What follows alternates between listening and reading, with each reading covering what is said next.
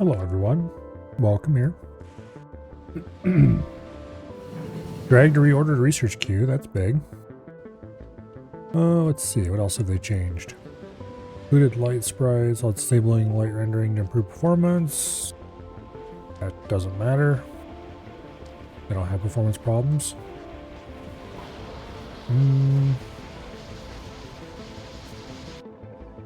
Okay, don't care about any of that.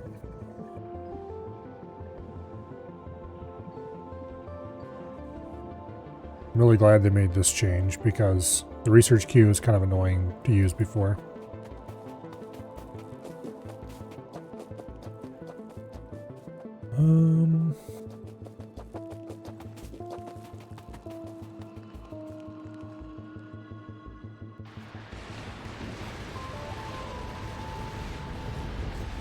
Let's see.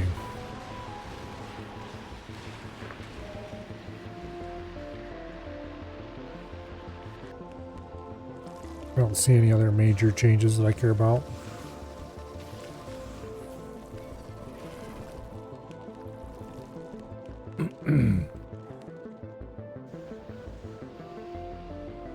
Okay. Minor quality of life change, about the only thing that mattered to me. Okay. Conveniently, past me left a ring of electromagnetic plants to remind myself of what comes next. And to be perfectly honest, I loaded in. I saw, it's like, these plants are weird. Why would they be placed like that? And then I started to fly off to go do something. Like to go check on what all's around here and what I should do next. And then I went, hey, wait. So despite leaving myself effectively a note, I almost forgot what I was planning to do, and even so. Well, I did forget what I was planning to do, but I almost missed the note. I'm sure I would have come back a few hours later and gone, why are these sitting here? Anyway. So, apparently my plans were to build red circuit machines somewhere.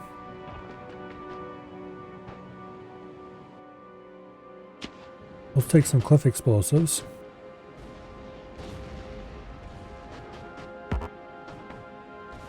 And begin preparing for that.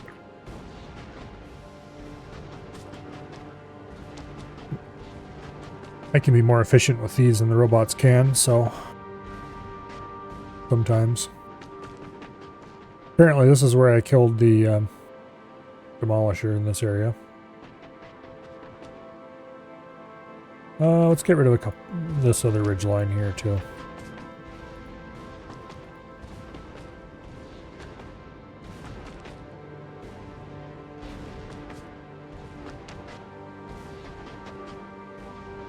Dang it, missed a spot.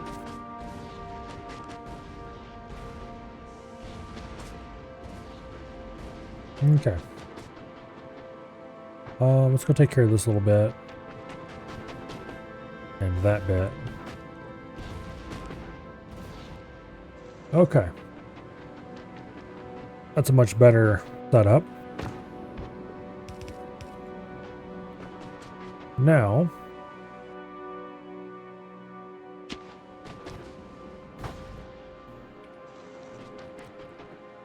red circuits. Did I ever design a plant for that? Yes, I did. Except this is with the wrong thing. Okay. So we've got the green circuits available for this.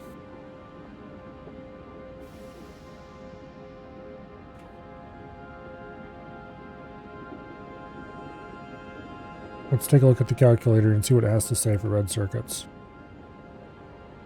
Okay. For red circuits, we need 38.2 electromag plants.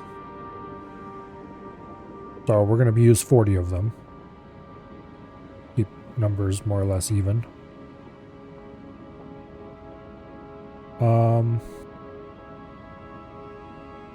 And that uses 5 copper cable machines, which is 1.2 belts. A little bit more than 1.2 belts. So if we do... Okay. Go ahead and start with the cables. Hello, Dread.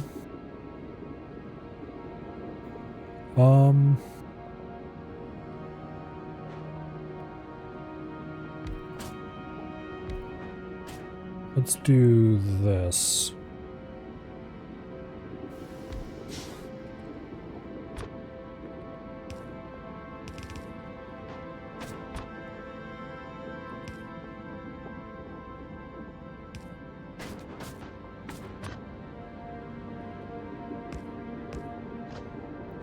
Okay. Go ahead and fish trick it.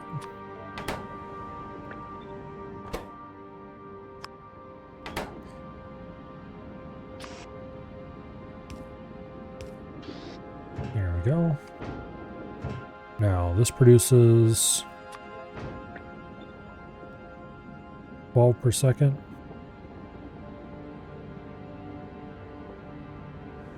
I think one inserter will be good enough.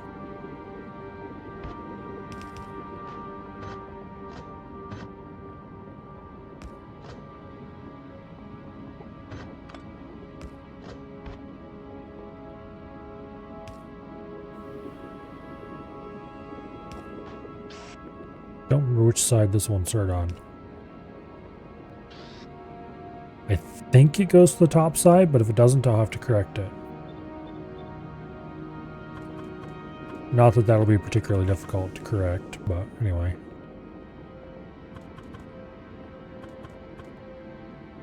Let's do it like that.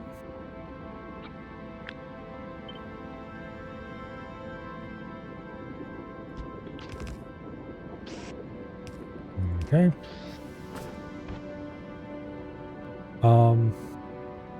Another problem is that's too much for one belt. So we'll have to do 2 belts actually.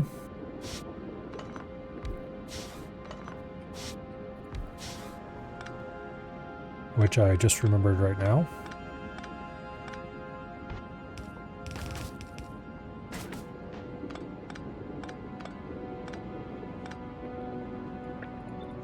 Which was why I was designing the way I was designing.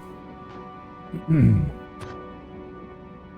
I think I actually need to go 1 tile farther apart. Even. So...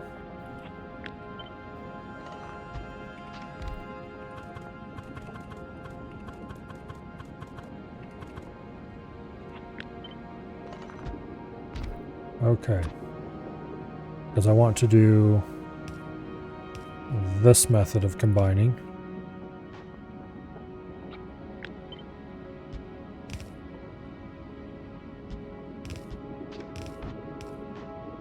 Which works very well.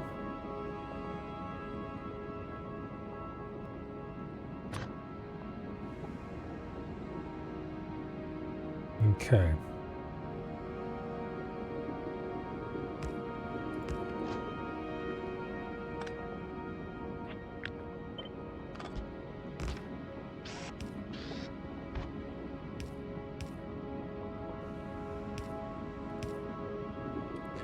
And well, that's not going to work. I need to shift them apart, or I need to shift this up. One of those is significantly easier than the other.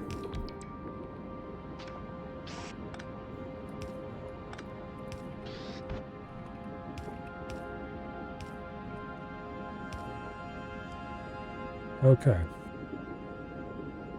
And also, you have to do like that because of the sides they're feeding onto. And this big unnecessary monstrosity is just to make sure that both belts come out with exactly the same amount of wire on them. Not that it really matters that much, but it matters to me. Especially when it's this easy to do.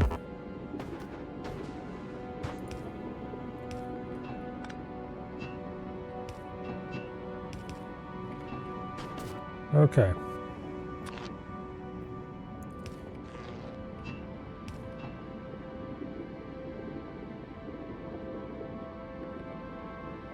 Yeah, that'll do.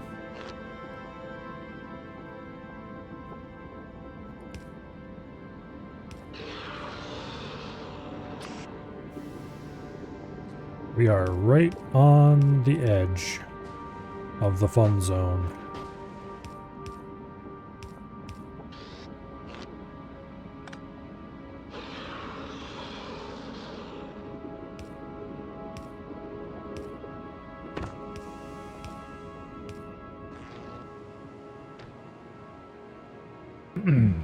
Okay.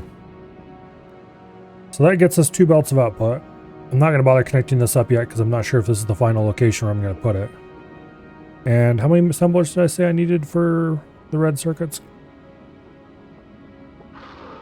38.8. So 39.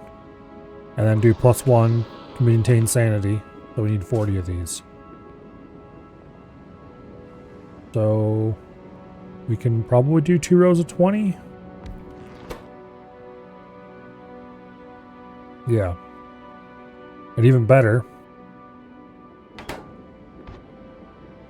Okay, so we have the 2 rows of copper that are running both sides of the belt. And then we can run in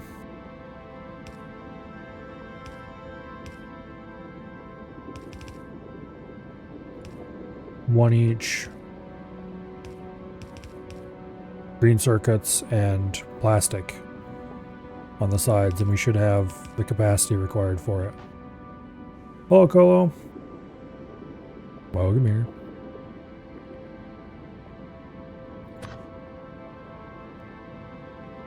Okay. Well,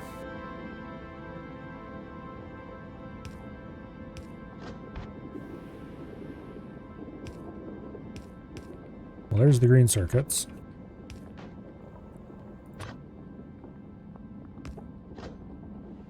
Okay. And then we need plastic. Was I making plastic over here? Yes, I was. Okay.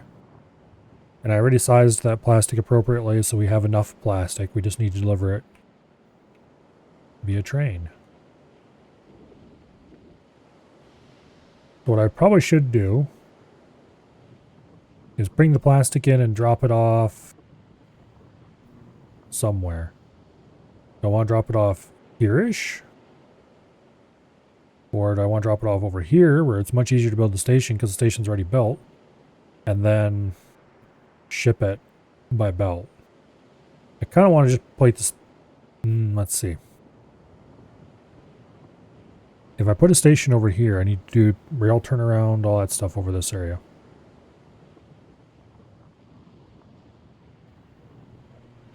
Okay, how many belts of plastic is this consuming? Well, we're producing less than a full belt of plastic total. We're using about 1/6 of a belt of plastic. That's how much we're going to need. So we can run a single belt cross country, no problem.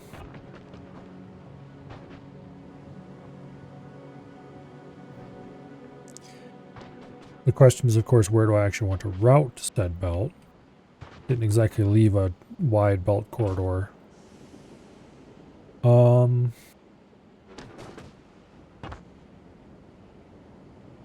I could run it through here very easily if I just move this lube line a little bit, which I could do without too much trouble.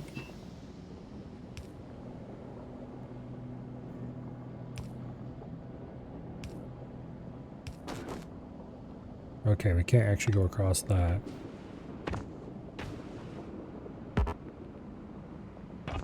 So I would have to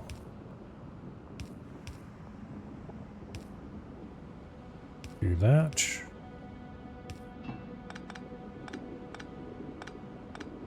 Which is fine, actually.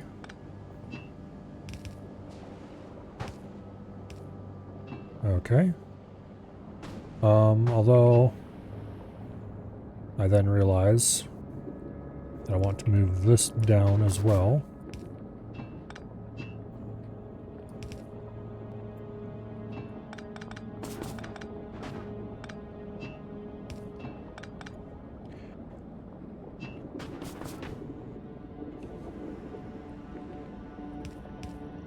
Okay.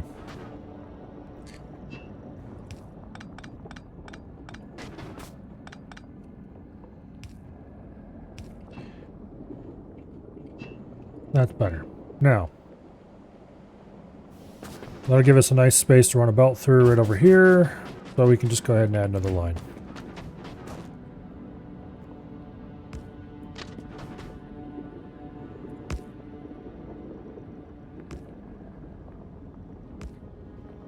Okay. Now,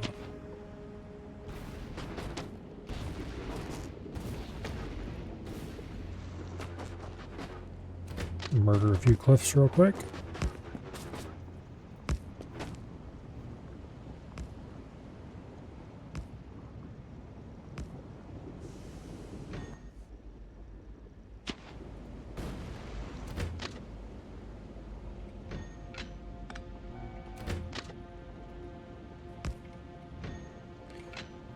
Okay.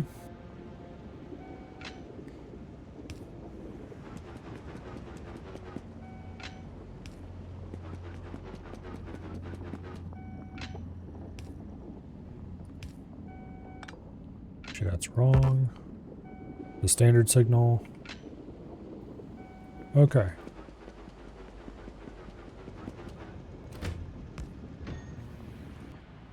Now.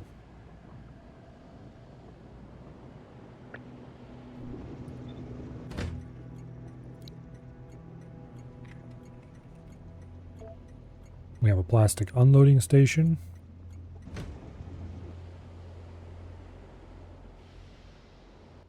You go to plastic loading until full cargo, then go to plastic unloading until empty cargo. Boom. Okay. It should be here momentarily. You read them? Hello, Sealith.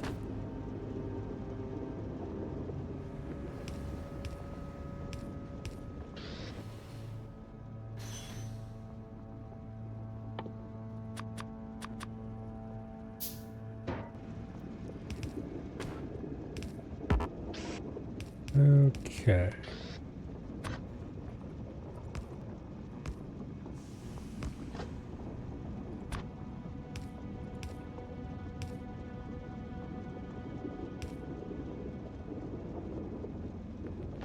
Actually, I do believe that this is a great idea because I want to combine them together.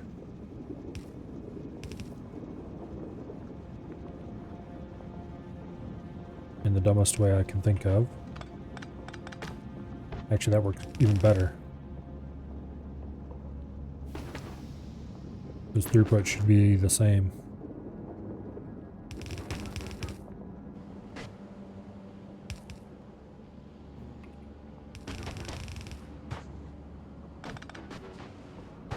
You know, it would probably help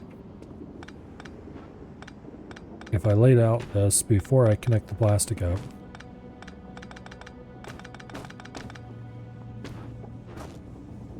Oh, you know what? Even better. I just had a brilliant idea. Let's go stuff the plastic back on board the train.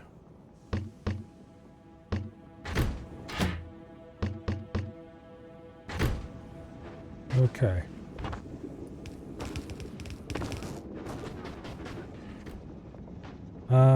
I thought that was a little thicker. Well, now it is.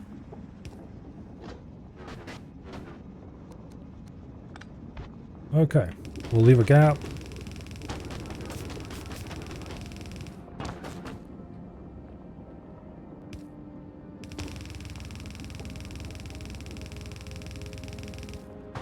No, bad.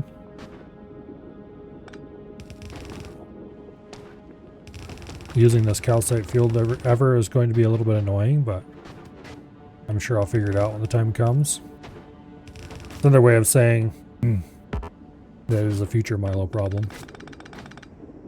And screw that guy. When's he ever done anything for me?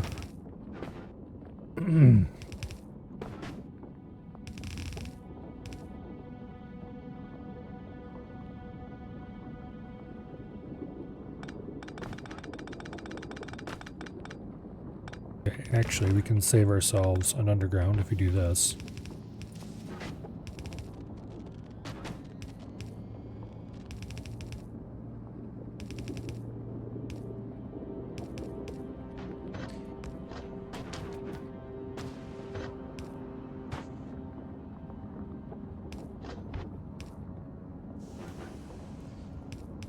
Okay.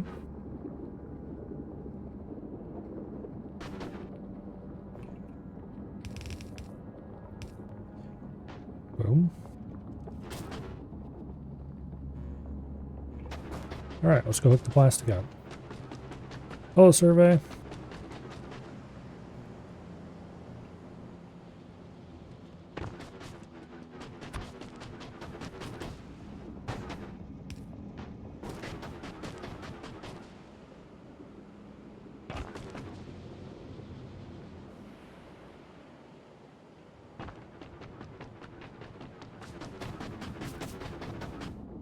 Okay. Now,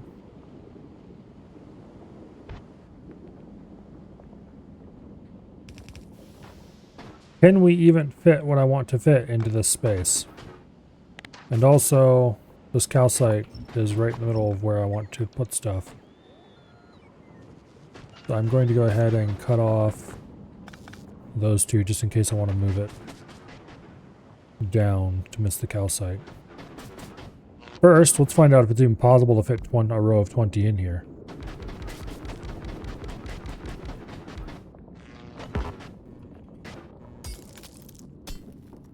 Get out of here, you.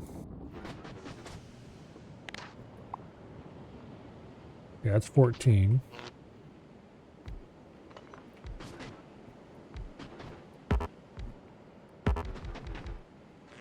That should be 21, I think. Yes, okay. We can't fit a double row of 20 each. I'm going to move it down so it misses the calcite, though.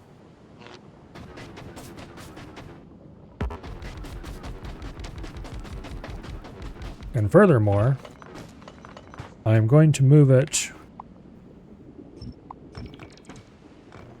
so that the machines are spaced out a little bit more. So I can save power poles, despite the fact that that's not a very useful goal. Okay.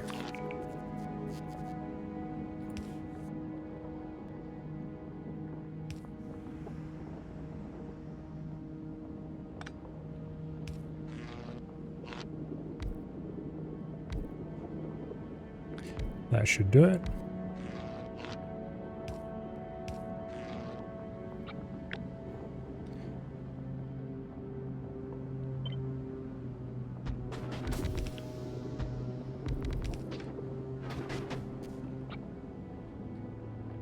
Okay.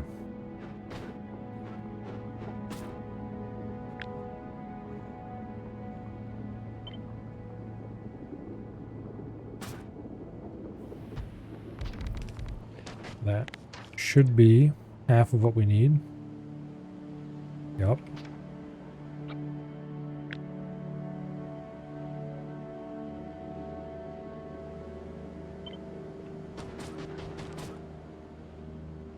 Okay. It'll fit. Now we just have to grab the whole thing.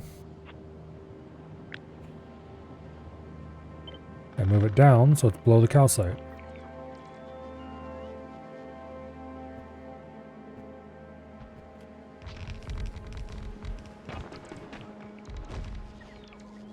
Beautiful.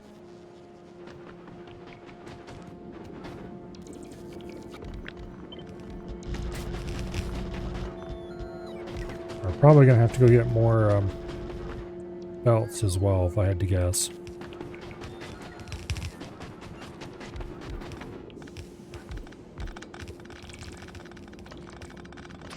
Alright, so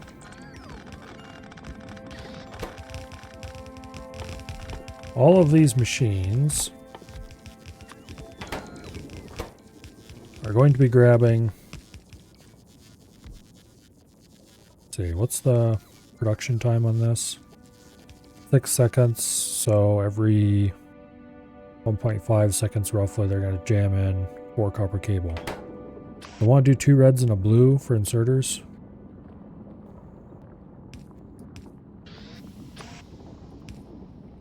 I think so.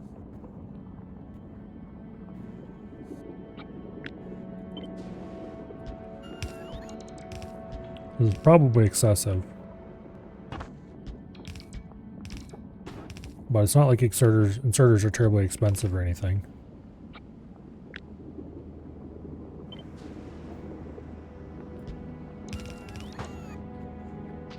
And of course, I proceeded to immediately screw it up. Here, actually. Let's do this the right way.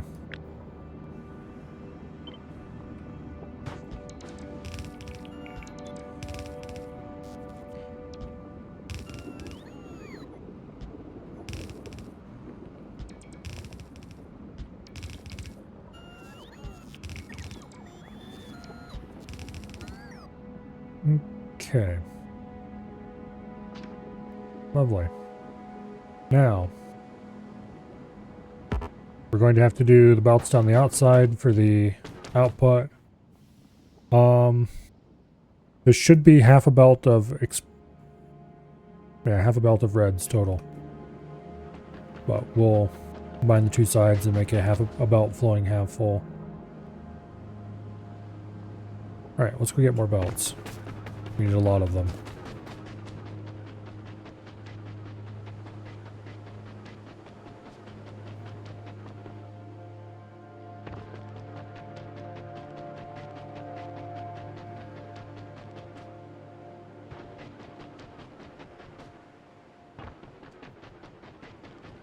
Okay.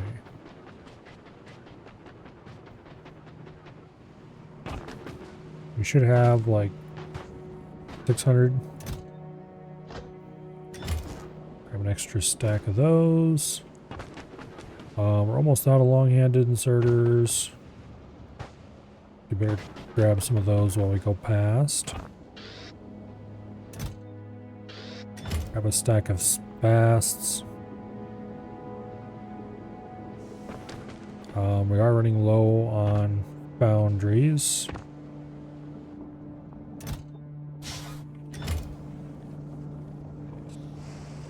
Okay. We're looking okay on pipes.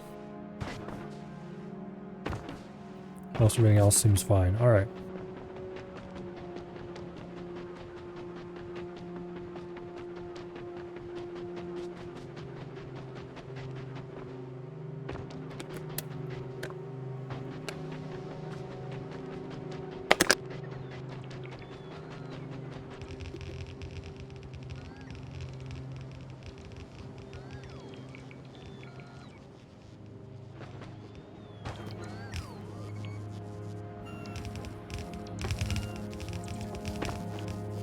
Lovely.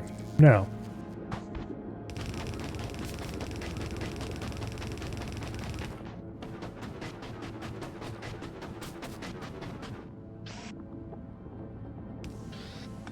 let's just do the output like that. I'll lay out the first few machines by hand. then we'll grab a blueprint.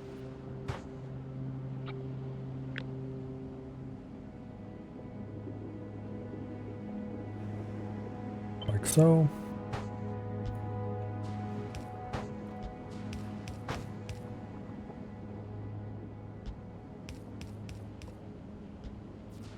Okay.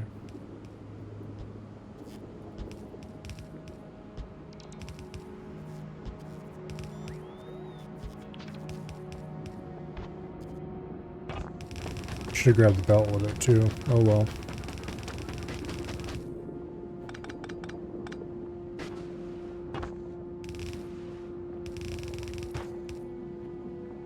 That should work beautifully.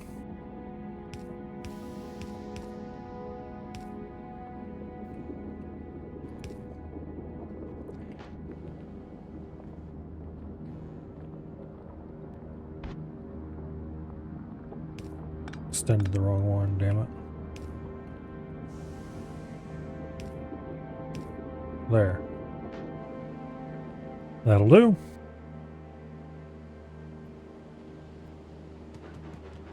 Let's go hook up our materials and let them pre-fill the system.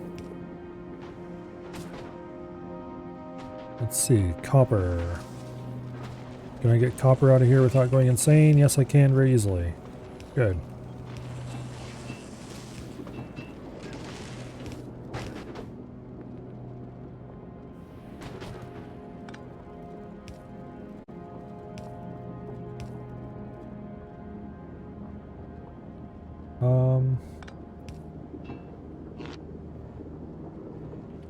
Well, that's problematic.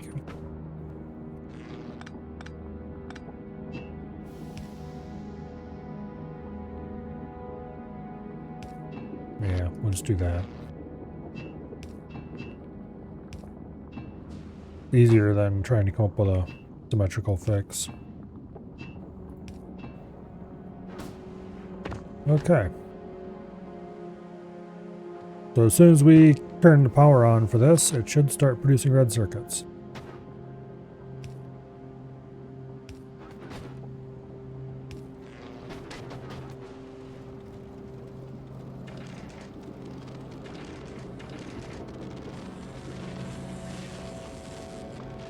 Okay.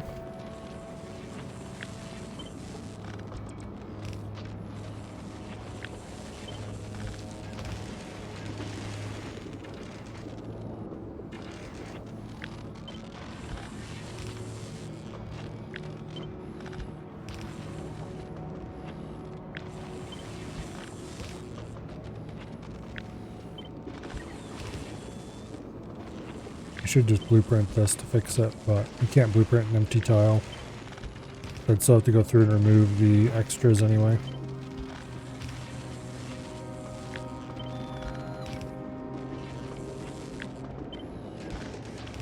Which would still be faster than this, but oh well. I really hate wide machines. As in ones that aren't 3x3. That sure filled up its output real fast. Certainly not going to complain about it.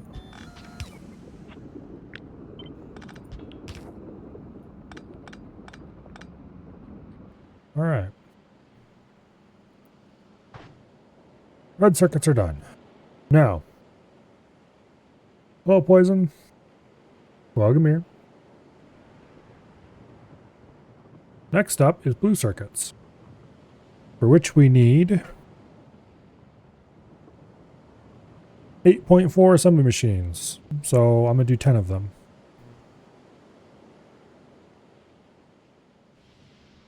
Okay. That should be very straightforward.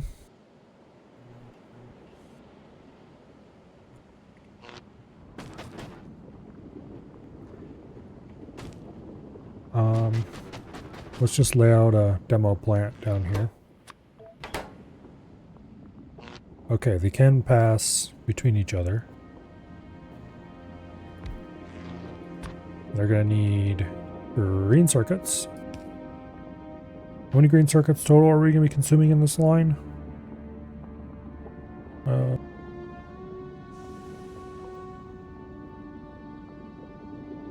0.8 of a belt.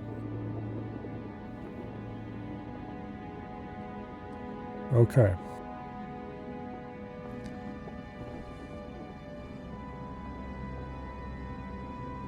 And reds. A very tiny fraction of a belt. You know what I'm going to do? I'm going to set this up just like I would a furnace stack. As far as the inputs go.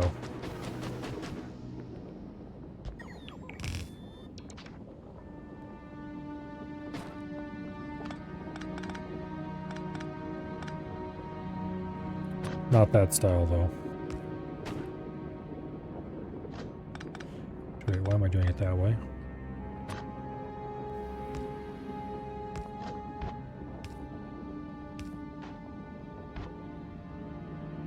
Okay.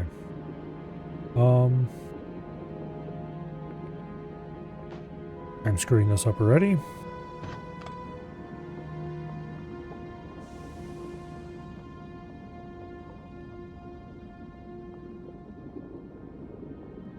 Damn it, how do I normally set this up? For some reason my mind is drawing a complete blank on what this looks like. There we go. Oh, okay, yeah.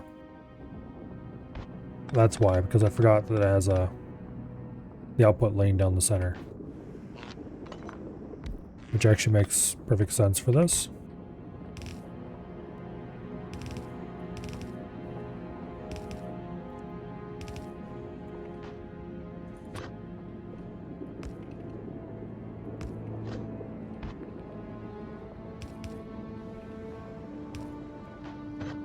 This has to be set back one.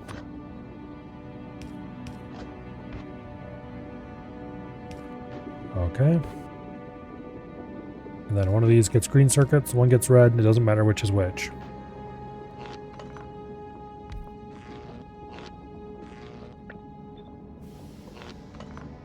Okay, how many of these did I need again? 8.4, so 10.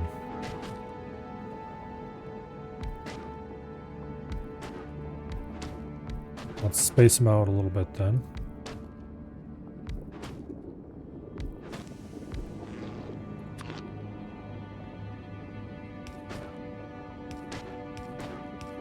That way I can get full electrical coverage.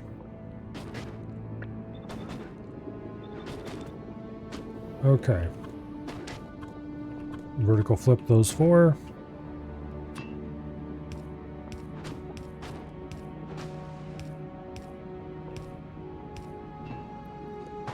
Okay.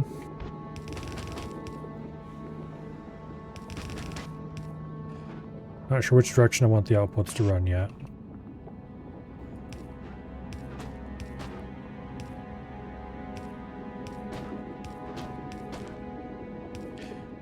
I could collapse these together and put the power poles down the center. You know what? I'm going to do that because I like compact designs.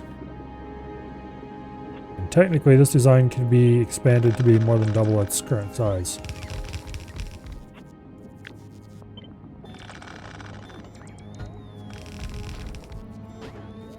And yes, this is a fairly inefficient way to compact it. I don't care.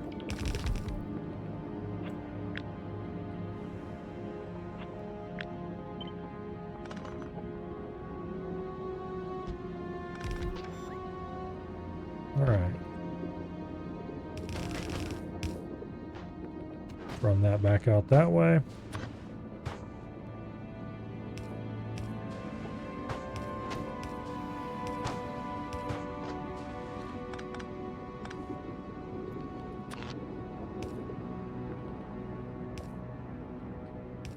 Beautiful.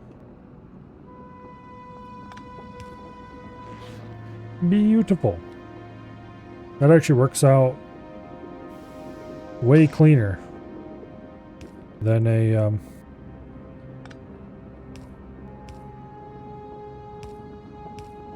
furnace stack does.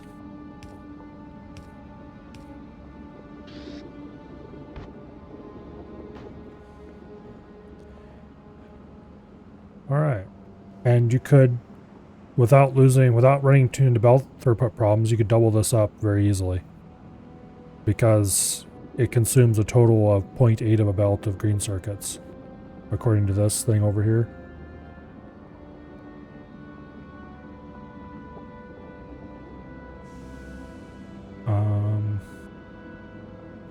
Yeah.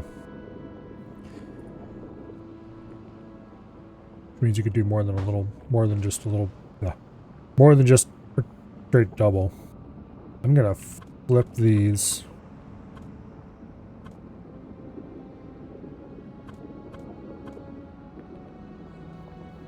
It's that they're mirrored versions of each other because I like that where that looks better.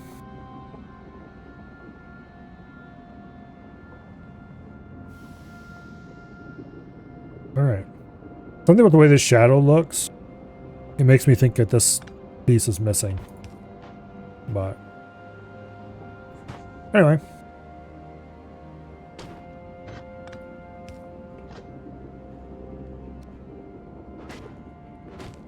Sure this is running the right direction. And this thing is ready to paste in wherever I end up wanting it. Which is probably going to be over here somewhere.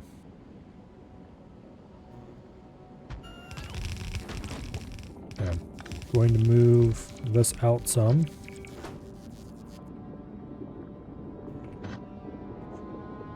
Alright, the red circuits are used for more than just the blues. So let's go ahead and split them immediately. That'll continue onward.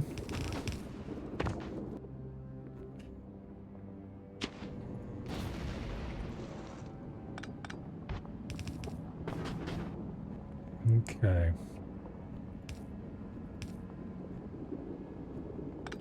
Wait, what am I doing?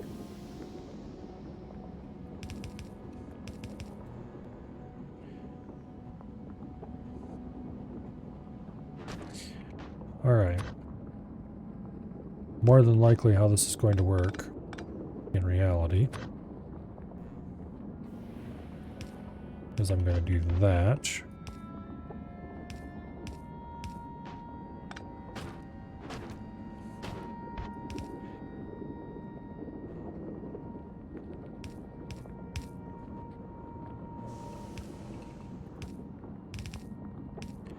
Then we have red, green, and blue available right here.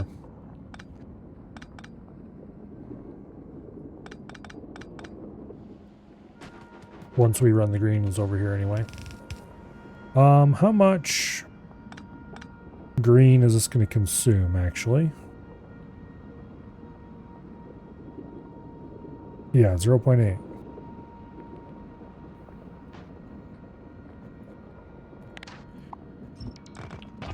Which means instead of running 2 separate lines to here, I should run a dedicated line. How much is being consumed by... Okay, less than 1/10 of a belt is being consumed to make engine units.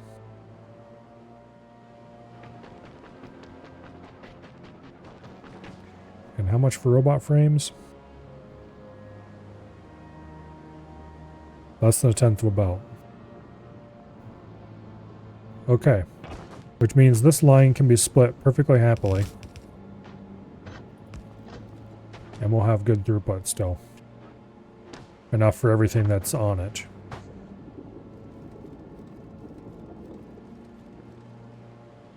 Okay. Now, acid. Where is the acid pipe? There it is.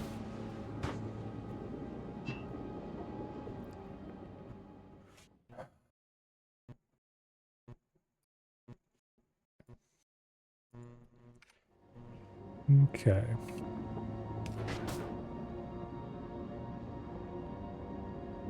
Yeah, we're definitely not going across that. Also, that's not the acid pipe, it's over here. We're gonna have to go through here.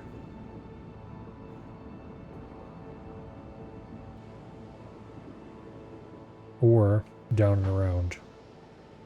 One of those is probably much better than the other. So,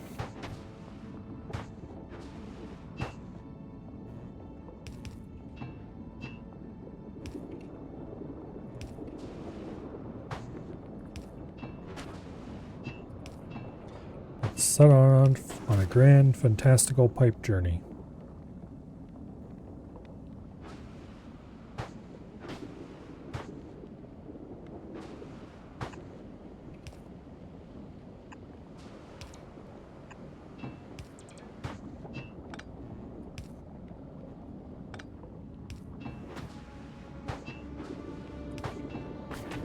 Okay. Well, those are obvious non-starters.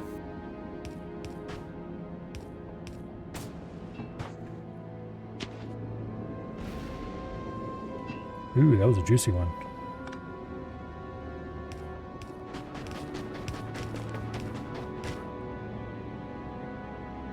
Now,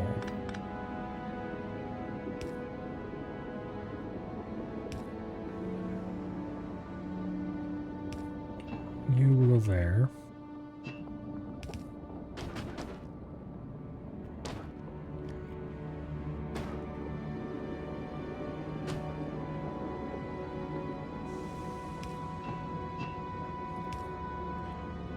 Boom.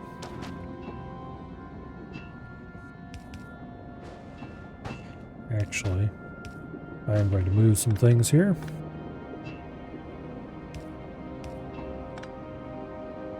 Because it just makes sense.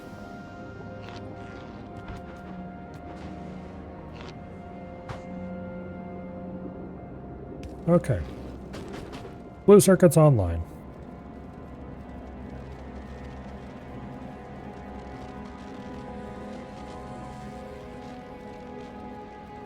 Now,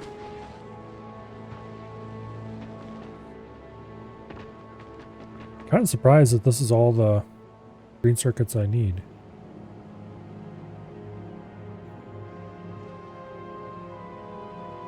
Yeah, 12.3 machines.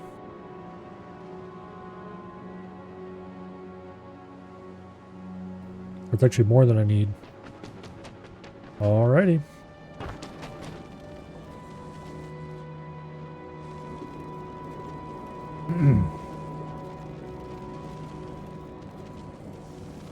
Before I flipped the top blue circuit row around, I thought I was deliberately leaving. You thought it was deliberately leaving space for the underground between rows there? No. No, I wasn't.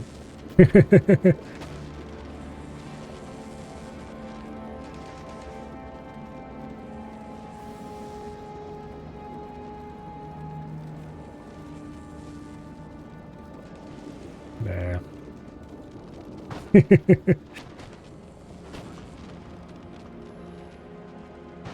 All right. What's next?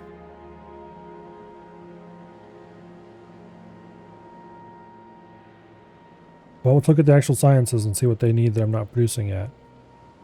Okay. Green science, we're just gonna produce the stuff on location. That's trivial.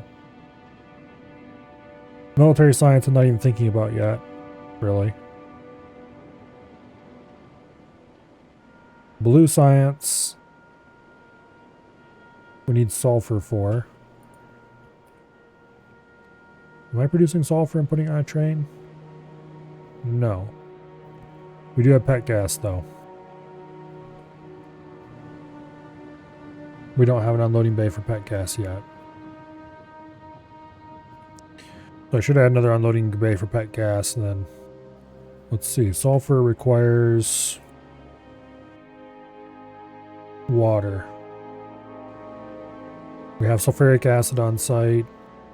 We have calcite available in large quantities. Actually, do I have just a big enough water plant made already somewhere around here? No, because my water plant is over by the...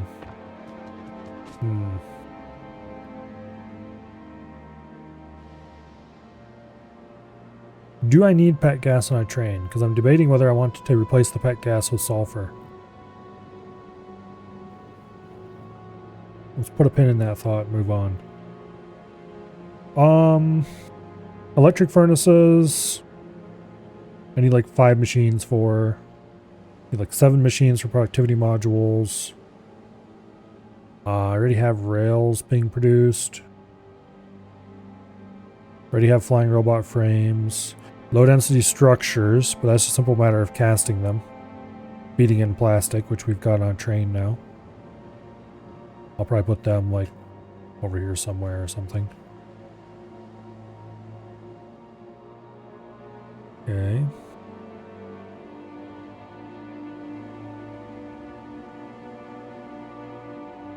I think low density structures should probably be next, actually.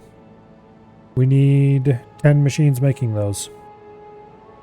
And they're going to produce less than 1/10 of a belt worth of output. Okay. 10 machines? Yes, 10 machines. Specifically, these things, casting it. Okay.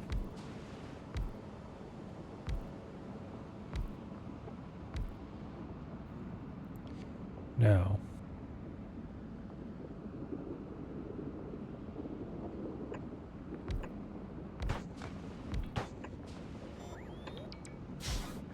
Alright, we need to go get...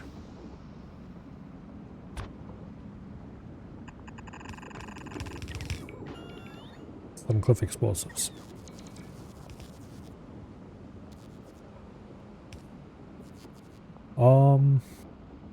How much plastic is low density structures going to consume?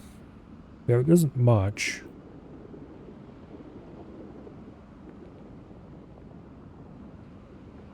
A third of a belt.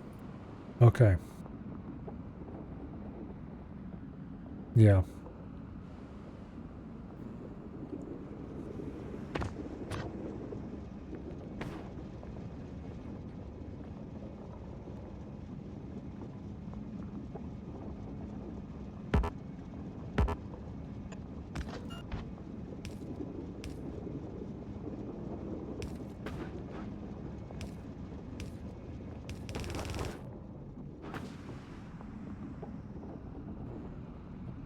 Yeah, we can just run this across like this.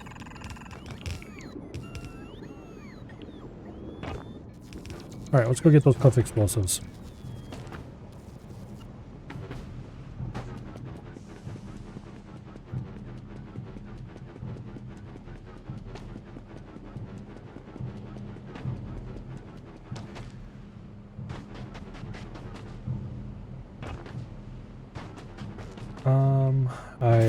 I'm glad I walked past here and saw that and went, oh, I wonder if I need belts, because the answer was yes. Yes, I did need belts.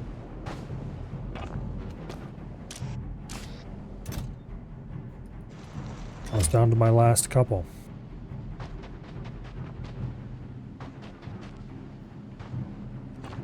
I don't see anything else that's particularly low on my bar right now. So...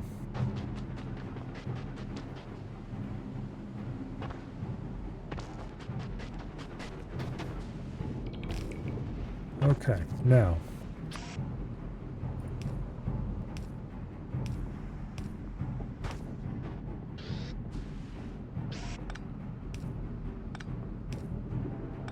This can annoy me if those are off center.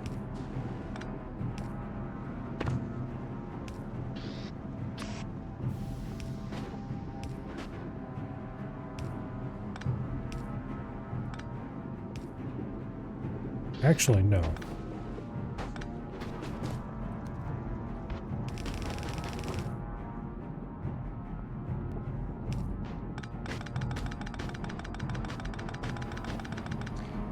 There. It would help if I set the recipes first. Okay, these all take both copper and iron. Just going to complicate things a little bit, but not actually that much. I don't think.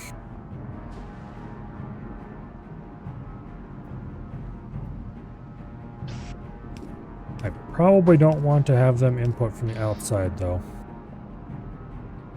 Um,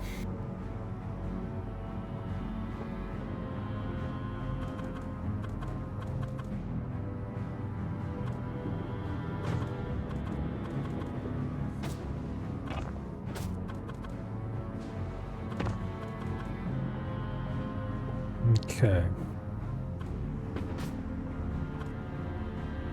Iron to the outside.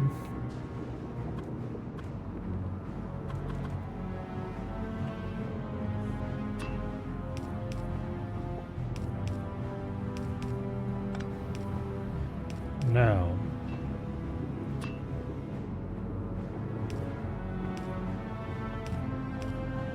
you can tie them together across rows like that. And then we can do this to get the iron in.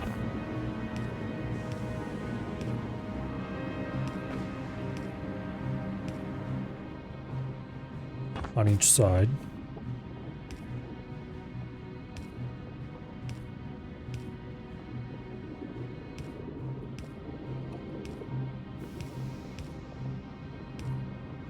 Okay.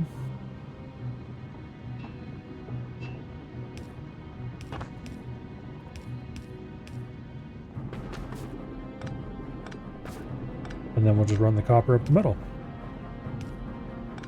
Except, well, that's not actually going to be that easy.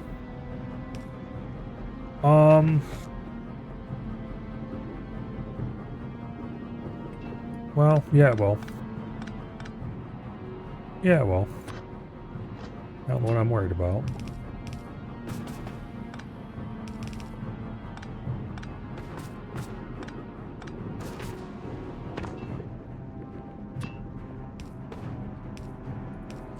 We can just do this. Yeah, that works great.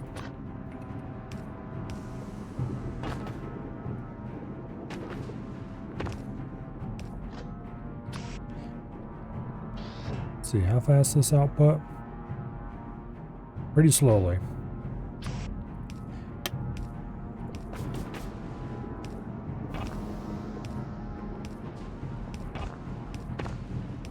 All right, lovely.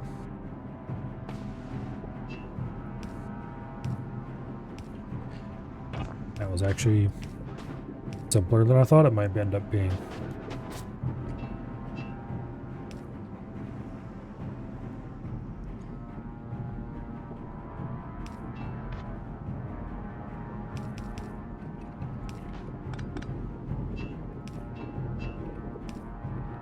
There.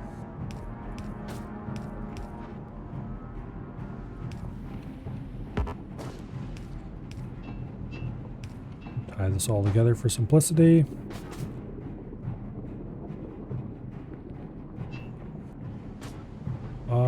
Where can we get copper around here?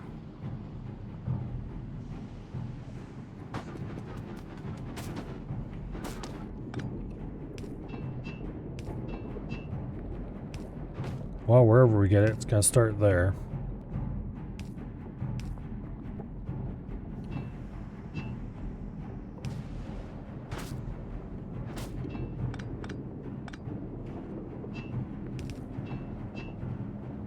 And then I think we're gonna have to run it along here.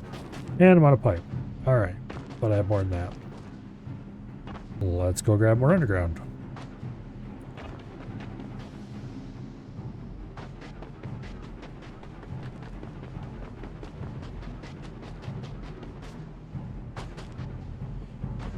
Now,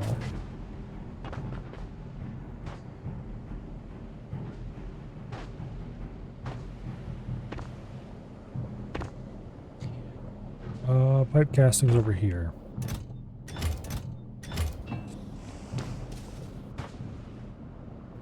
Okay, we're good on power poles for now. Row can inserters, row can belts. Alright.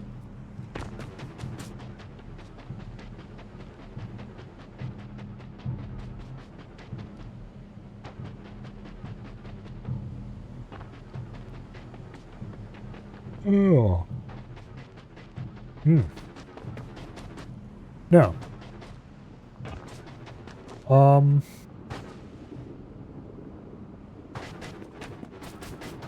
metals over here.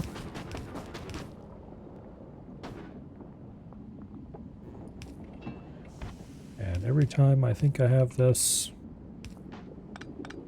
with enough space, turns out I really don't. Okay, do I want to move this down again? Yes, yes I do.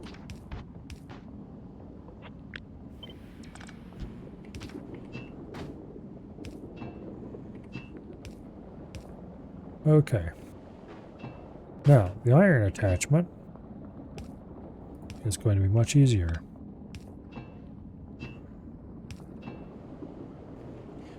Boom.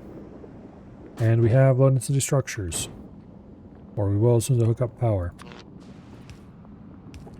Through the conveniently left spaces made for that purpose.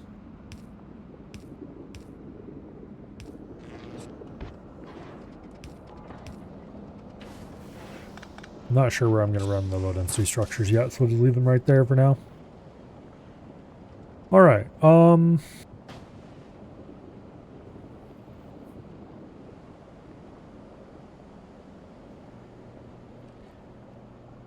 I need this much steel for the rails? There's no way.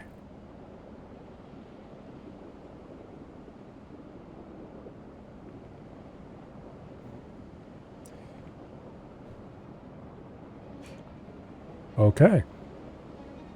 This is dedicated steel just for the rails. Okay.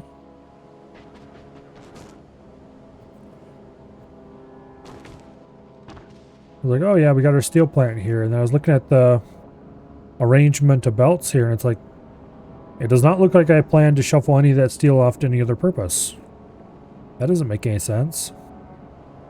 But it very much does, because apparently these use all of this steel.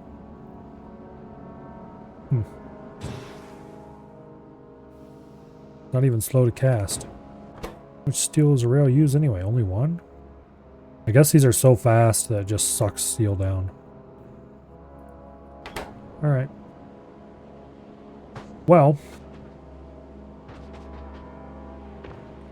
On to the next thing.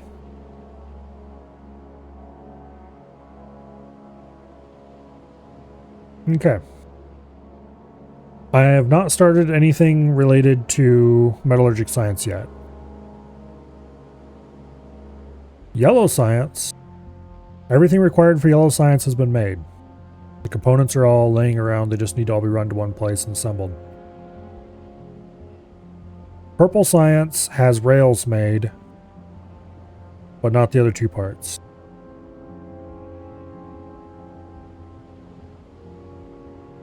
Blue science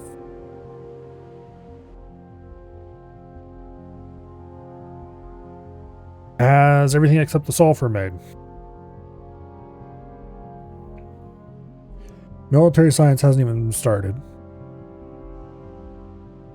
Nor has red and green. So it looks like what we need to do next is productivity modules.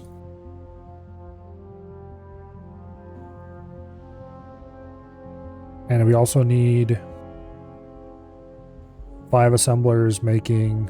Okay. We need 7 assemblers making productivity modules. Which is a simple set of circuits.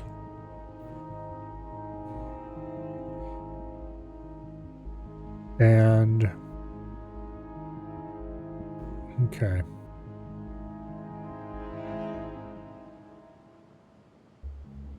Electric furnaces are going to be the harder task amongst the two. Although not that much harder because we already have all the stone bricks we could ever use over here. We should probably combine manufacturing the furnaces with manufacturing walls, for which we need 2 assemblers. Not exactly a huge amount there.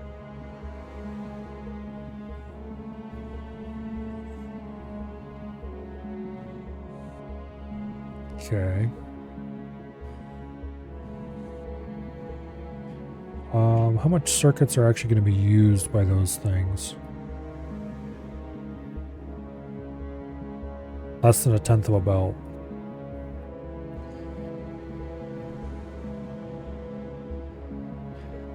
Okay.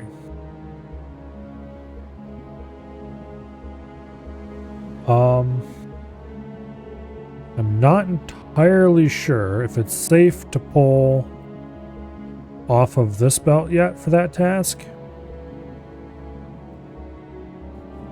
Let's see, red takes 1/6 of a belt, blue takes 1/8 of a belt, so it'll be safer to pull off this belt for modules. And how many modules machines do I need? 7. I think we're going to do a one-sided build for the modules, and we're going to put it right in here. Due simply to where the ingredients are going to be coming from. I will have to run red circuits back around for this. Which... maybe I should put them down here instead then. But I can easily split this and underground it out. Or rather split this and send half it down.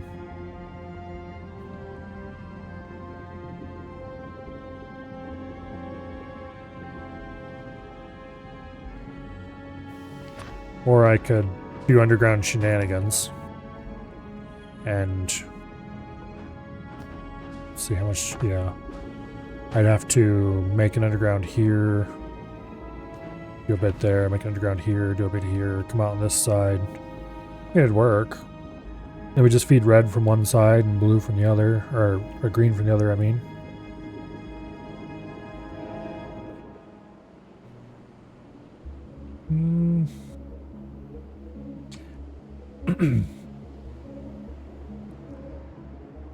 No. It makes more sense. You split this here.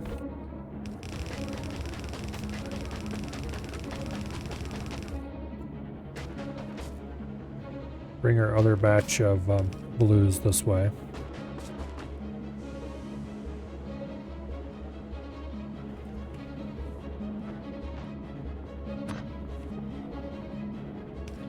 For reasons of compactness, I'm going to do that.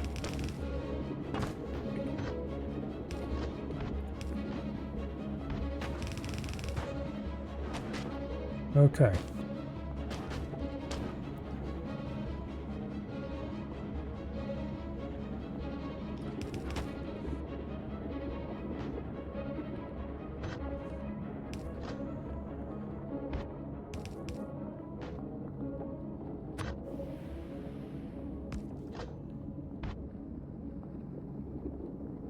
Now,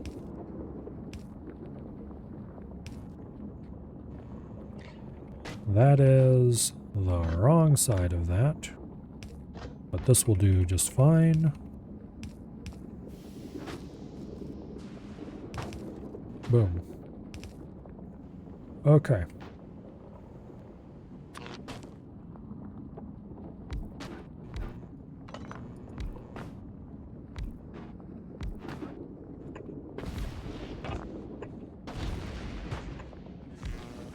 Lovely.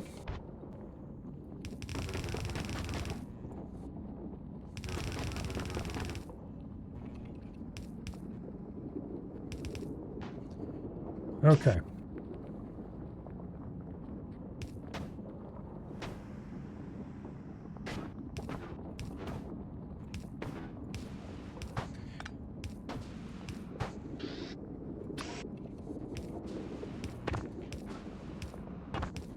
Nice and trivial.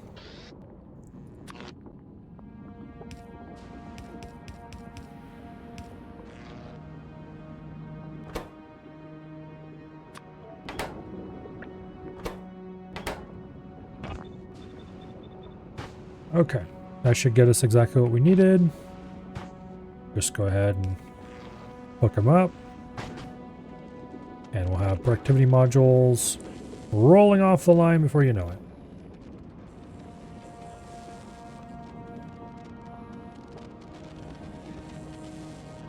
Now, in addition to productivity modules, I need electric furnaces. I need 5 assembly machines making them. And you know what? We should probably put those just right in here because then we can fit them onto the same belt as this. And these will need to join up with the rails, which are way the hell over there, to be made into something. So I probably actually want to run these out the other direction.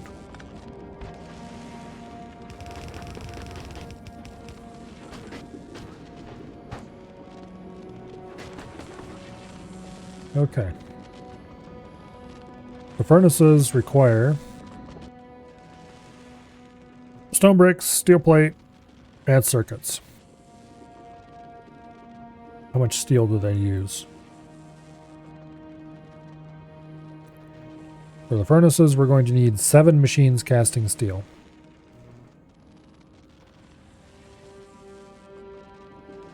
Wait, how many machines are going to be making the furnaces themselves? 5, exactly. Okay. Well, that's a fun ratio.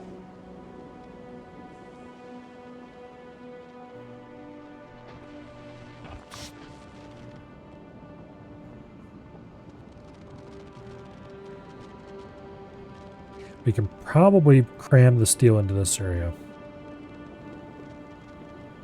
Barely. Just barely.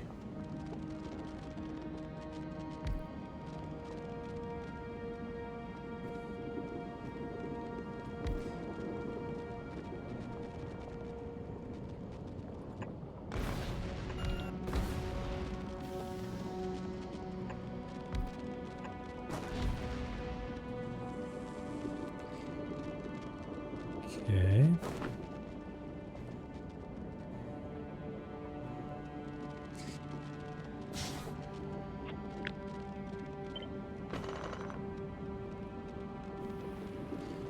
Put it there.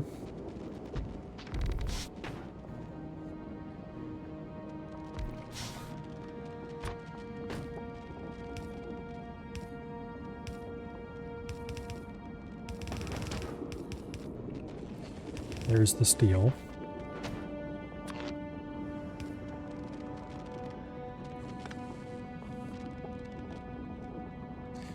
And then go ahead and make sure all my piping's gonna fit.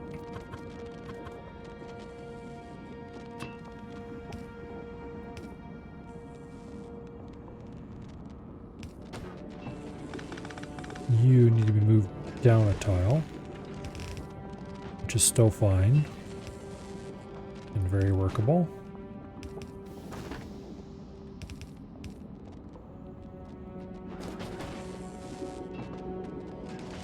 Okay.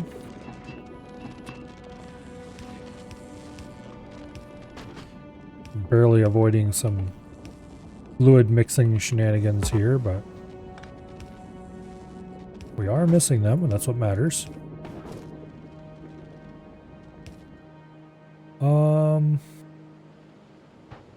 No conveniently available irons. We're gonna have to bring that down here on our own.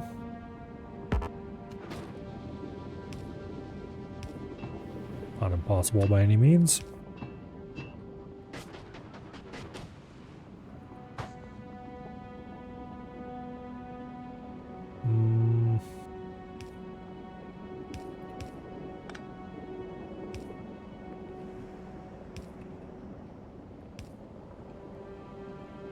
Not like that anyway.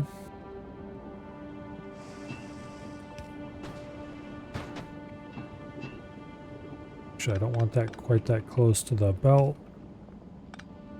I just said, okay, there we go.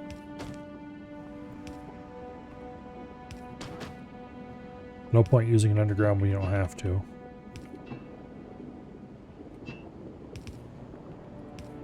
For belts. For pipes, I love using undergrounds every possible moment because they make everything much cleaner. Okay, output.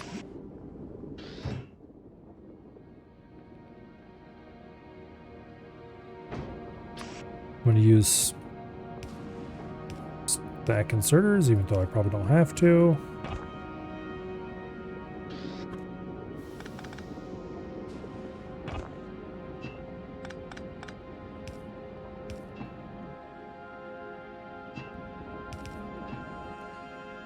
Okay.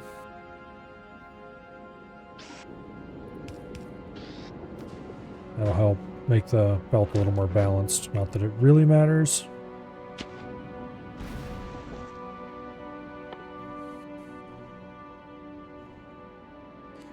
Okay.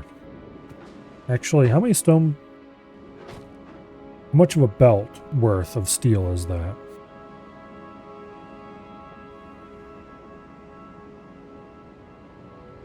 Okay. A third of a belt.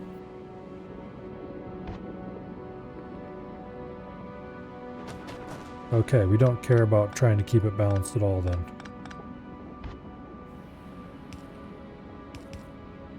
What I do care about is figuring out how to get this stone brick down here without being too disruptive and merge it onto the belt so that these two are running.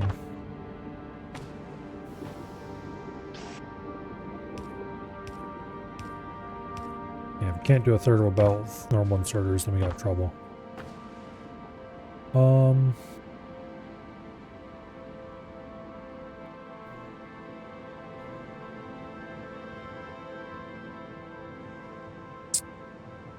Let me think. I really have two good choices. Good. I can run it through here, which is actually a terrible choice because then we'll have side merging issues here. Or I can run it down through here and do some side merging shenanigans here. Get everything to go on to... Actually... there. That'll actually work out quite well.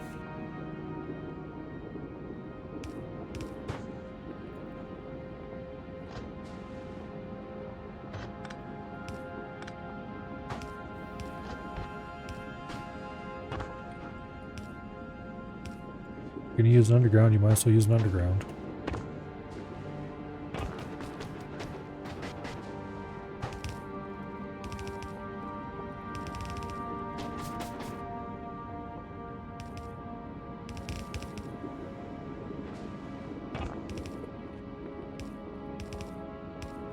Okay.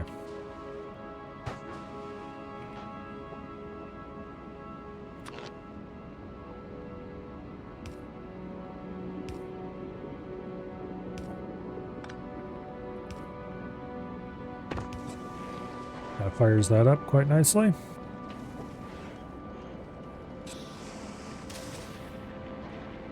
Okay. Now, I believe it was 5 machines. Yes, 5 machines. I'm going to need red circuits as well, which I can grab off. How many red circuits is it?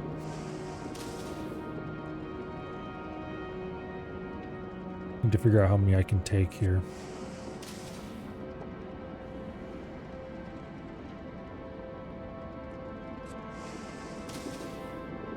Okay, red circuits are producing half a belt total capacity. And we're using less than a quarter of a belt for every single thing that uses red circuits. So we could actually split this half a belt here.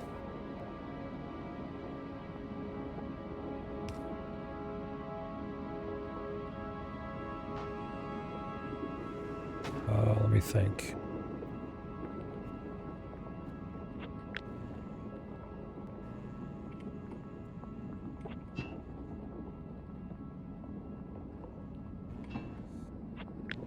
I need to move this.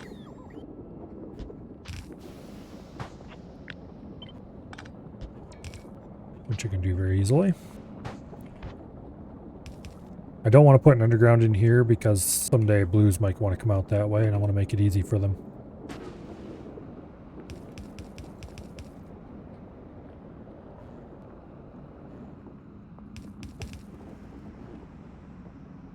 Okay. This way lies insanity.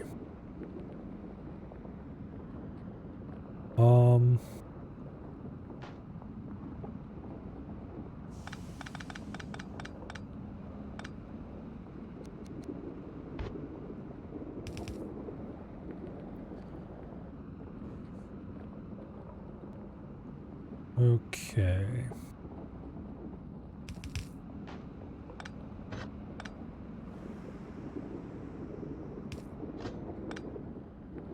Actually, here, we can just do this. I don't need to do anything wacky with it after all.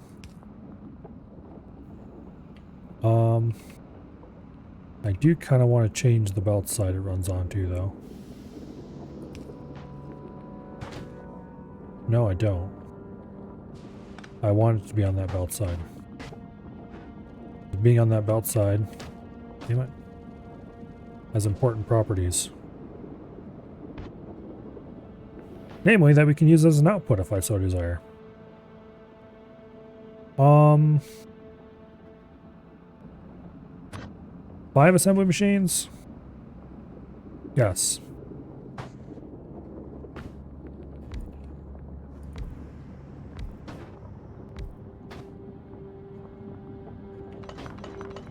Why am I'm not doing a double-sided build, so we don't need to worry about special assembly machine sidedness BS.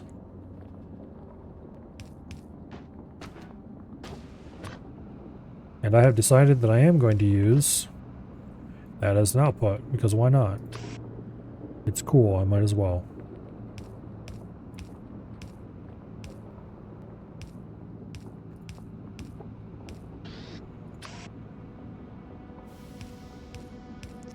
And now we do run into a little problem. Okay, fine.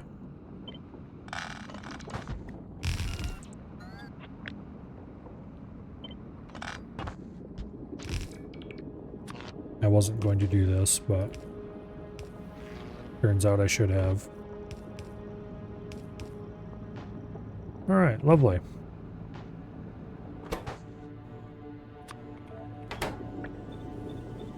And give us furnaces. And we can take those furnaces and combine them with the express transport belts here. Not express transport belts, damn it.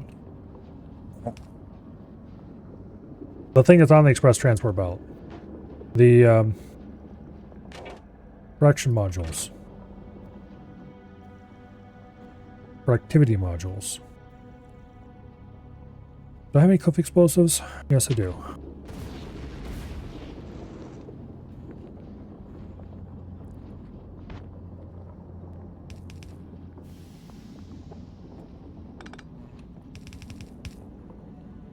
Why did I do that? That's stupid.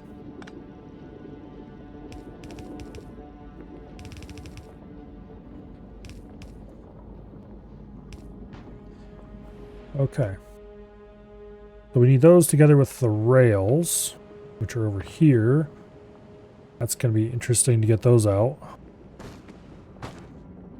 This can either run down this way or that off that way. Either way is fine.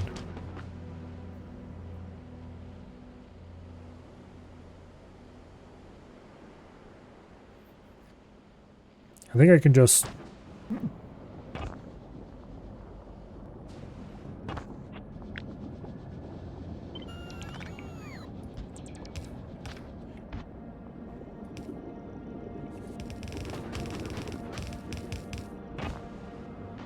Well...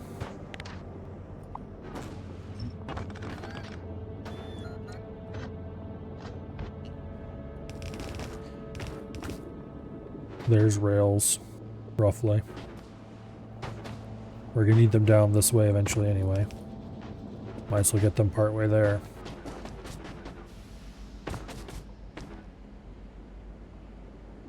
Okay.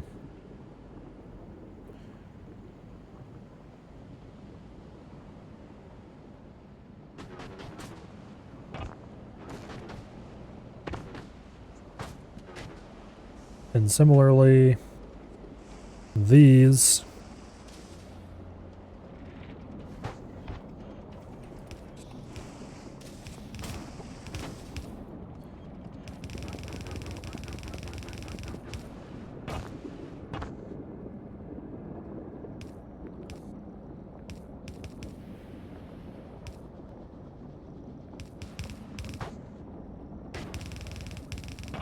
Need to come down this way.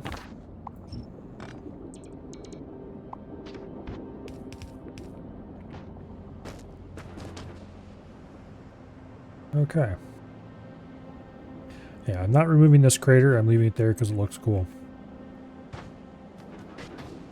Although it looks a little less cool with all the stuff piled up around it by this point.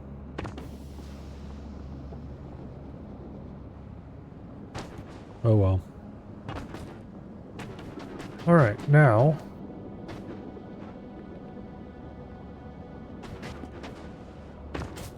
what else do we need? Sulfur. And the sulfur...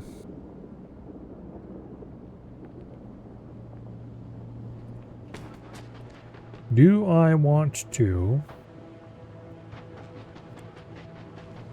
well, okay. First things first.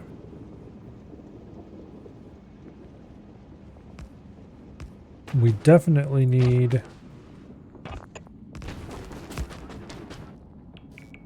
another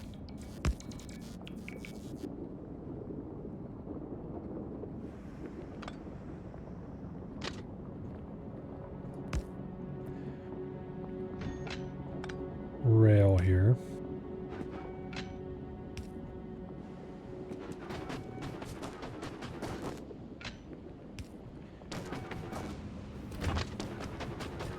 And it's either going to be sulfur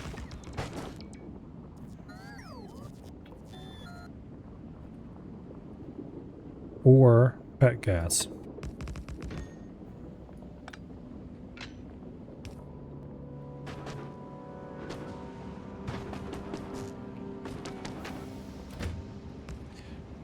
Trying to think, what would I need pet gas over here for? That I can't just use sulfur for.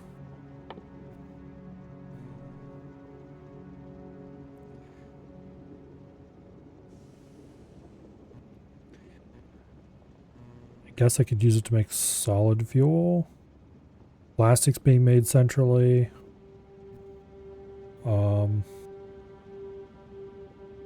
I don't actually need pet gas over here, I don't think. And if I brought sulfur over here, then I would have to use sulfuric acid to make water and combine the water together with... yeah. We should probably go change that station away from being a pet gas station to being a sulfur station and set up sulfur production there. We need exactly 1.0 machines,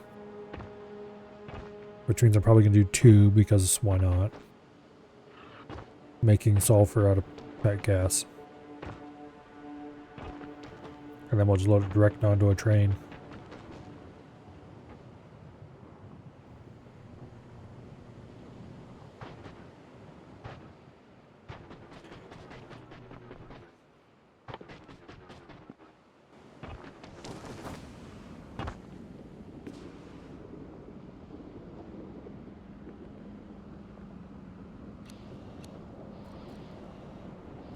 Go ahead and empty that train car out.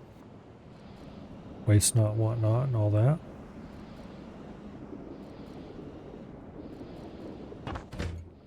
And you get to be a delightful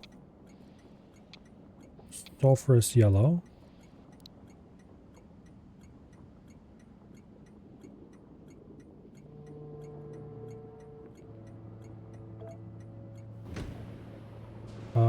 Sulfur spelled an E? No, spelled a U. Gotta say, that didn't look right.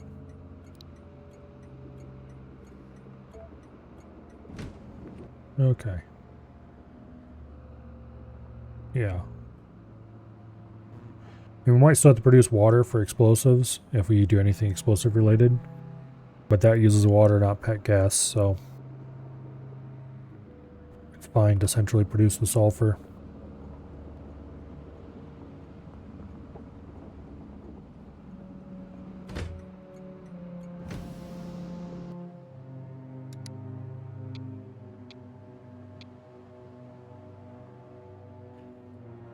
Okay.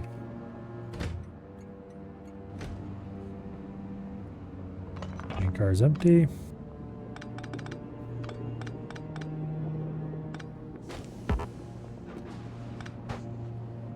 Now,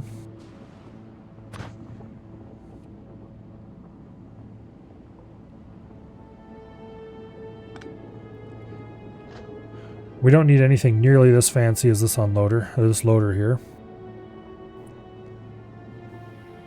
Because we're going to be loading a single car. And we also do not have room for a loader that fancy here.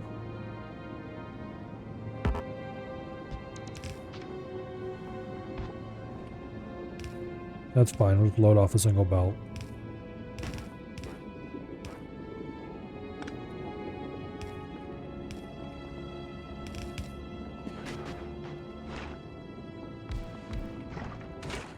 Two machines making sulfur.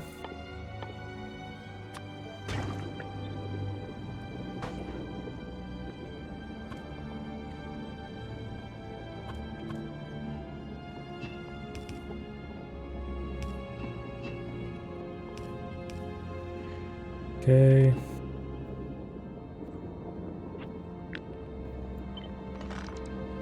Move that down one.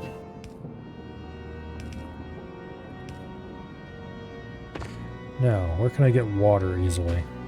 I don't have water over on this side at all.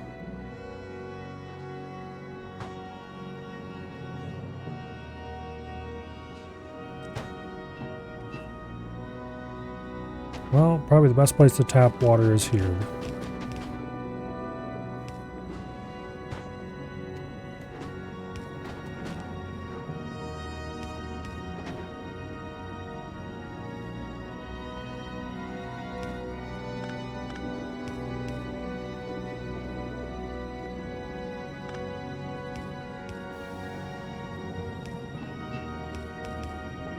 That'll do.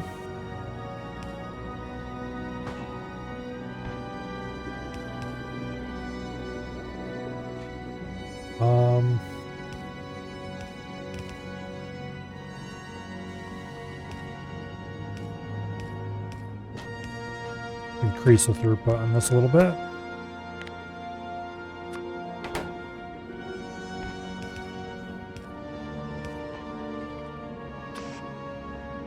I probably don't need more than a single machine or single inserter each. No, I don't even need fancy inserters, I just use crappy ones.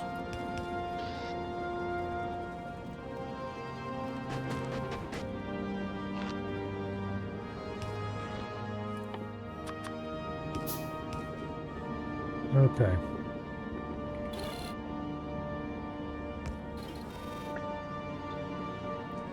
Now,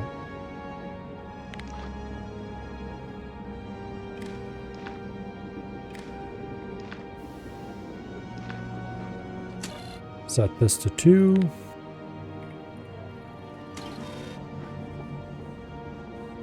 All right, there we go. Now we need to go get a train car.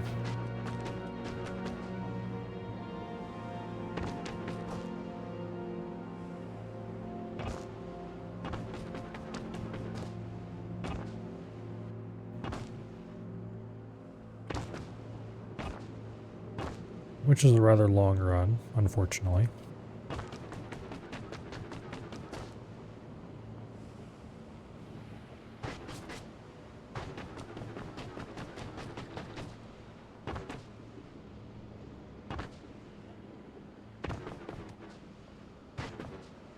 Okay.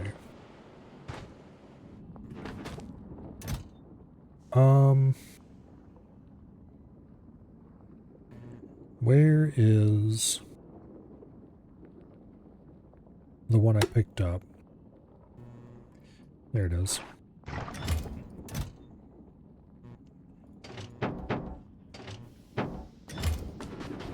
Okay. Back we go. First, though, let's stop down here by the lava and dump the crap I don't want. And we should also pick up more belts.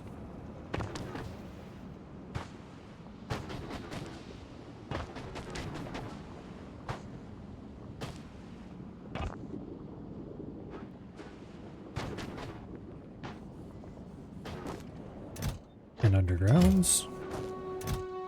And a few splitters. And before I run all the way up there, let's also grab some more inserters. Yeah, I should probably grab cliff explosives as well.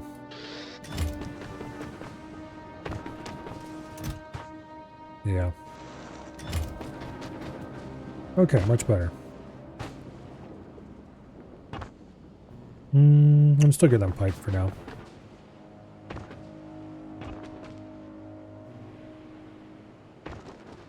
We're actually getting shockingly close to done with our science factory. I've been building it a bit haphazardly.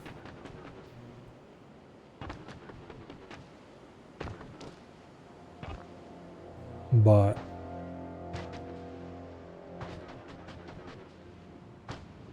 it is actually almost done. Okay, you. Boom. Okay, we've got a sulfur train now. Or at least we have one end of a sulfur train. Let's go set up the other end.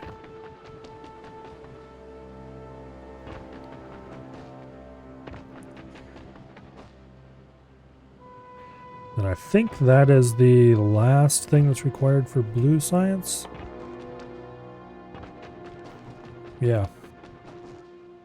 Circuits, sulfur, engine units.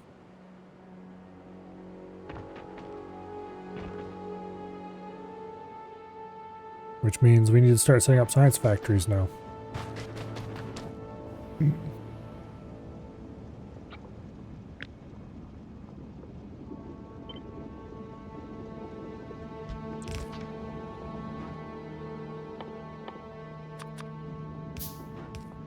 Okay. I could wire this one too. I don't think I care enough to bother.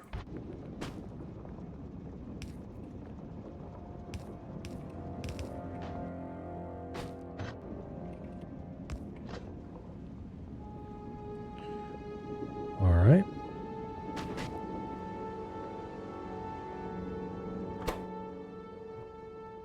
You get fish tricked.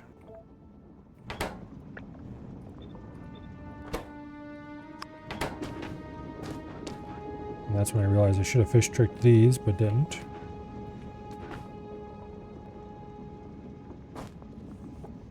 Oh, we can't fish trick these. I forgot. They output past the center line of these, don't they?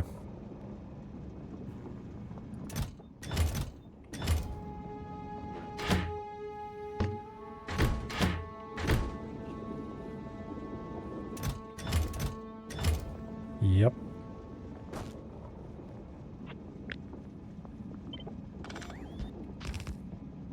Well, that's easily corrected.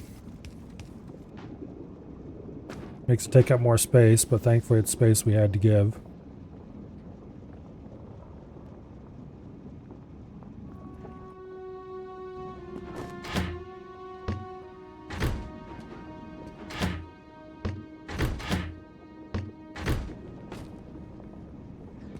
All right.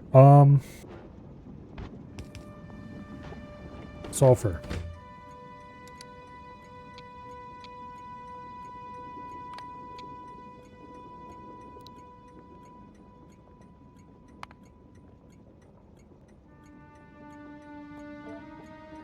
That'll do. Now we find the sulfur train. You. Add station. Sulfur loading. Add weight condition. Full cargo. Add station. Sulfur unloading. Add weight condition. Empty cargo.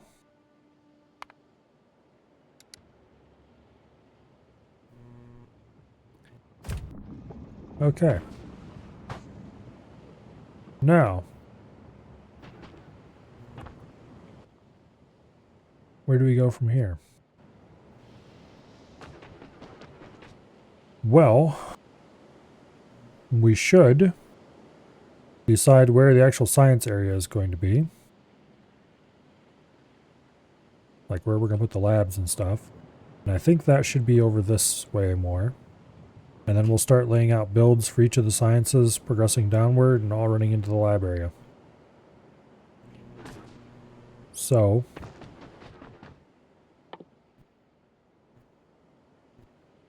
let's build a token lab.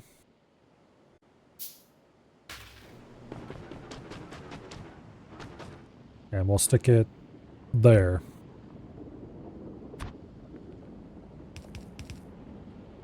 Alright. Gotten very spoiled. Some of the magic dynamic train routing interrupt, etc. stuff. Yeah, the new train stuff's awesome. This train route is too small and simple to need it. But definitely real train routes. It's so nice just to have all trains magically go refuel themselves at a central refueling station.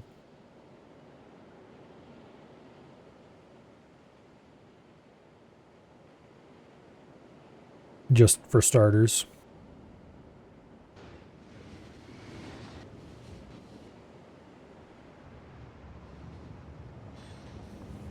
Okay, the sulfur has arrived. Let's go automate labs, because we're going to need a bunch of them probably.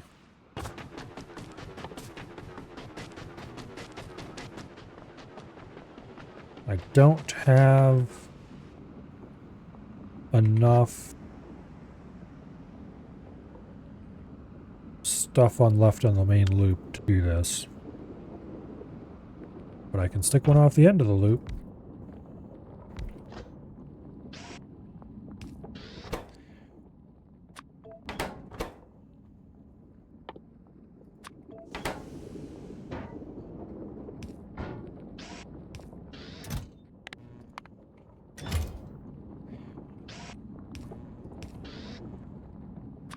Okay. I love so much how this loop does not require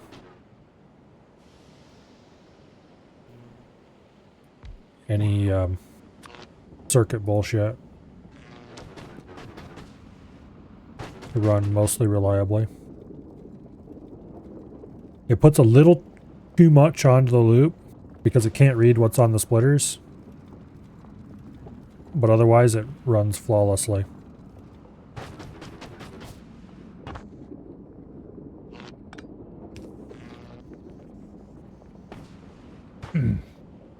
Now these general cargo trains have 4 interrupts. Fuel.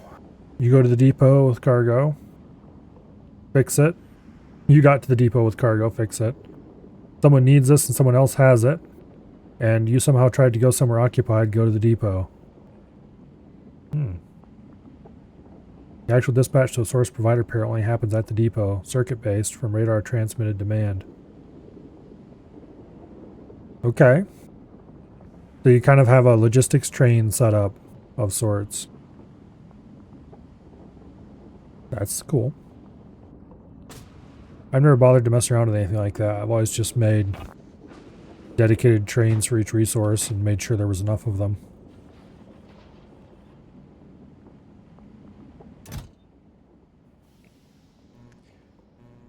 Stack size is 10.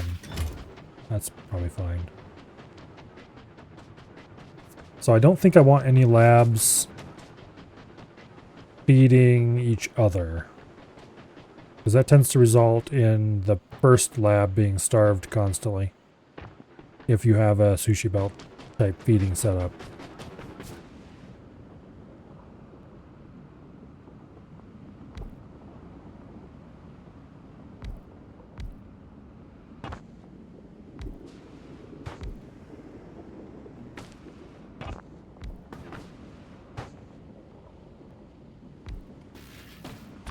But I am going to do something interesting.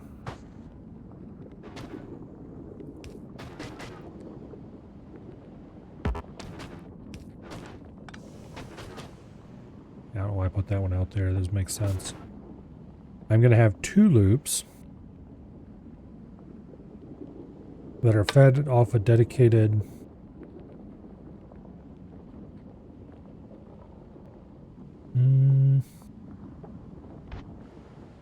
how do I do this?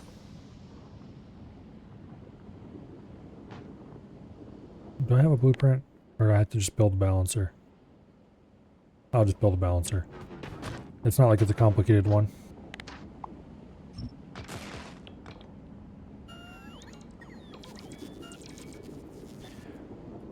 Okay.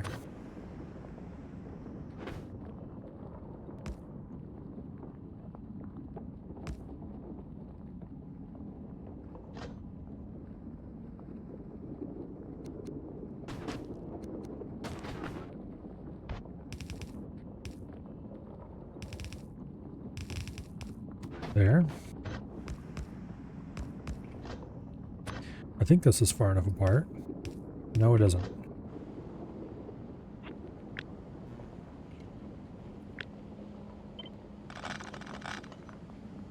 We'll leave a gap down the middle like that.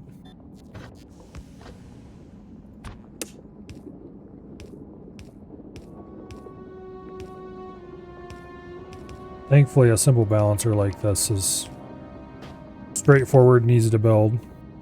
It's only when you get to insane numbers of belts that things start getting, well, insane.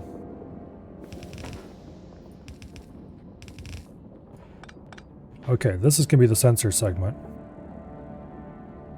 I think. But I don't have a good way to side feed yet. I'll solve that problem when I come to it.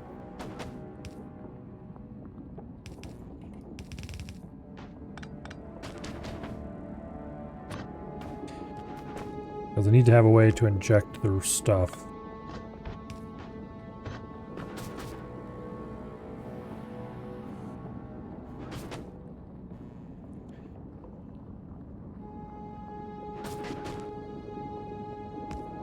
If I do that,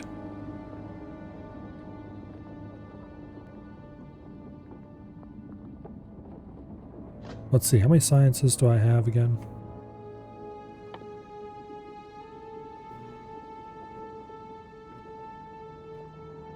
There's like 11 sciences or something.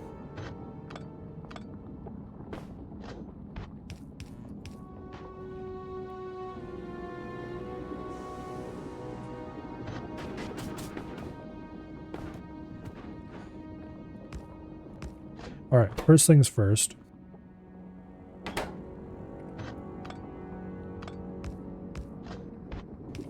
This is going to be important later.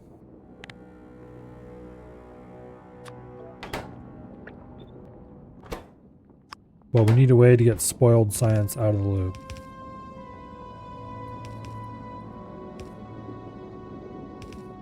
Okay. When spoiled science becomes a thing. Which it isn't yet, but it will eventually someday. So that'll filter junk out. I think the, yes, they become spoilage. Alright. So that'll filter that out. And then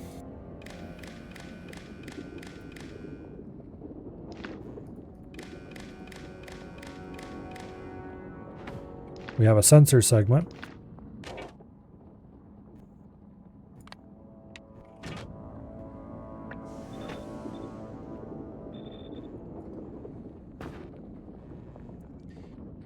Okay.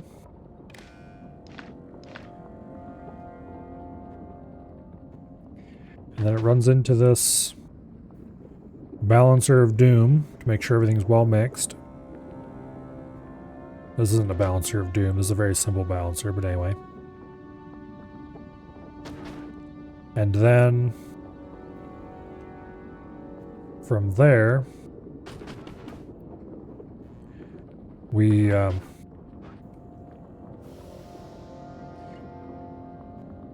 want to inject other sciences.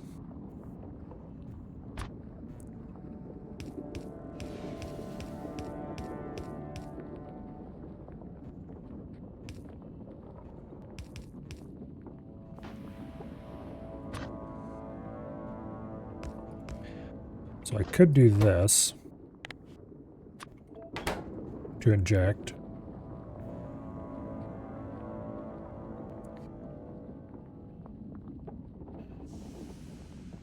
But I want to do the injection before the balancer of doom, so I'm going to go ahead and move that to here. Which means also there's no reason to have that gap in there anymore.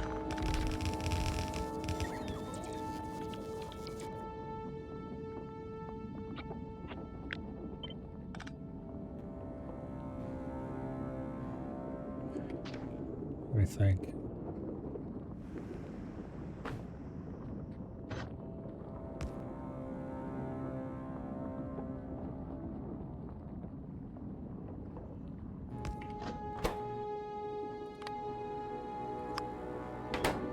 Okay.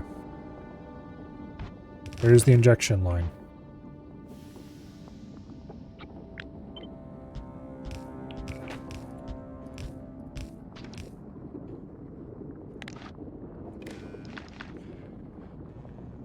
Now, what this should give us, any science that's running on the loop will prefer to go to the bottom lane. That'll leave the top lane mostly free for injection. Then both of those lanes will feed into the balancer of doom, which will then output onto the main belt.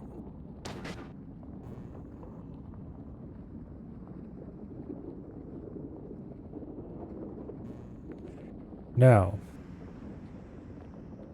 additionally, I want to have another sensor lane.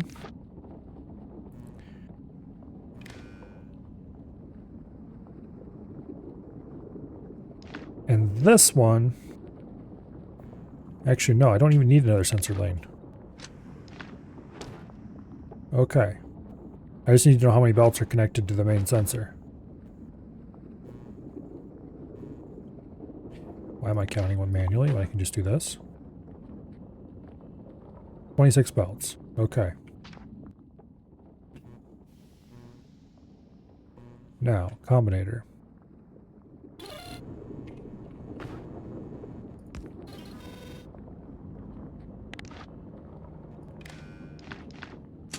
We take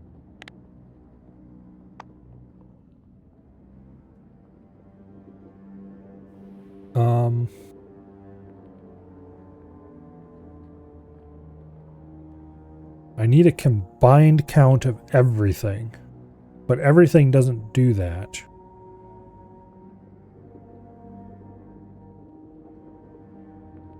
Actually, I think it does if I do this.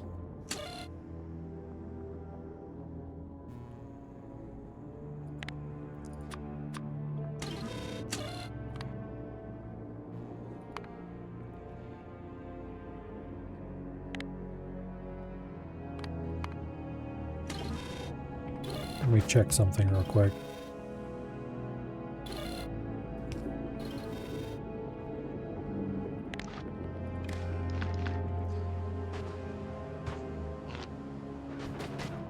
Here, give me some power, would you please?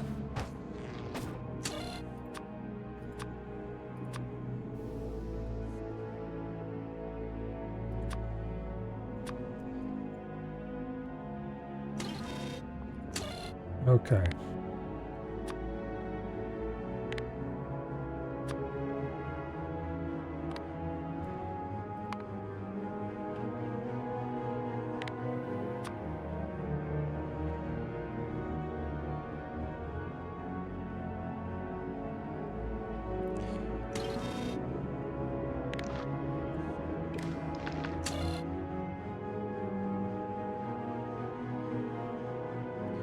What do you mean red network not connected?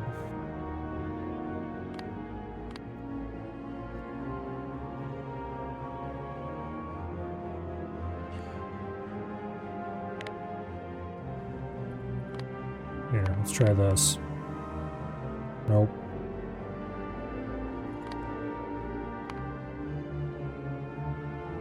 Okay. Counted specified output signal. from the input signals. Okay, that isn't going to work then. You're making concerning noises. Please go away. Yeah. So we're not going to be able to do this. I wonder if I can... The selector surely doesn't have a mode that's going to help here.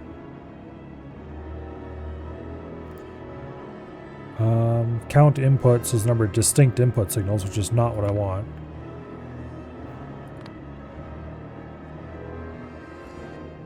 I need to know...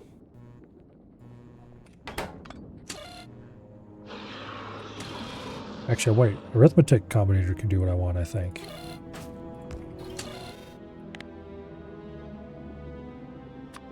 Each plus 0 output 1.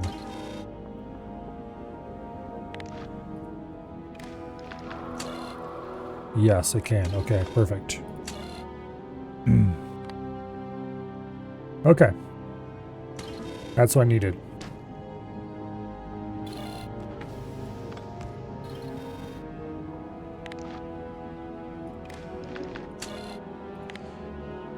Each plus 0 output.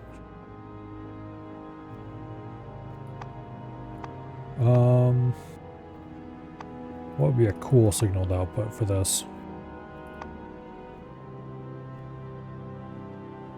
We'll just output lab. Okay. And then we need another arithmetic combinator. So this is the total number of items. And then we want to take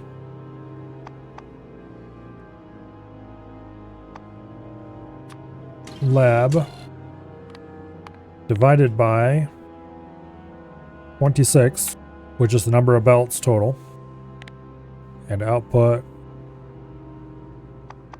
Yeah, I don't really want to use lab actually. Let's just use red science.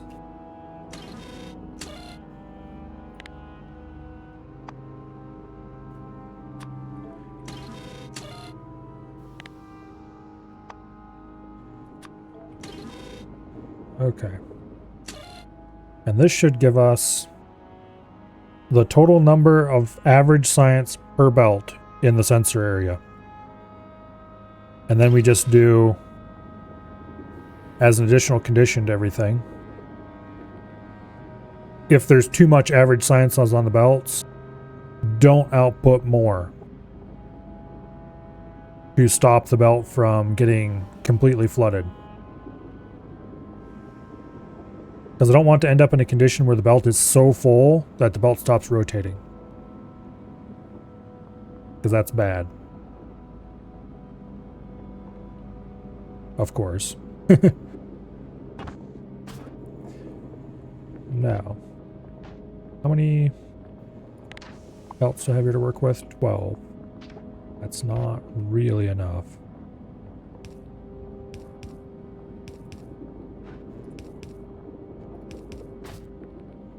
Okay, we can feed 8 onto it without changes.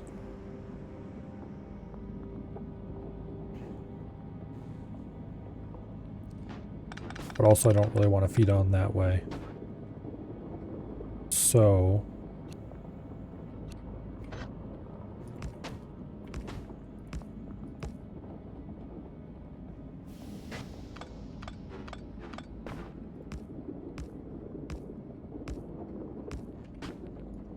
those are too close.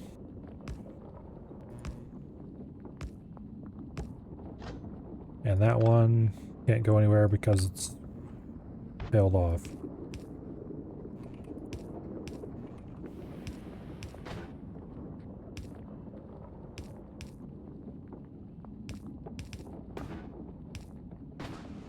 Okay. Now,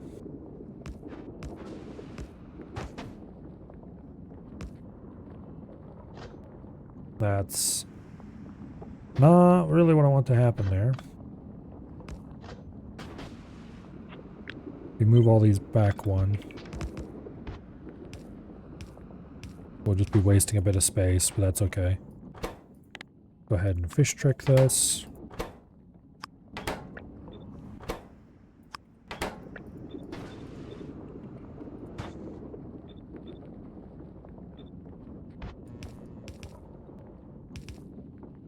Okay.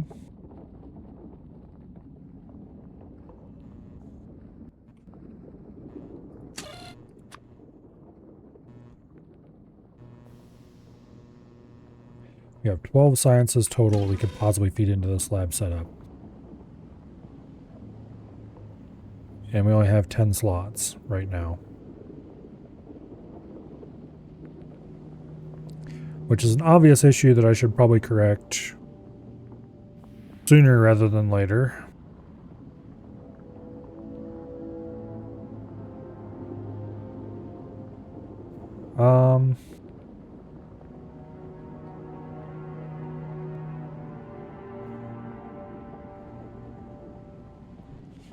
Well, first of all, you don't belong here anymore. I want to leave a little bit of space between every other line so I can put in some circuitry. Because what's going to happen is we're going to have the input lines like this.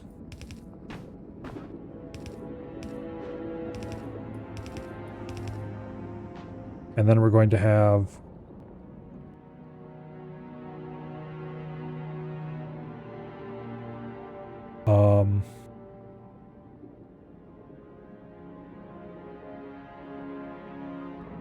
I don't want to have tricklers on these, but I don't think we need it.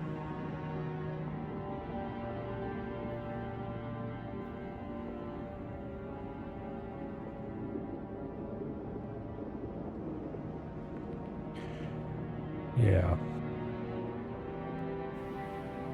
Tricklers being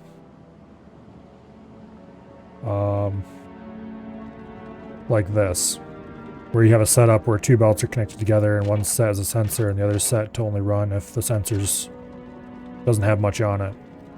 And that way they trickle their resources on so you don't get a sudden flood of something if a lot of it is used all at once. I don't think that's going to be a problem due to the nature of this. Once it's circulated a couple times, it should even out.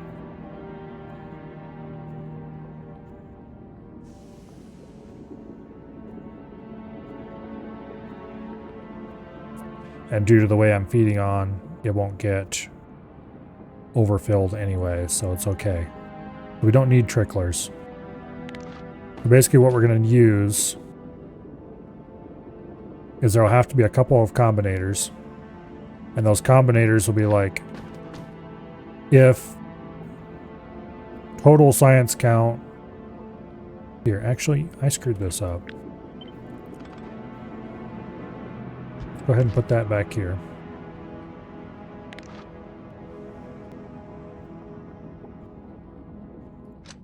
Disconnect that wire. Connect that wire. Connect that wire. And then this has to be something other than science. So I need something that should be representative of all science, the average thereof.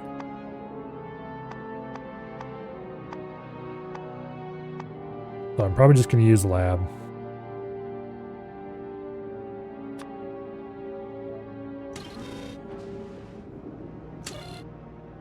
And if I'm going to do that, then I might as well change them all to lab. Which is how I originally had it before I changed my mind. Now I've changed my mind back, so I can just use this same wire and not have to worry about it. Anyway. So the average amount of science in the system will be on this wire as lab.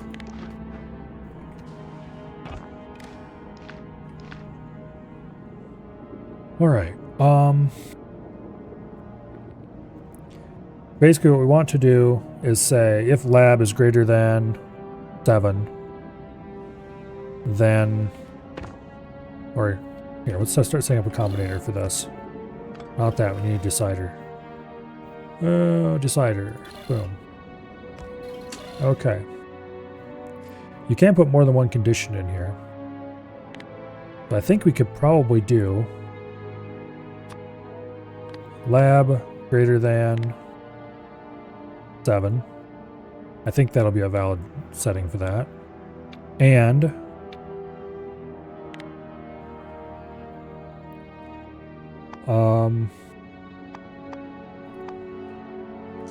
let's set it for red science. Red science less than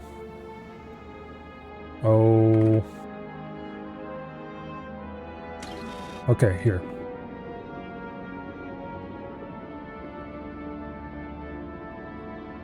There it is.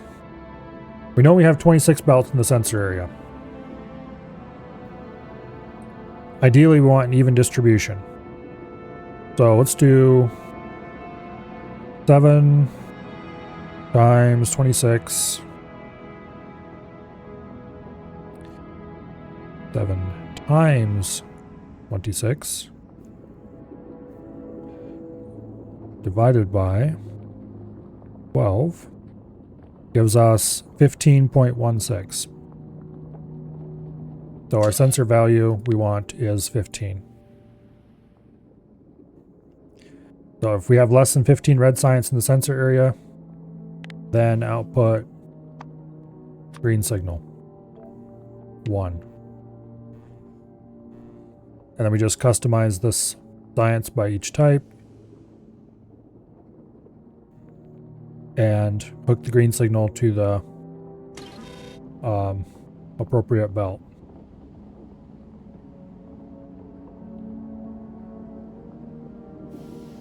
Tend to avoid anything that could ever accidentally end up in the belt, so the pure signal types get a lot of abuse in your system.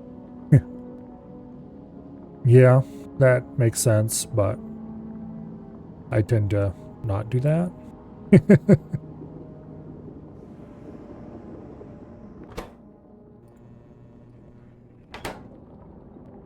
I wish I could set more complicated filters on the splitters. So I could set it to filter out everything that's not the sciences I want. But anyway, this will work. I'm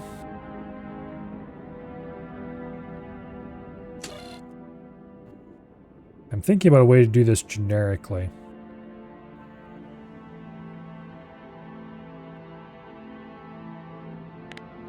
Because I could do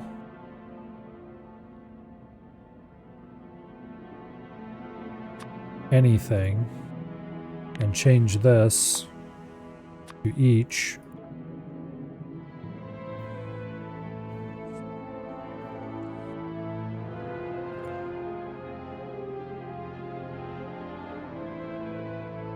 Actually, this would still work.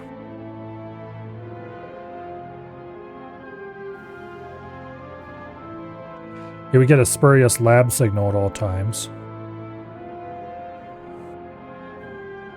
But it should work.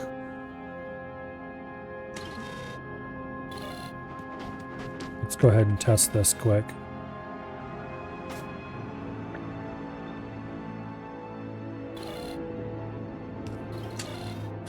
Okay. Let's set up a junk test. We'll say that there's an average of 5 in every cycle. Do we have...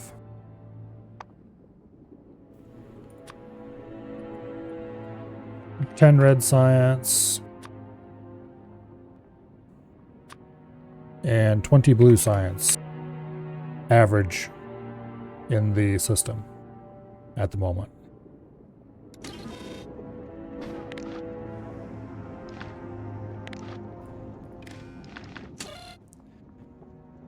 Okay.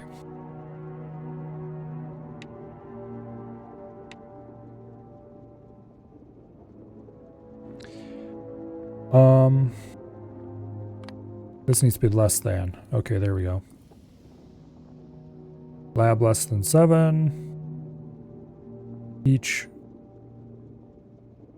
less than 15. We should be... Does it need to be anything? Yes, it does. But that also is still not outputting.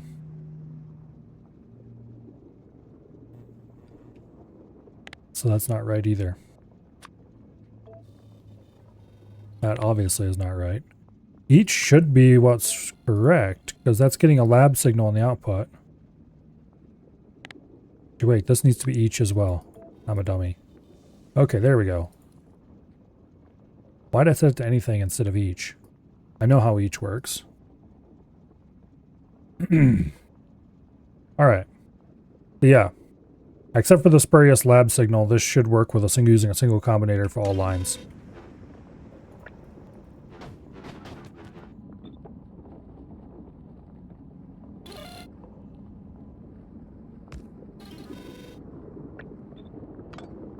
Okay. And then we just take this, and we've got a green signal that we can feed across to all these. So we don't actually need to leave a space for combinator purposes. We can go ahead and collapse these together.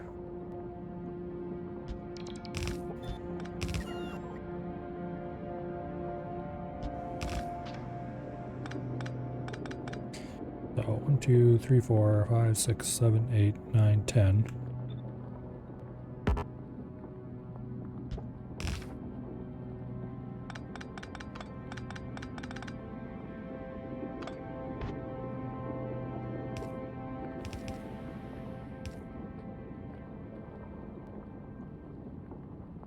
And I may or may not have forgotten an important detail that requires actually spacing them out. Damn it.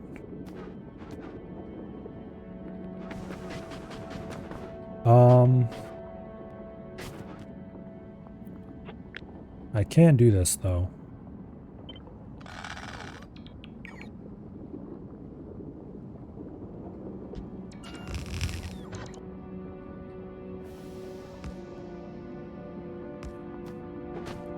We just have to use a fancier system.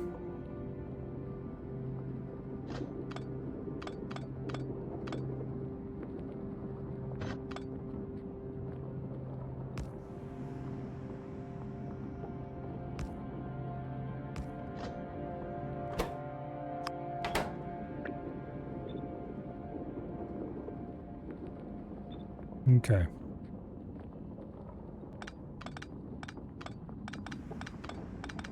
That'll work beautifully.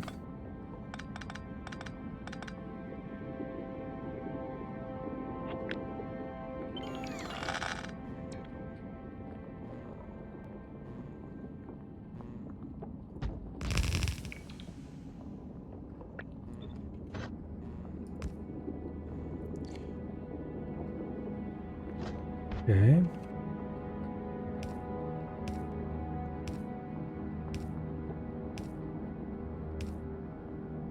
Damn it.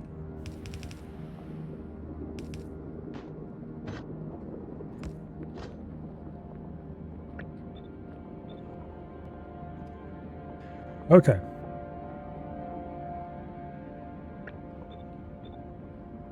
That should do it.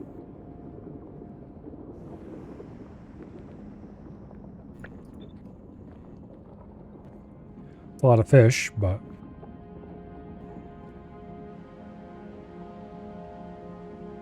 that'll merge everything down. And then we just take a green wire and we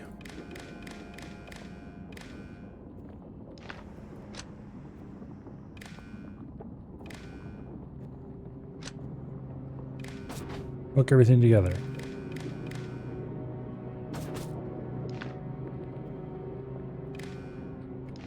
Like so.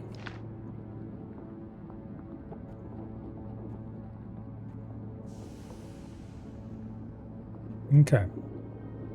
Now, science inputs. All of them.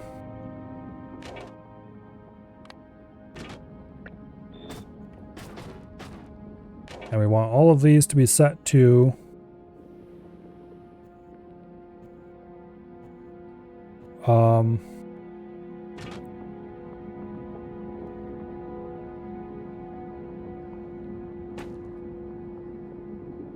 let's see.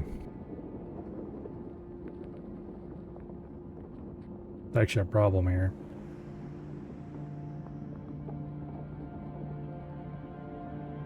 Because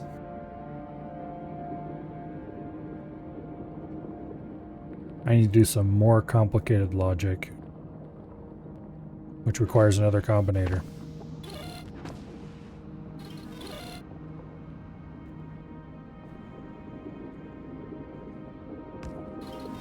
Okay. Now, what this combinator is going to be doing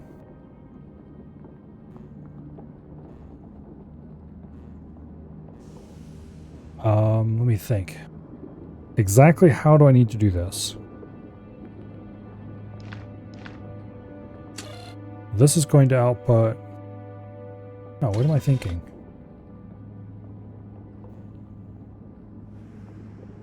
Yeah, no. I just gotta do... If...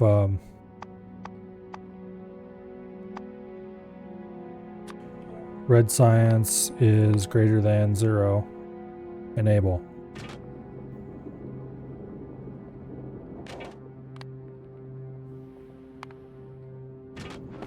And actually, that is backwards.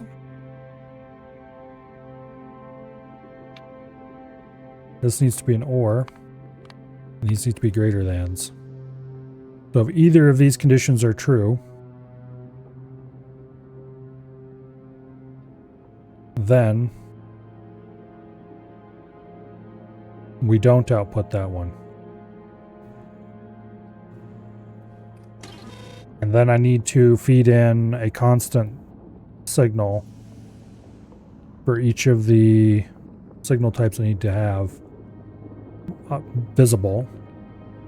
And I need to adjust the offsets to account for that.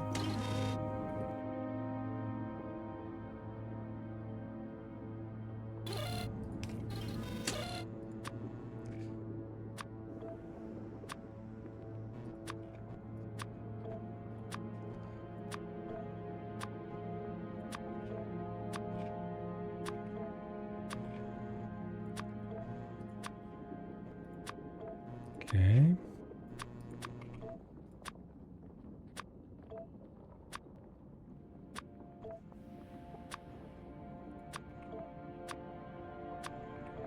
So let's output 1 for every single science.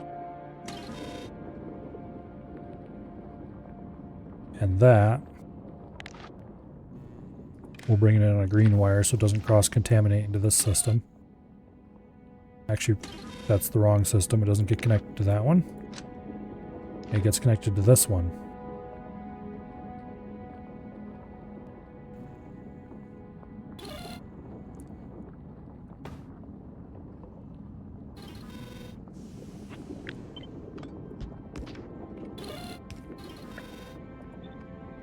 Okay. That has to be brought in on a green wire. Because we do not want to read it from there.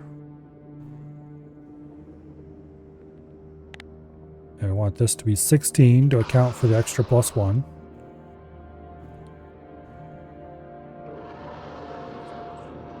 Okay. Now, why is lab reading as greater than 7? Because we're not actually powering the system, so it's not actually running.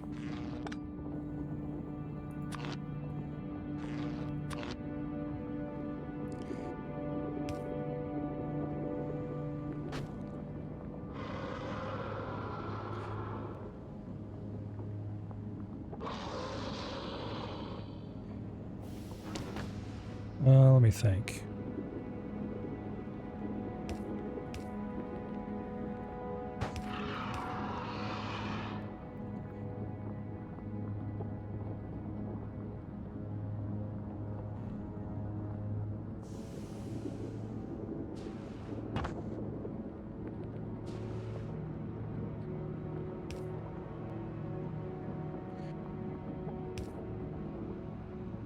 It's pretty reasonable, I guess.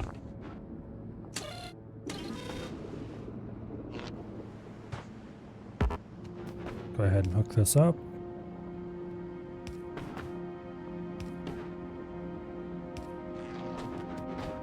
Okay, now.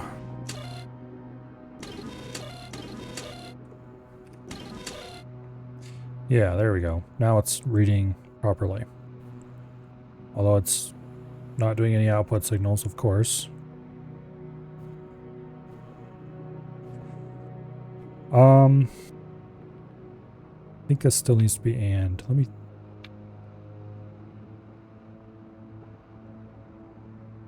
I might need to do more combinators because I don't think it's going to work for negative logic.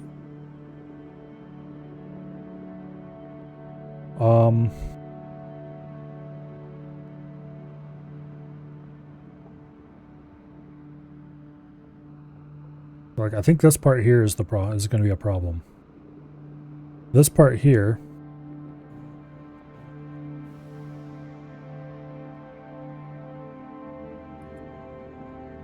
because we need to have these input signals constantly coming in for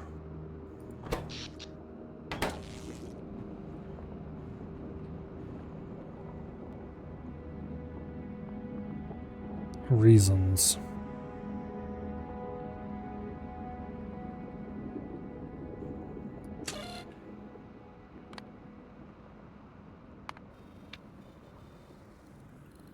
Okay. If lab is less than 7, there, this is what we actually want. I had it right the first time and then I screwed it up. If lab is less than 7, which it is, and each less than 16, and you have at least 1 on the input signals, which gives us 1 on the output signals. Because if we didn't have the constant combinator here, we would be getting nothing on the output, and that would mean nothing would flow. And the only way to get more flow would be to manually insert a little bit of science, and that would very easily deadlock. It'd be bad. I've done it before by accident. I recognize what the problem was this time because I've seen it before. But it has been fixed, so that's no longer a problem. I think this will work.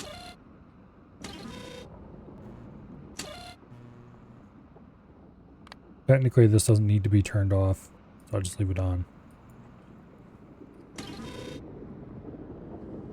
Now, we can just attach as many labs as we want to this mess.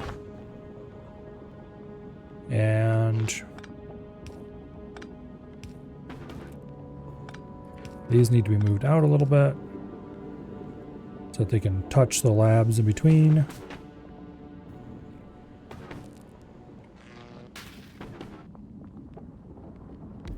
And then we're going to do something a great deal like this. Repeat it as many times as I feel like I need labs. Run the belts and loops, and we should be good to start feeding science in.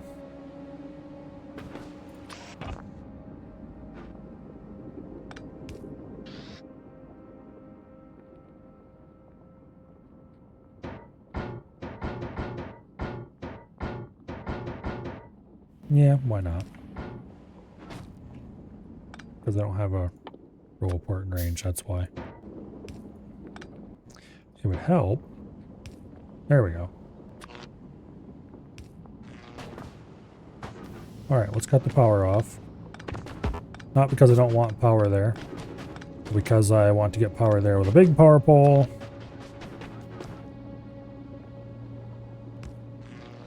Okay.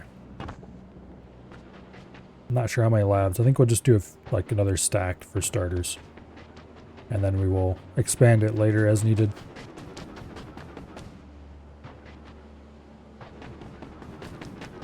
So this is still an uncontrolled type of, or not uncontrolled, but lazily controlled maybe would be a better way to put it. Variant of a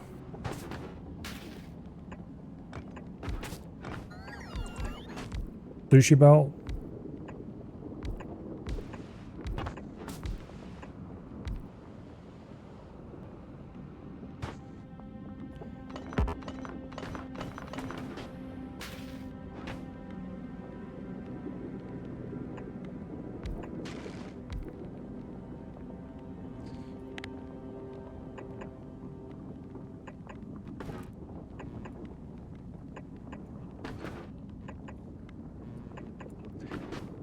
But it's a much more advanced version of that style of sushi belt.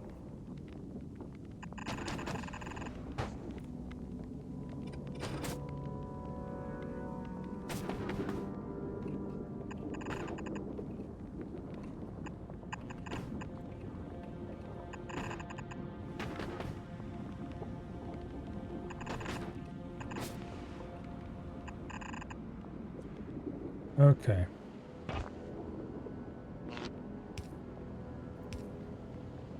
And technically we don't need these gaps at all, because I ended up moving them outward. But oh well, I'm leaving them anyway.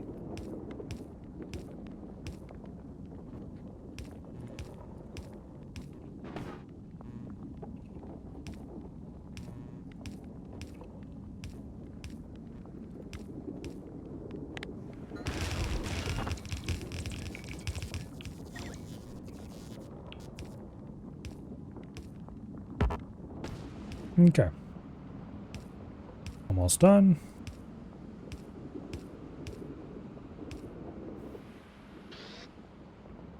Well, let's see. How many are they complaining we need? 11? Let's go grab 11 more. This might actually be more labs than what we had on Novice.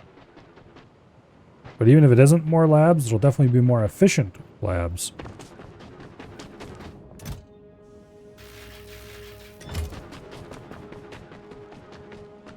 Shoot, I don't want more labs than I need, so... There. Save me an inventory space in the future.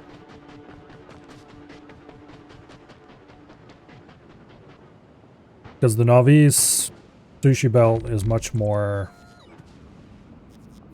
bad than this one.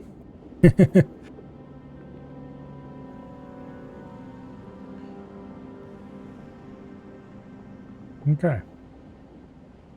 Now we just have to go through and set each one.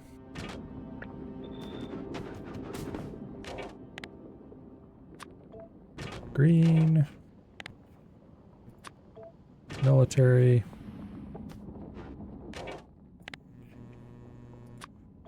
Blue. Production. Utility. Space. I haven't even thought much about the space build here.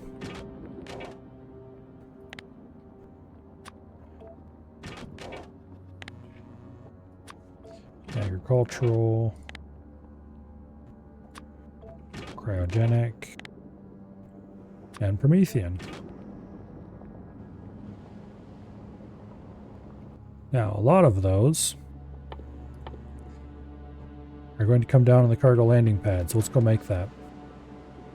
What are we playing today? Factorio.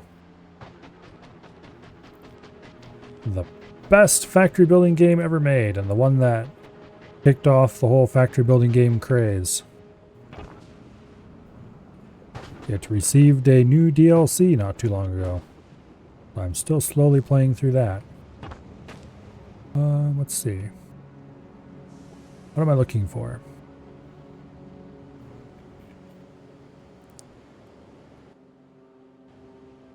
Concrete. I need basic concrete.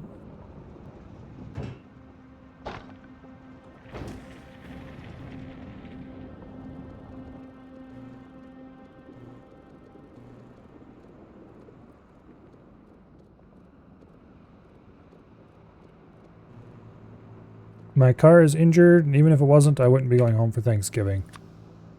I will have to drag myself up there for Christmas, though.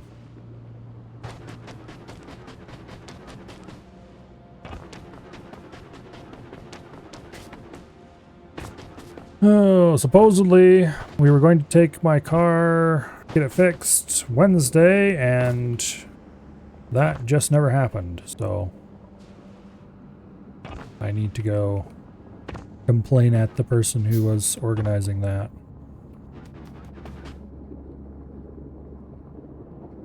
Because I really do need my car to be running soon TM.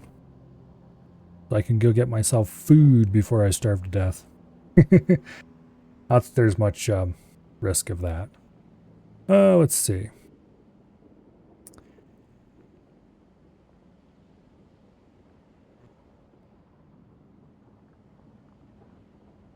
Where did it go?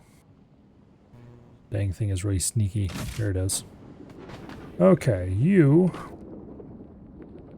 will go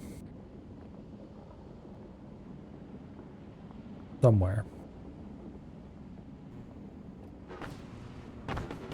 Over here, maybe?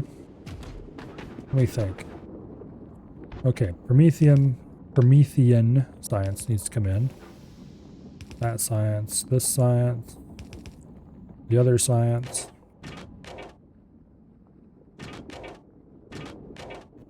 Not metallurgic. Space does.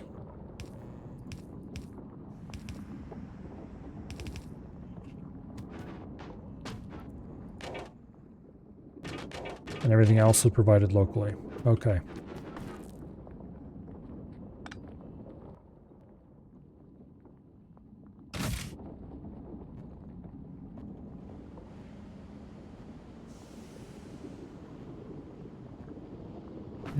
Actually, up here makes more sense.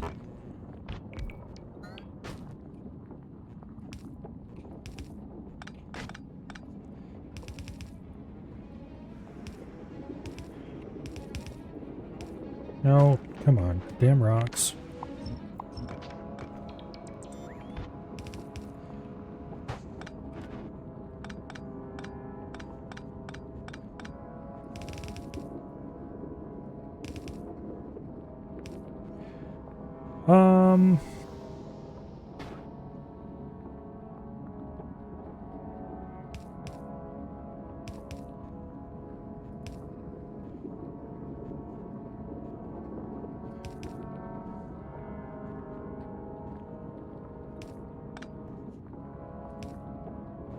No, that makes the problem even worse.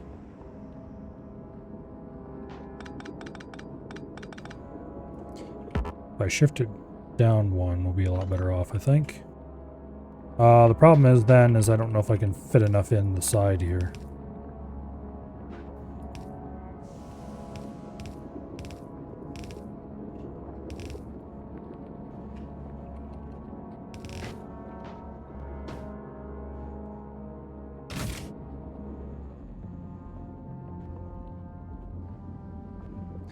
We can move it this way and that'll fix a lot of the problems.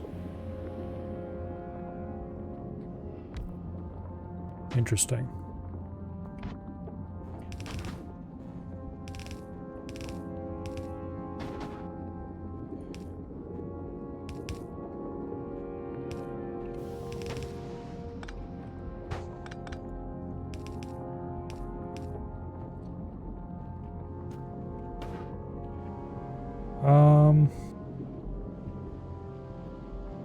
Yeah, we're too short from turning that corner.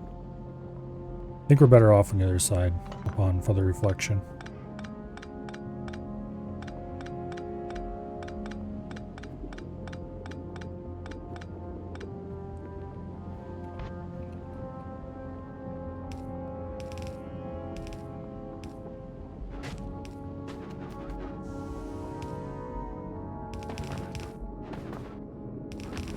I didn't really want to have to cross the track so I could avoid it, but I don't think I can easily avoid it. I mean, I could move the whole thing down and that would make it work, but this is much easier solution to the problem.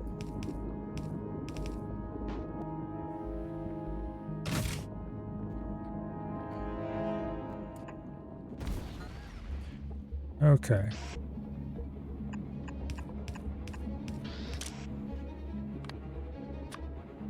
Use filters.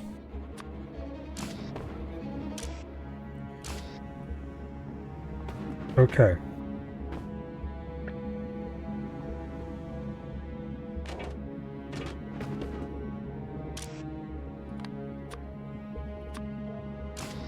I want the lovely white stuff there. Electromagnetic there.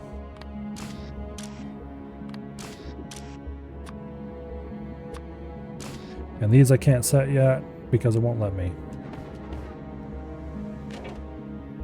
Which is interesting because I can set the filters on these to materials I don't have available yet. But I can't set the filters on these. Why, game?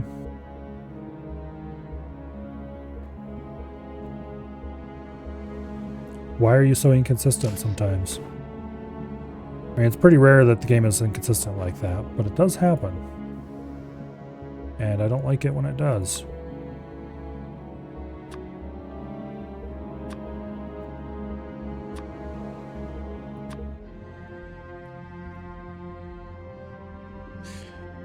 Well, this gives plenty of area to add extra drop pod landing areas if I need to, so. Now, isn't that my own job? Well, I'm not the person who knows all the mechanics and stuff around here, so I farmed that out. Like, hey, when you arrange to get your car fixed, can you arrange to get mine fixed too? Sure. Alright. Tell me when I need to be available to help bring it out.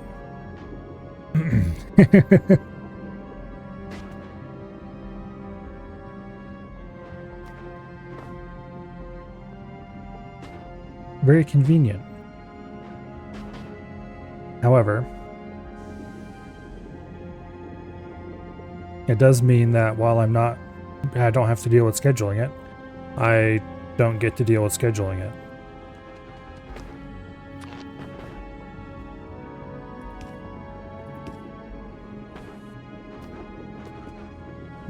Okay.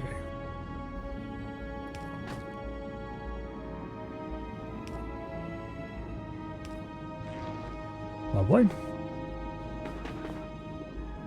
Okay. So these belts are all for locally produced sciences. Red, green, blue, probably purple. Oh, that's blue. Wait. Oh, military science. I keep forgetting that. Blue. I can't remember if it's purple first. Yes, it is. It's purple first, yellow, and then metallurgic.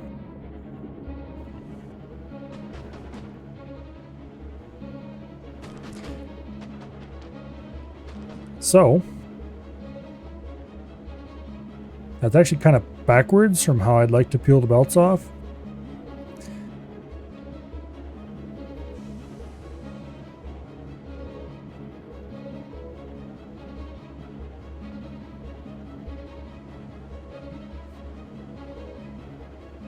Because I was thinking I would do the red science build right here and the green science build here, and I just peel off each belt as it goes down. But you know what? I'm going to do it backwards. I'm going to do the metallurgic build and work my way down from there. So, metallurgic science. For that, I need 6 machines making tungsten carbide, which have 8 machines feeding them the carbon, and then an additional 9 machines making the tungsten plate. Okay.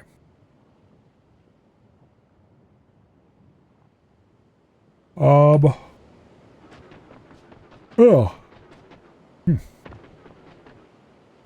How much coal is this going to consume?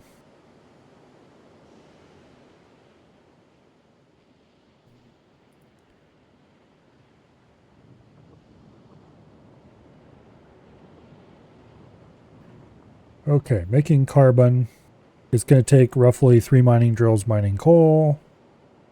About half a belt, a little less. So, let's grab some coal from our lovely little coal mine here.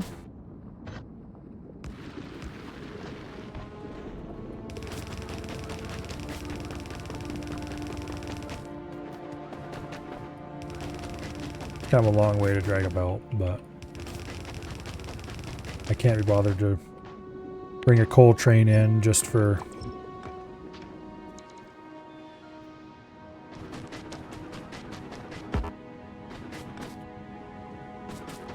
Okay.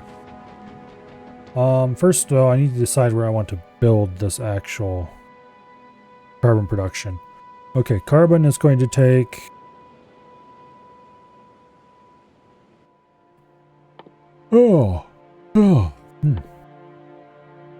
Sulfuric acid and coal. Okay, sulfuric acid delivered up here. How many of those do I need again? 8 chemical plants producing... Okay, we can build that right in here. Or over here, either way is fine.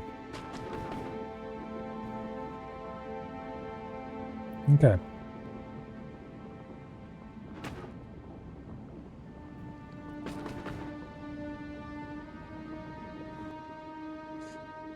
Let's see. I do have chemical plants, right? Yes, I have exactly 8 of them, which is exactly as many as we need.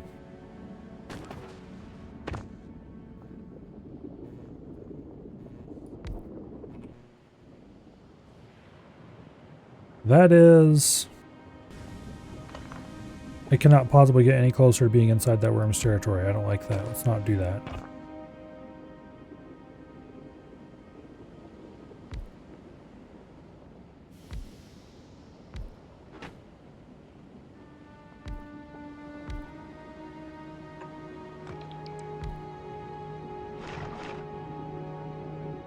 Okay.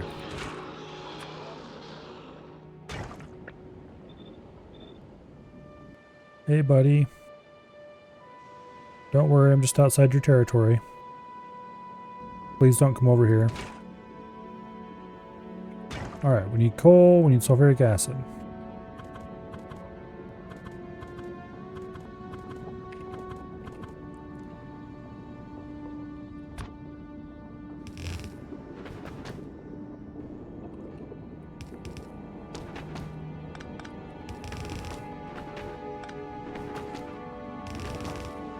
Coal's easy enough to solve.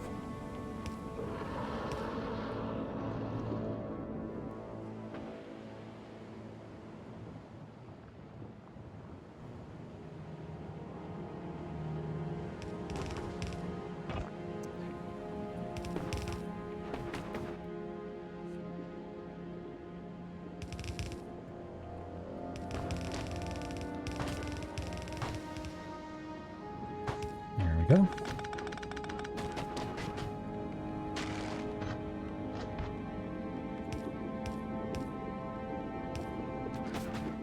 Neatly fill this all up.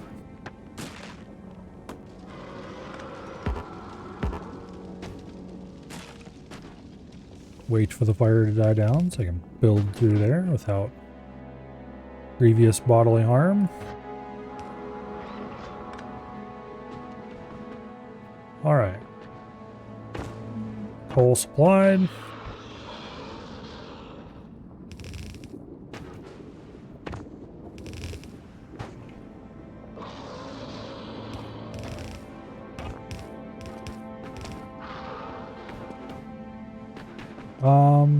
Actually, I don't want to come down this way, I don't think.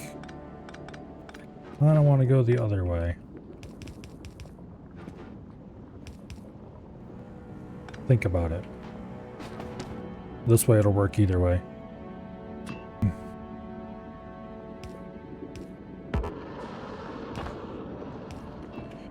Okay. Tie those together.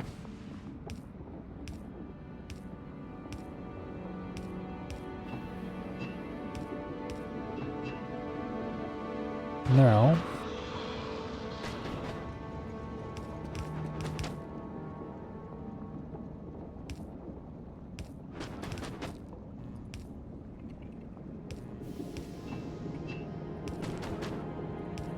boom.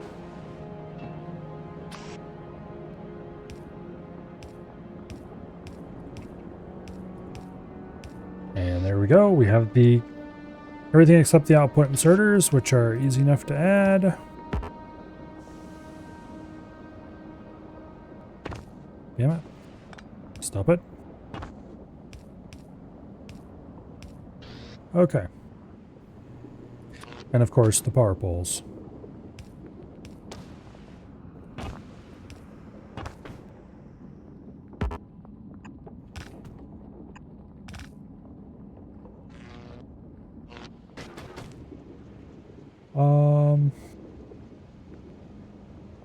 Let's run this way to get power.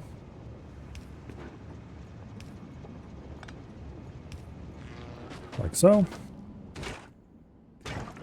And let's go hook the coal up. And everything should start flowing.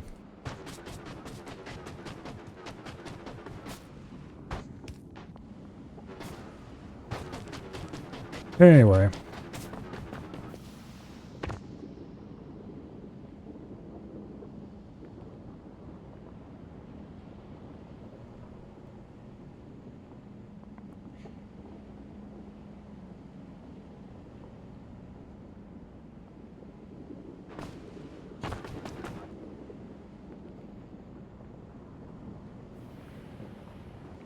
And this should do the job. Now, I need to bring tungsten up here. And that, I'm definitely not running a belt from where the tungsten train unloads up to here. That is not happening. That's just a little bit too far. I might set up a separate tungsten mine here. How much tungsten do I need to mine, actually? I can find tungsten on the list. There it is. It says I need 28.4 miners mining tungsten. No, this patch is too small. This patch isn't much better. It is definitely better, though. I might need to take one of these just so I can get those large. Problem is those patches are really intruded on by lava, which is going to make them harder to mine. Kind of why I was not too happy with this one either.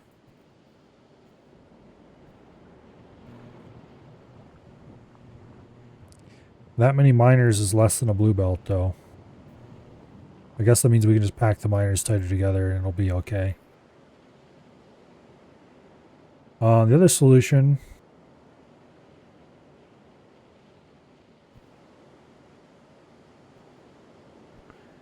let's see.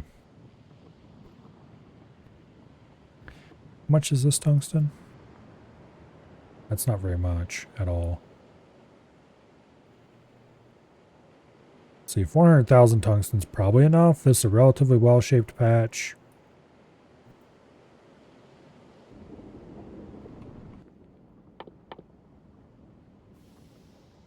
Let's go get some refined concrete and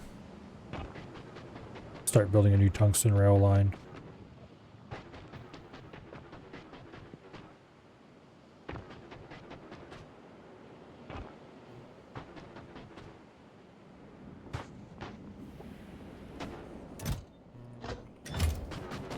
Alright, anyway.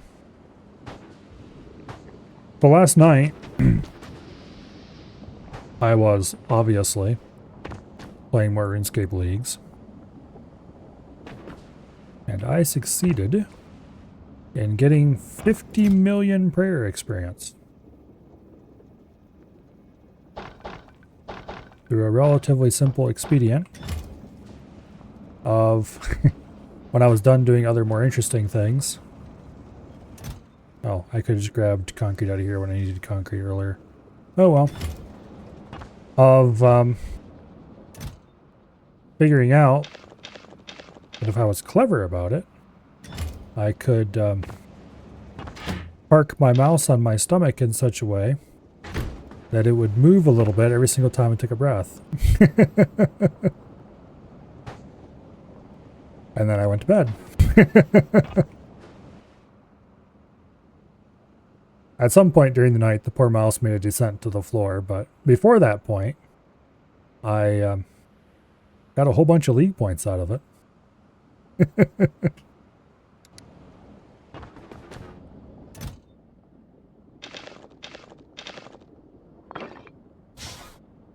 Let's grab this stuff and go dispose of it properly.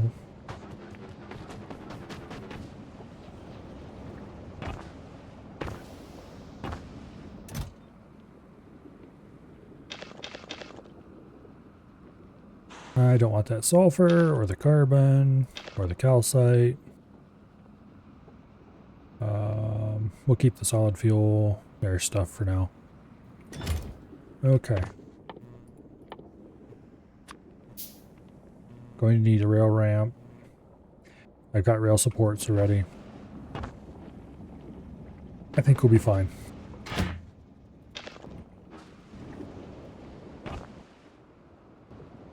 I need a train station, and I'm probably going to need more rail, so let's go grab that.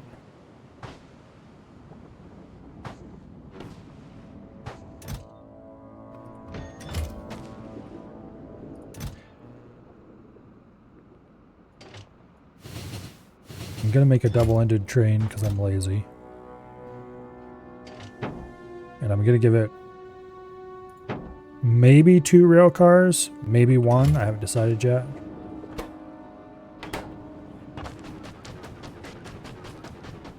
Depends how much space I have to work with. But anyway.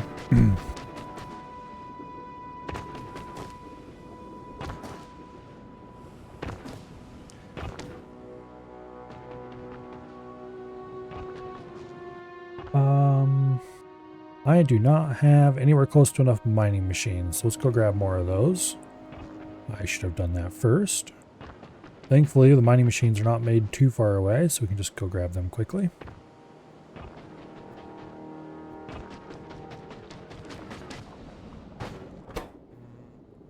Not those mining machines, you idiot. Well, there's the 28 we need. Of course, in reality, we actually need more than that.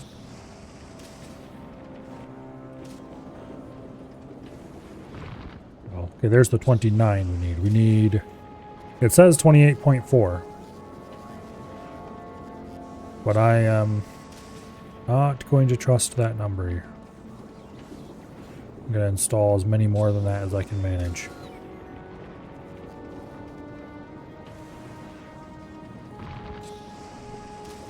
We'll start with 34. And I'm going to cram as many of them onto this patch as I can. And then hopefully with the combination of the half ore consumption rate and the 100%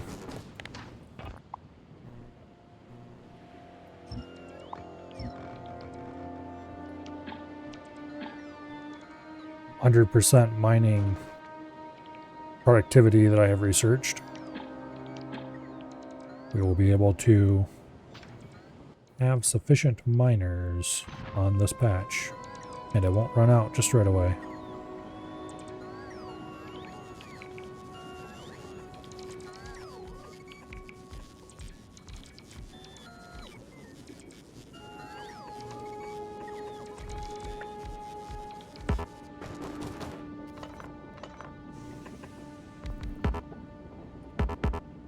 Cannot be built on lava.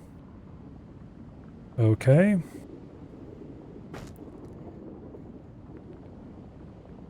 Well, that's annoying.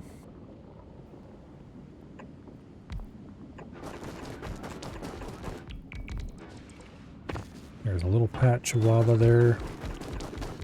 Probably placed there specifically to create problems for me. Alright, we'll definitely be able to fit enough miners on this patch.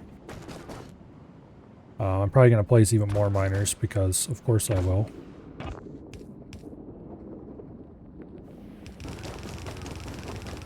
And I just realized that there's a small problem up here. And we can't just underground our way out of that, I don't think, because... Nope. It doesn't look like a lava tile, but it certainly is one. So we'll just remove that corner one and call it a day.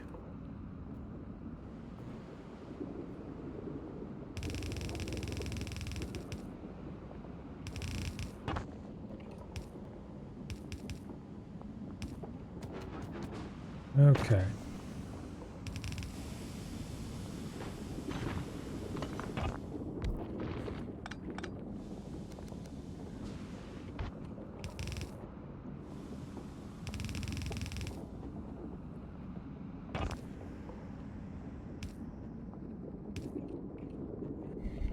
What?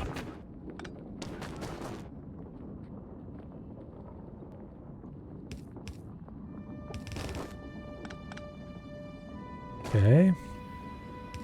Apparently there's weird lava cracks periodically in the ground.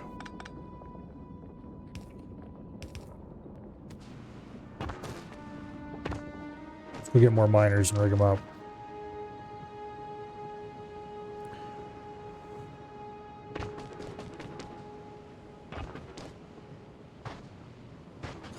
We're probably going to have power problems as soon as I turn this on. Which means it's likely a good idea to build a brand new and improved power plant somewhere. And I should probably fuel it with, make a steam one.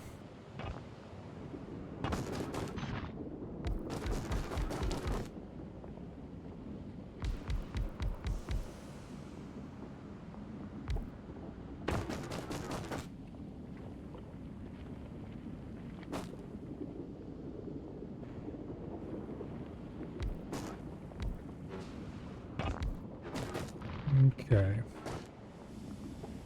Well, getting through there isn't going to be happening.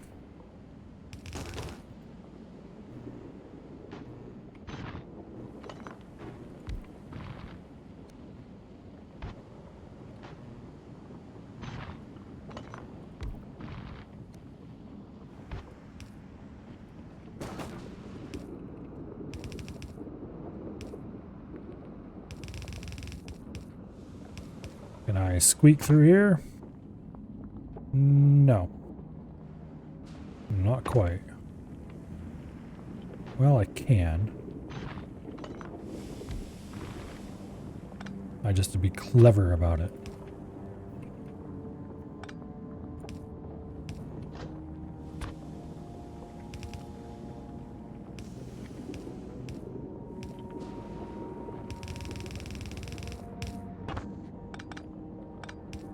Okay. Good enough for who it's for.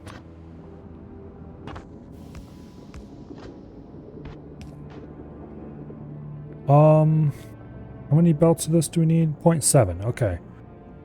So this can all run together into a single belt and everyone will be happy. However, I probably shouldn't do that.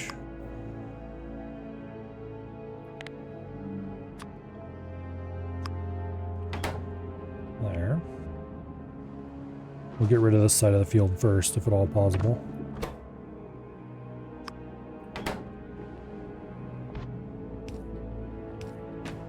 Now, we have enough room in here to put a train station.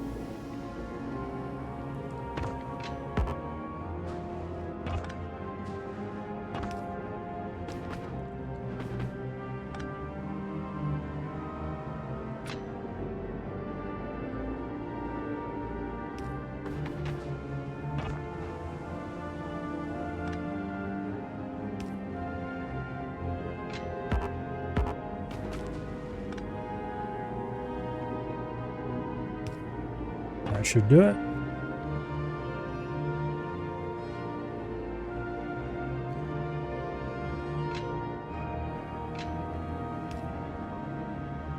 And I'll put that in there so the trains can pass each other on this track without problems. And then we just take a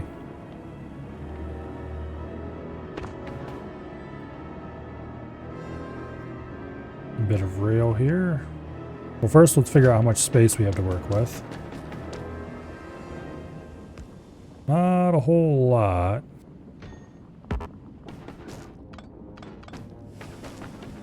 But that should be able to fit a four-car train.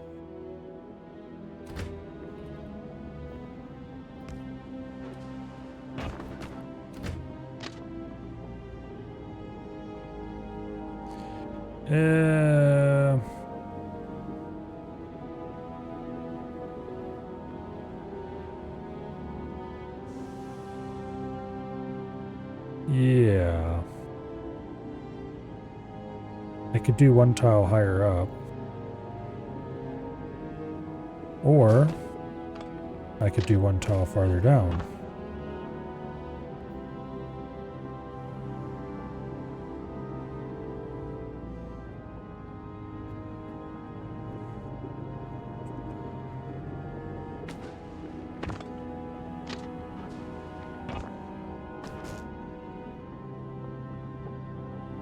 Okay, that barely works. But it works.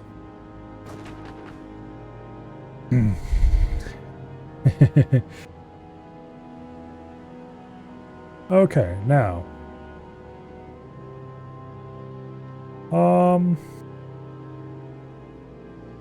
Good enough for who it's for.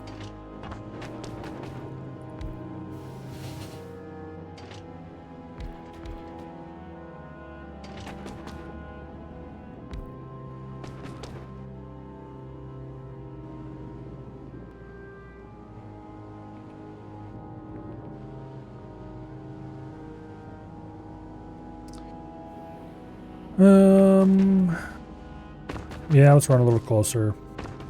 So I can grab the plastic loading blueprint without having to mess about.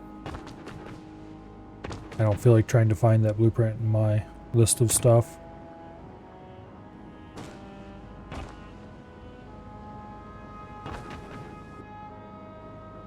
Okay.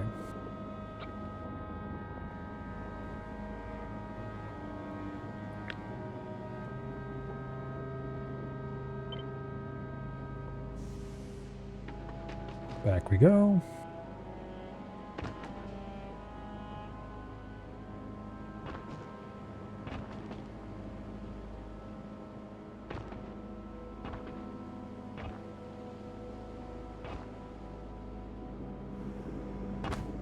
And boom.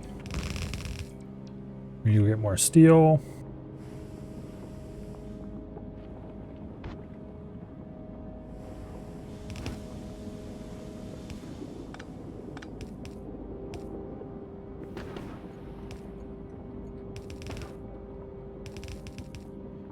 There we go. Hook that up. And everything should be okay.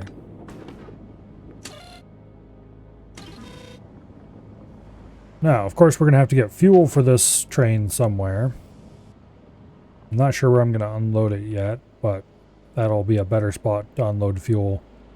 Because it's going to have to be close to wherever this coal is. So we'll just move some of that coal into the train. This bastard is crimping my style a little bit, but we'll probably either build it up here with the train unloading somewhere. I don't really have room for it in this area anymore. Or more likely we'll build it down here and I'll just grab this mess and move it down there. Because I don't like how long that coal line is anyway.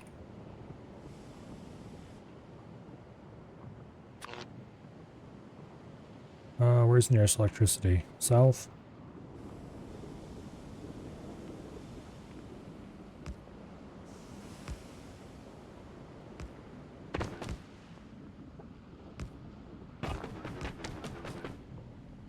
Alright, good enough.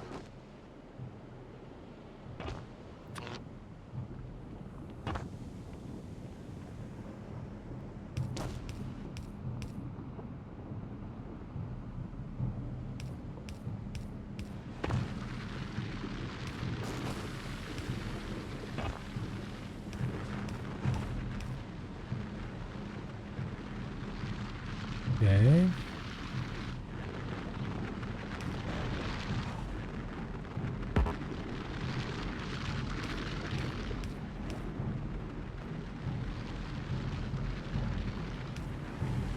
That'll work. Alright. Steel. Let's go get that.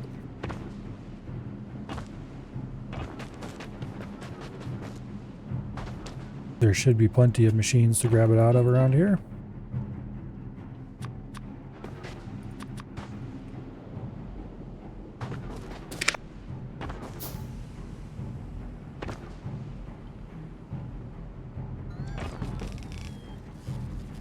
Okay.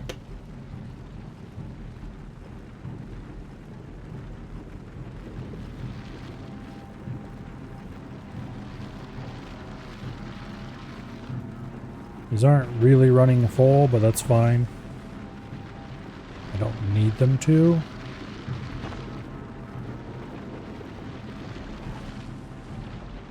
Obviously, I'd be happy if they did, but I don't need them to.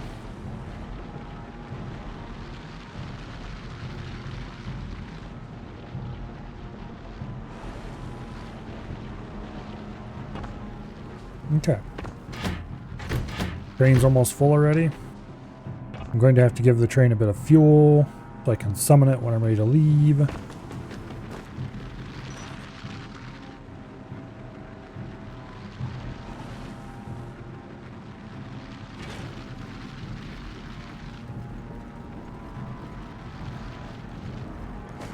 How much do these things actually mine per cycle? 2? Looks like. Yeah. I know these, once you research the ability to use stack inserters, these will stack on the belts, which is pretty cool.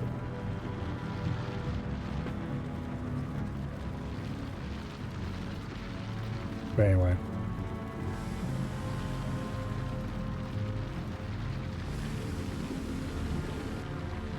Fuel. Did I get rid of all my coal?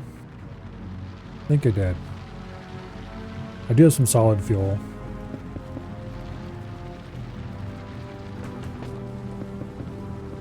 That'll be fine to get them to a station that has actual fuel later. Alright,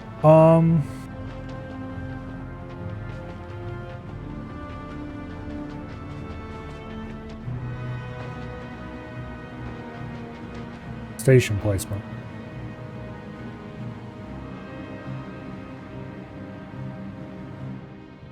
I don't have space up here, as much as I'd like to. Well,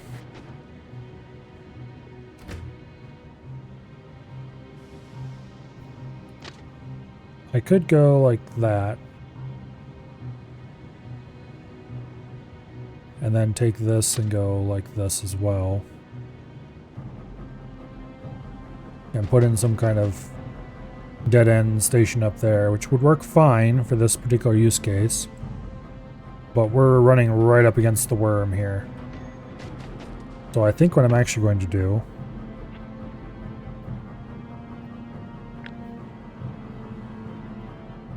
is I'm going to grab this build.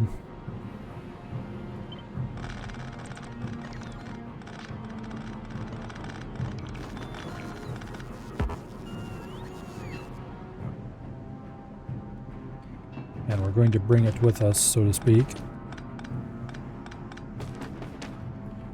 And we're going to go farther south.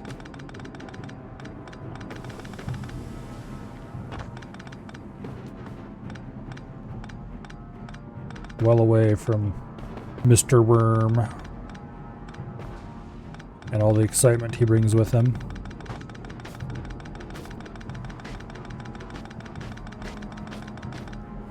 And we'll build this science setup down in this area somewhere.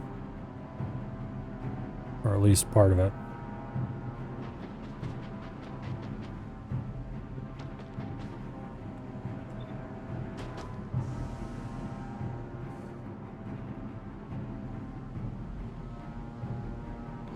Let me think.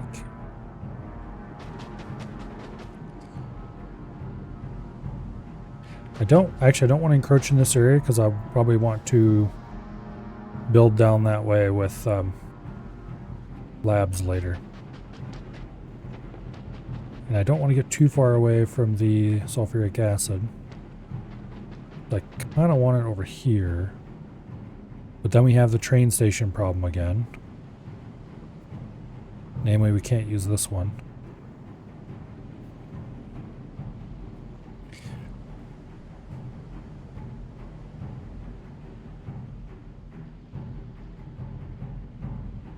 Except I kind of could.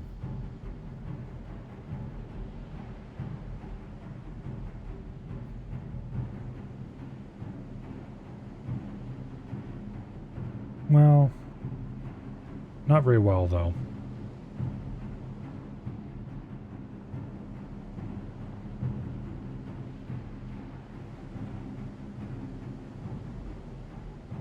Yeah, no. Not a good idea to try to cram more trains in there.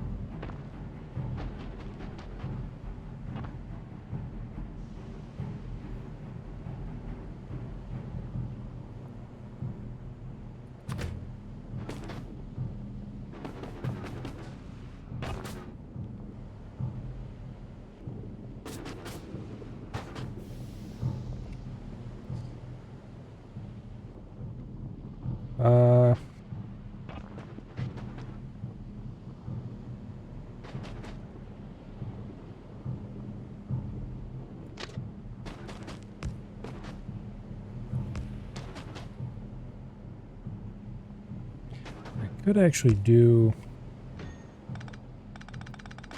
Move this back a bit.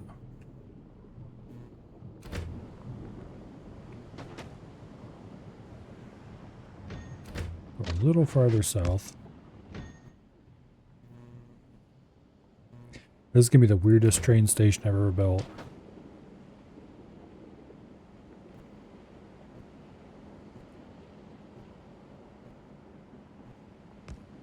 That's a good spot.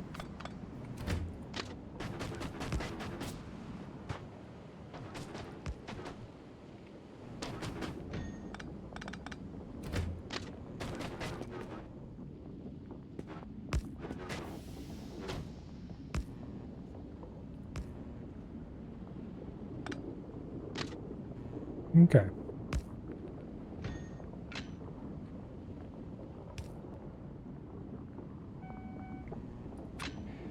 Yeah. This is definitely the weirdest train station ever built.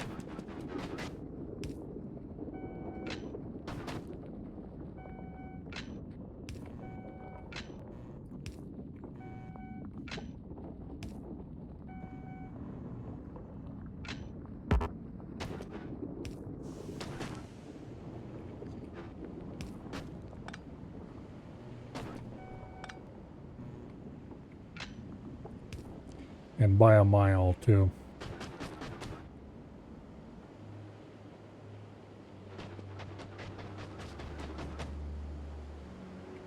Okay.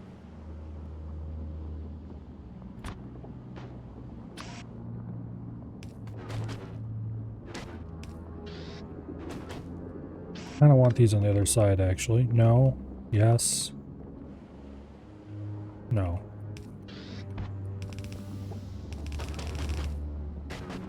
Then we'll do the unloading on the other side here.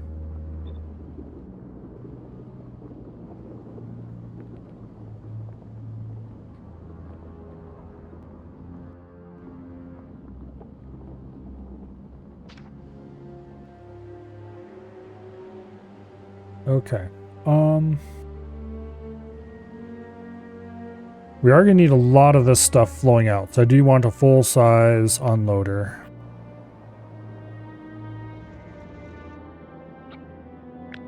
I don't know why I didn't just do this for the last time I needed an unloader, but oh well.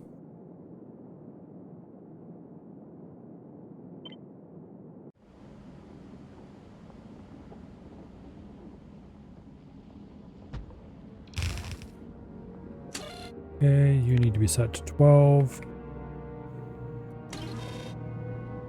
And somewhere in here I have this upgrade planner.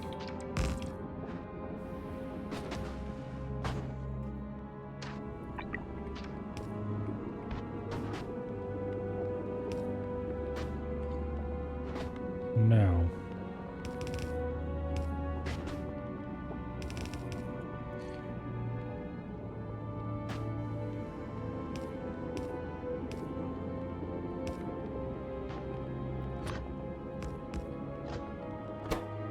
Go ahead and fish trick it.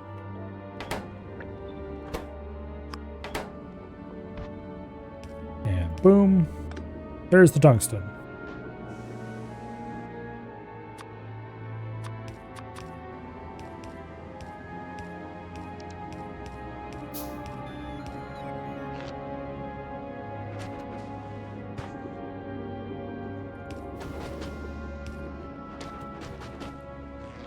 Complete with a refueling line.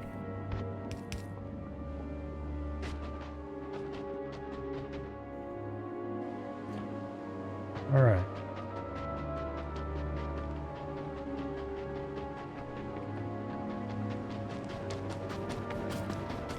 Let's go see if how much of this coal we can get rid of.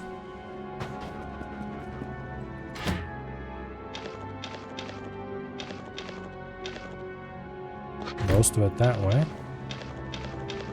And the rest of it that way. Okay, good.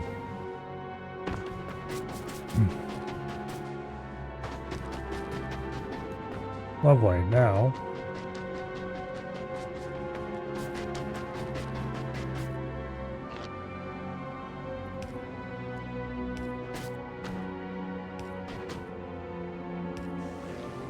go ahead and hook the power up. And we can start summoning trains.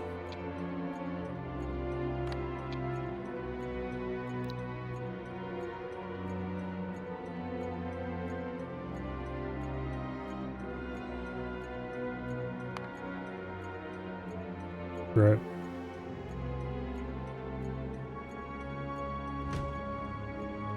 We'll just use that name again.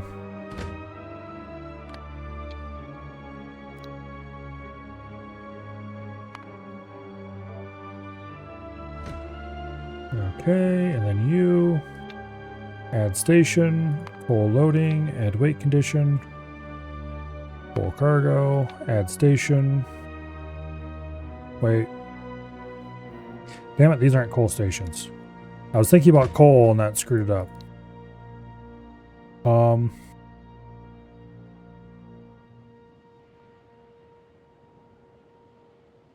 What is this damn stuff called again? Tungsten.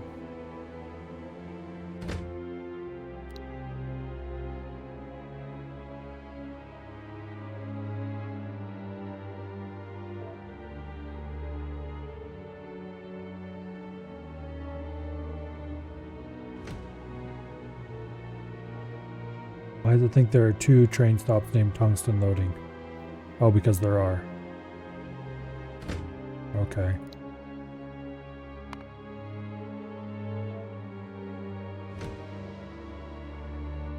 Now, you go to Tungsten Loading, add weight condition, full cargo, go to station, Tungsten Unloading, add weight condition,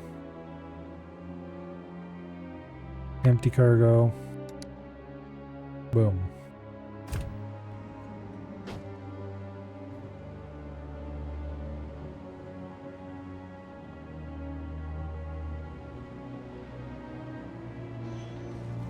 Lovely. Now,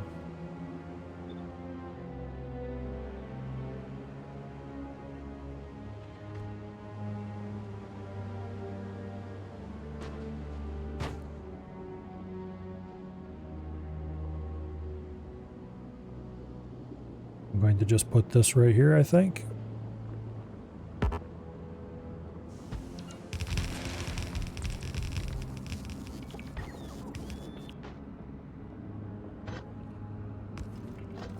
Here's the coal.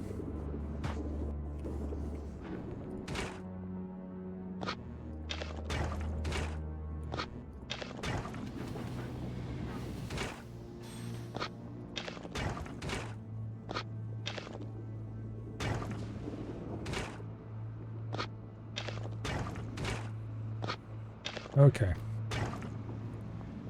Now,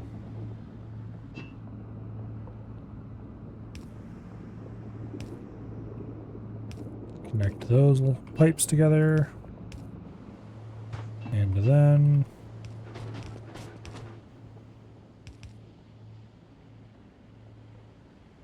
I don't want to go too far up, lest we anger the worm.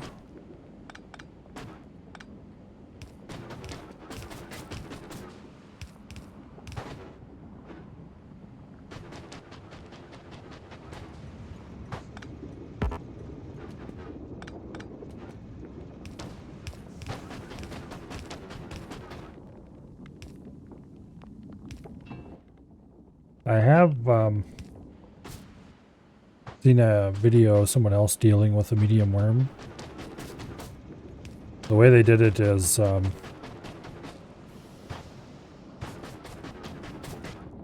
well, kind of dumb, but workable, I guess.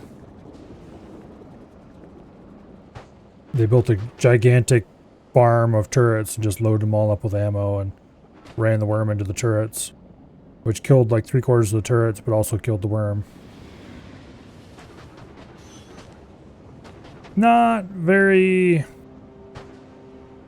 elegant, let's put it that way. But I guess it worked, so you can't complain too loudly about it.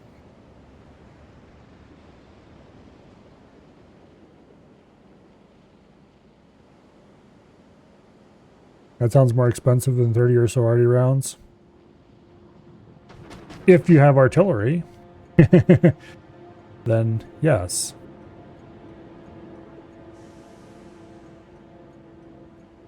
But if you didn't build artillery, then setting up a whole artillery factory, it's probably cheaper just to build a bunch of turrets and slap them down.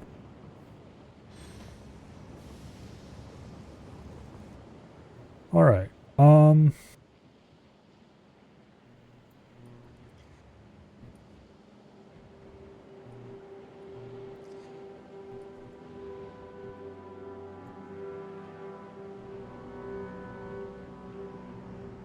All right.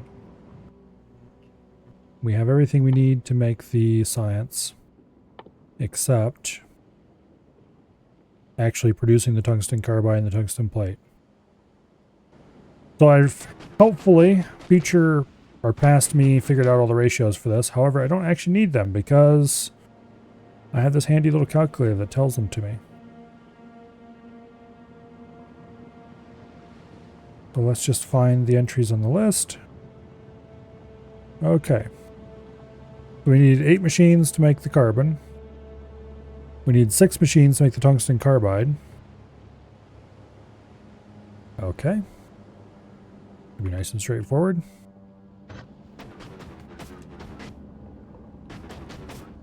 I don't really want to build anything over here if I can avoid it.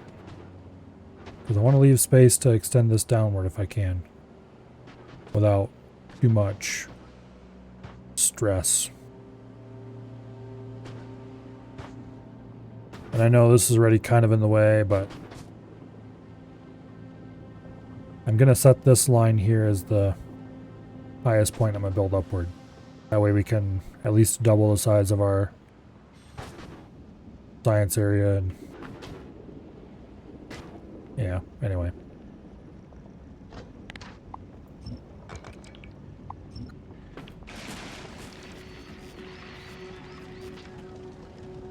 Now,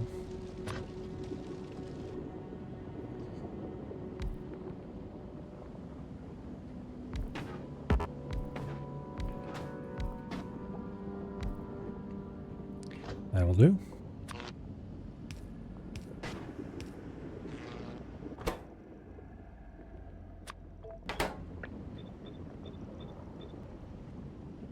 And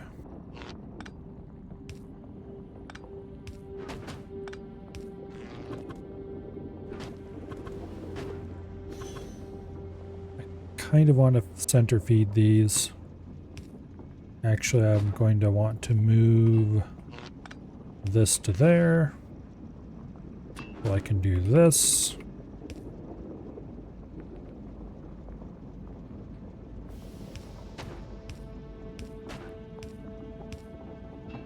Okay.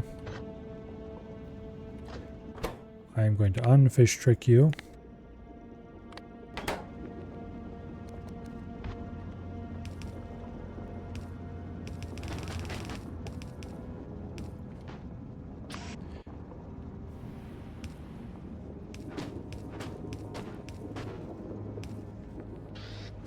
Okay. And also I have decided that I want this to come out the other side.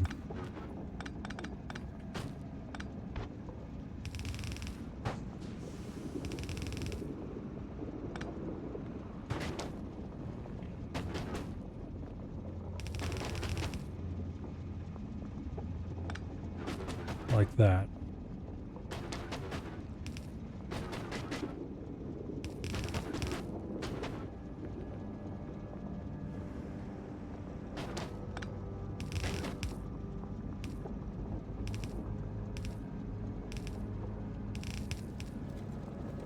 That'll work.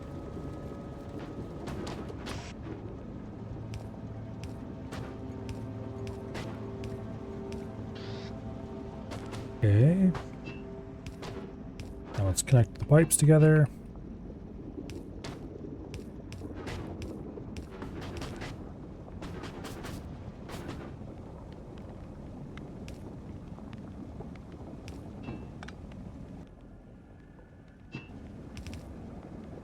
Lovely. And for output, We just run one up this direction. And we have all the lovely tungsten carbide we could ever use. Okay.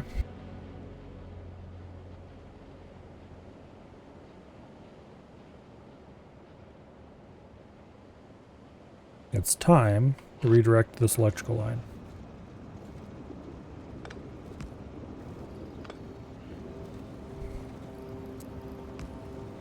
Fine. Be that way.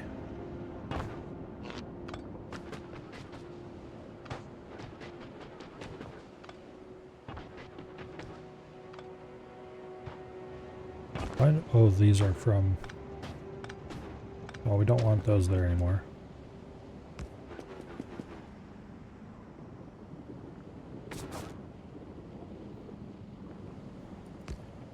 And blue.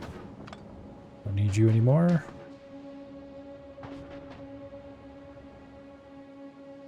Okay.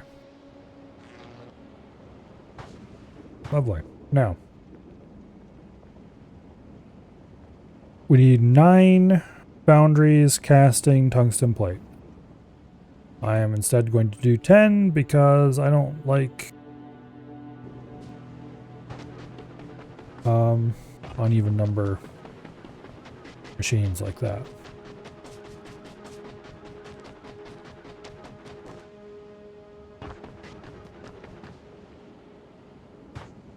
Okay, foundries. They are down here.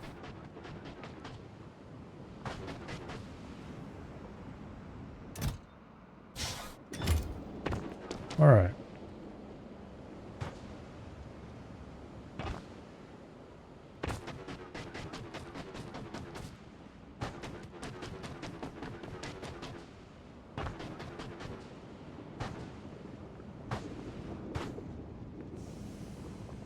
Okay. Before I go ahead and get started building this next segment, we're going to have to clear a space for it, of course.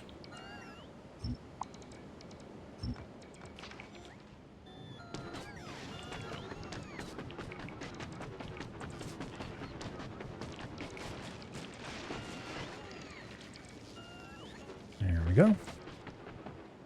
But also, I am going to take a quick adventure upstairs and grab a bottle of water.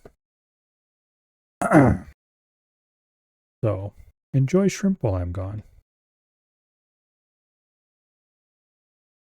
I will be right back.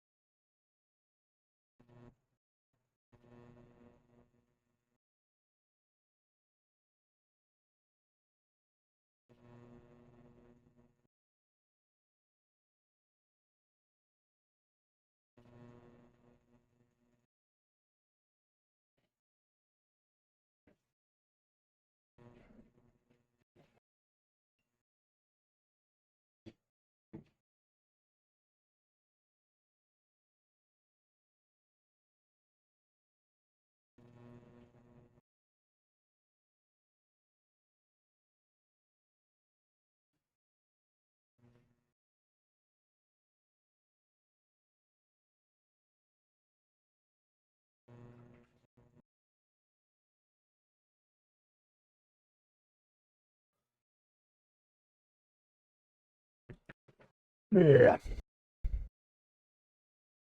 All right. You people have no idea how much I needed that. Because if I had to sit here for 1 minute longer, I was going to go postal.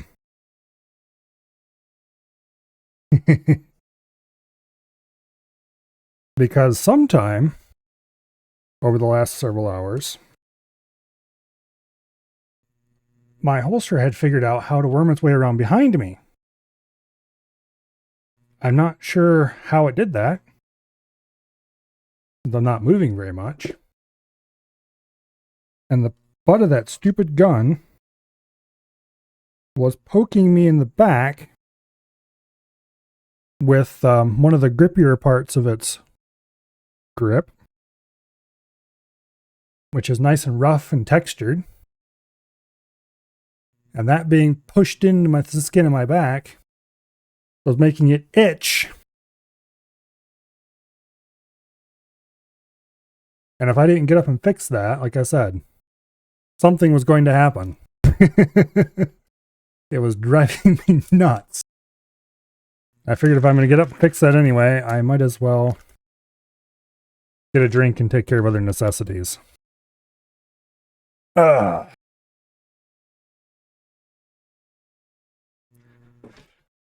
now that it is safely where it's supposed to be by my side instead of jamming itself into my back, sitting here is much more comfortable and 100% less itchy. Did I ever play Postal 2? No, I didn't. I've never played any of the Postal games. I know what reputation they have, but I don't know. I don't think I even own them. I might have picked them up free somewhere at some point. I wonder. Let me look. Yes, I do actually. I own it on GOG.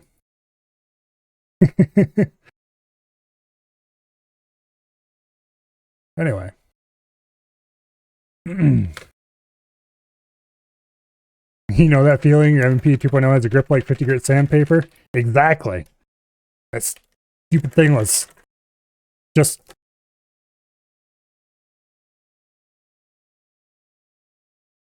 like, oh, you're going to sit there, huh? Well, I'm going to make your back itch. And itch. And itch. Until you go nuts. Anyway, let's get back to the game. Oh, what did I... okay, yeah, it's under weekend game, isn't it? All right.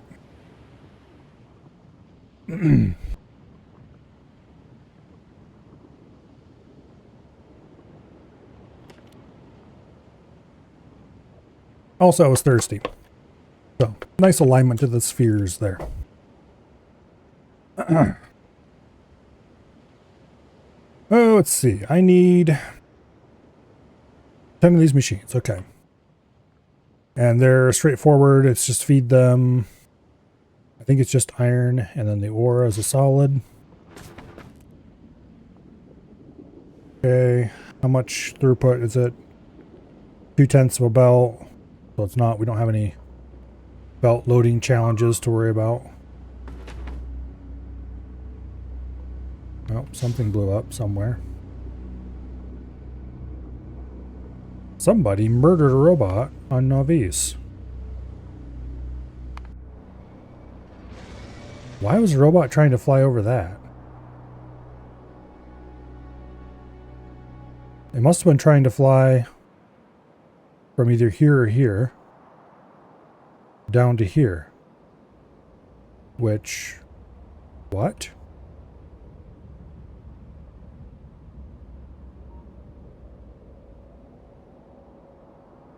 Okay.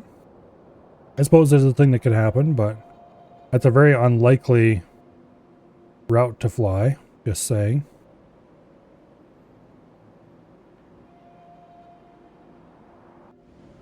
Okay, anyway.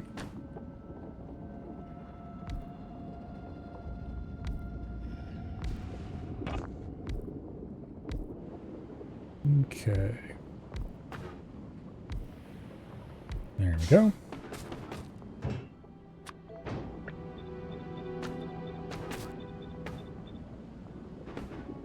Oh, you got in so much trouble because of it?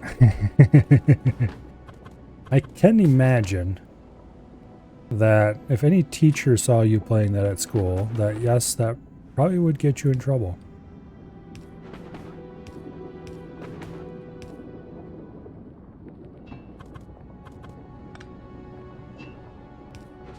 It doesn't really seem like a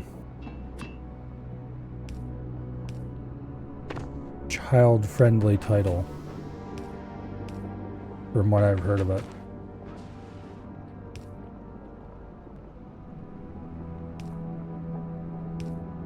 Okay, well that side's not going to work.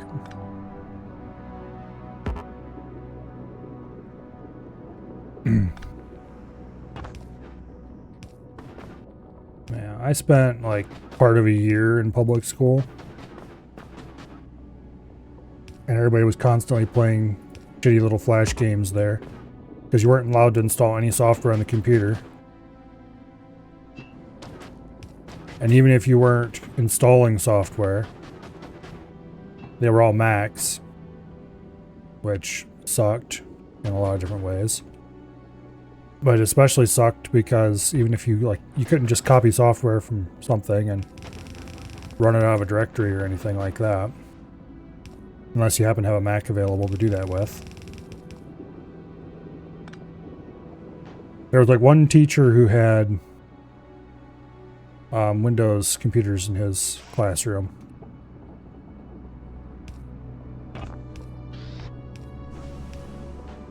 Which was pretty cool for the people who had his classes, I guess. To actually run software on those.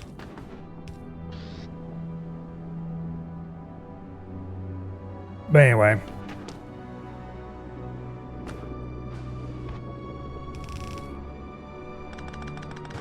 There were some fairly brutal and gory, although nothing quite as brutal and gory as Postal.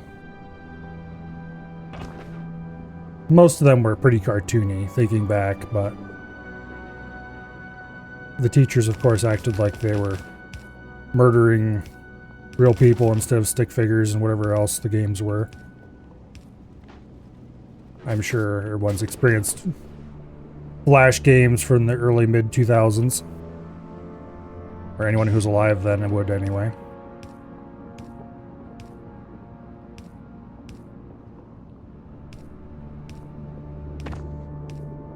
Anyway, most of the teachers didn't care. But there were a couple that were very uptight about it.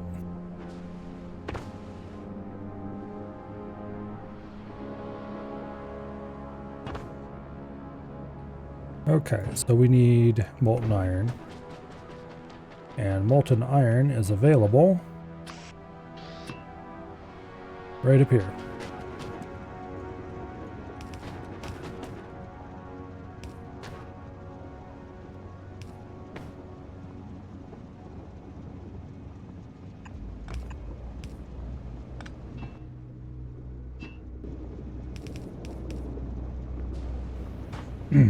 They did start to crack down hard after students caught watching porn. Okay.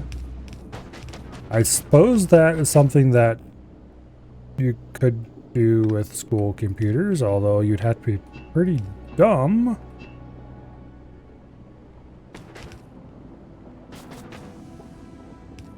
And again, thinking back to some of the kids I was in school with,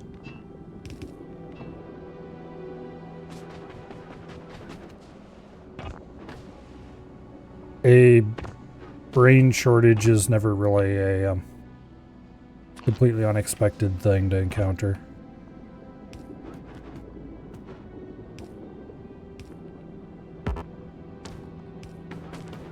Oh, we're out of power poles. If we get more. Only one class had Macs, and that was the art room. They still had windows on them. Yeah, we had all these really terrible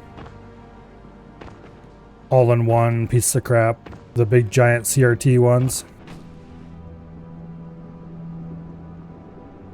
They were like clear plastic, all white. So it was like not like clear plastic. They were more like a not translucent either. Really, it was kind of a, I don't know how you describe it.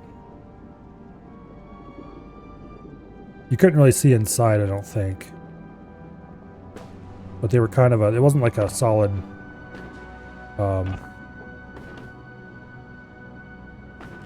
completely opaque kind of thing either, I don't think.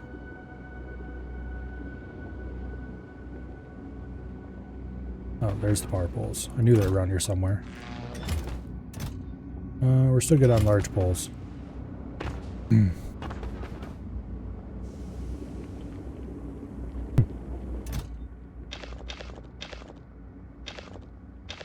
Let's just get rid of that crap. Actually, get that back.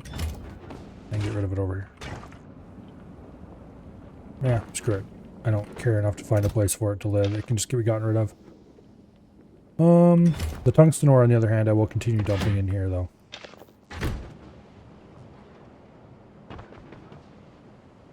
Anyway.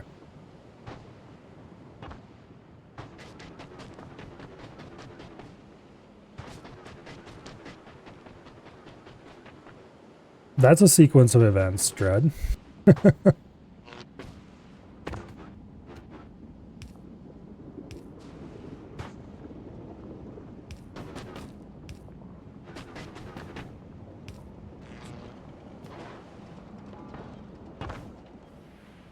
Okay.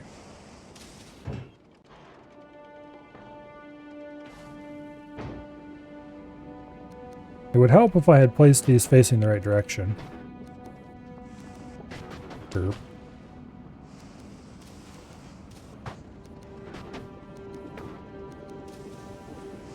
Okay. So the raw materials are available.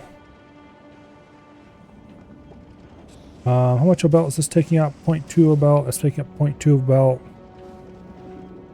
I really should not be putting this on both sides of a belt. Because if I don't put it on both sides of a belt, then I can use the other side of the belt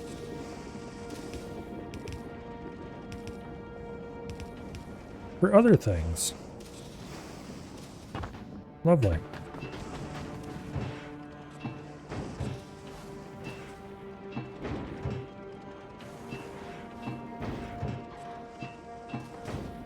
All right, now you had a program that would auto run to allow you to access computer via remote connection. That's planning ahead, I guess.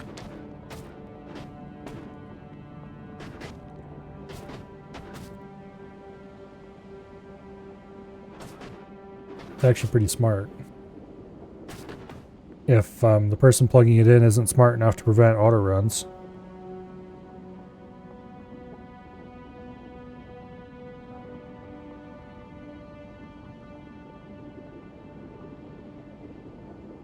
Which, considering the level of technical know-how from a lot of people.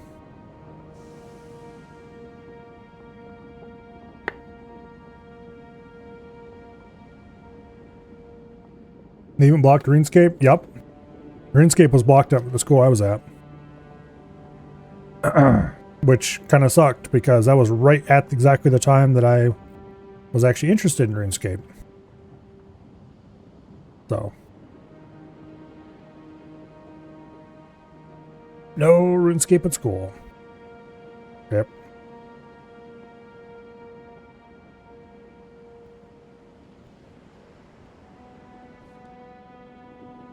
Okay, now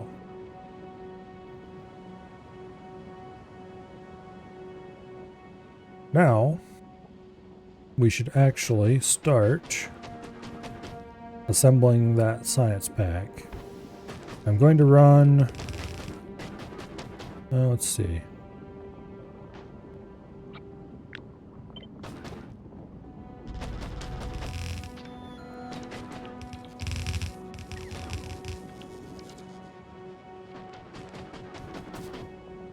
Probably going to run this stuff up through here.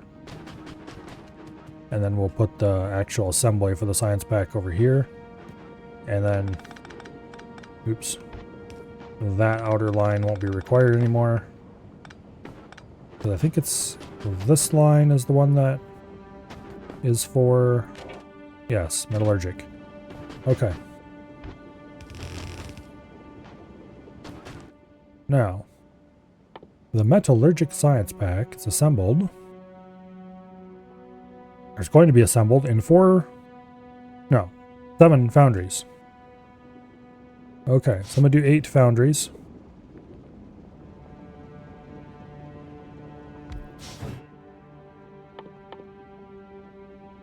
Molten copper. And then the 2 plates. Okay. And it requires less than 1/10 of a belt, so there's nothing special needs to be done as far as...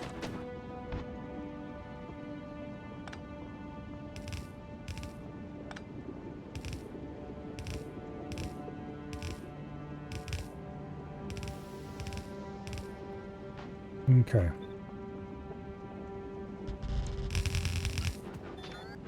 And I'm out of belts. Let's go get more.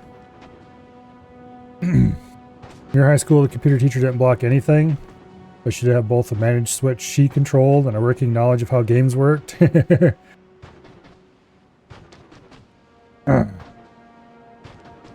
they weren't done with their assignment, she'd drop the network on the host, wait for everyone else to disconnect and turn it back on before they figure it out.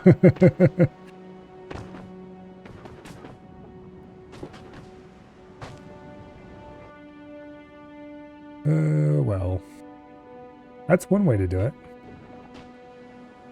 Gotta keep those little bastards studying.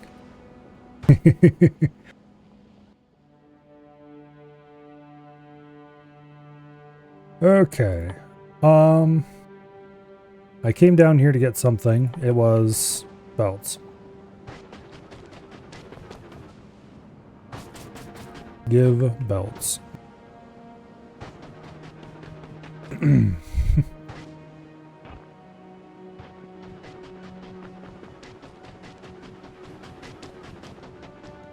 All right. Now.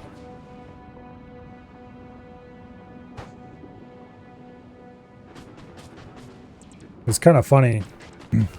I had the, when you tried to access the site, you weren't allowed to.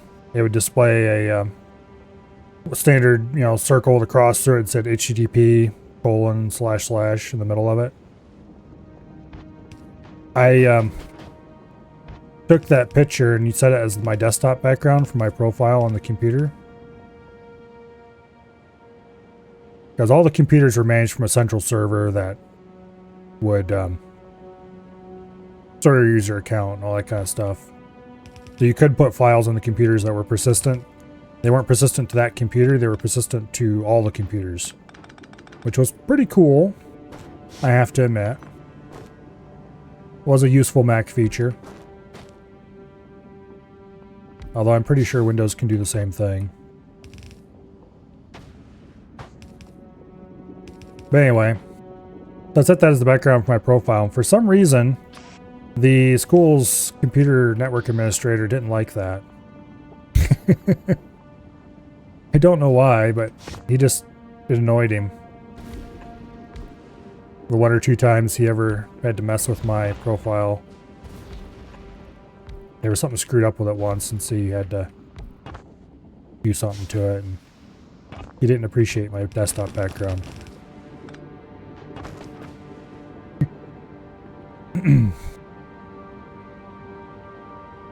But anyway.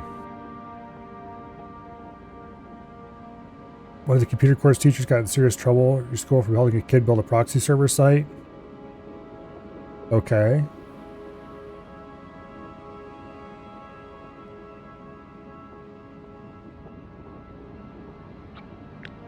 How dare you work around our limitations, huh?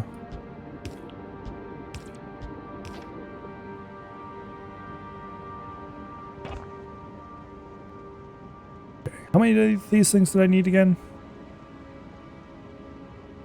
7, so I was going to build 8. So this one's unnecessary.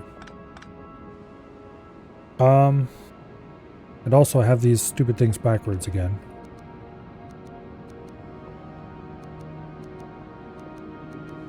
Okay. Now, do I want to feed it out the outside? Yes, why not? I might as well.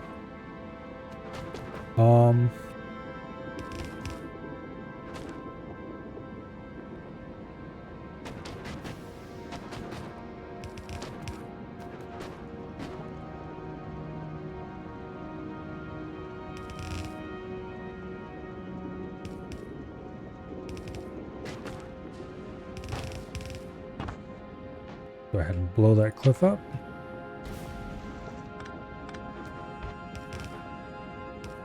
Boom. And boom.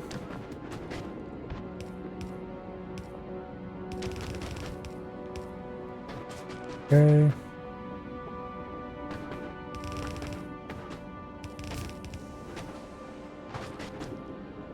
That'll work.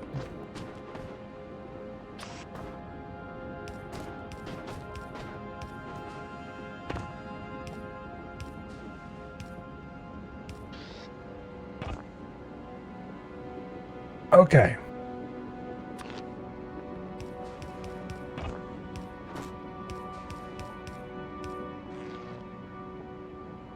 Go hook this to power. I'm going to run the power cable over like that. We're not dependent on this section.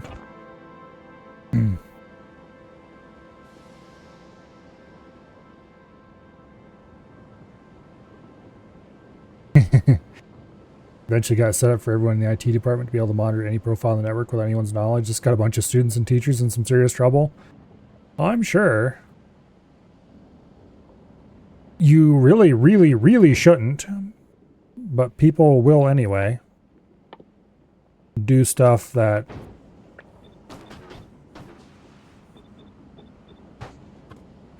you should not do on a public computer. On computers that are basically public.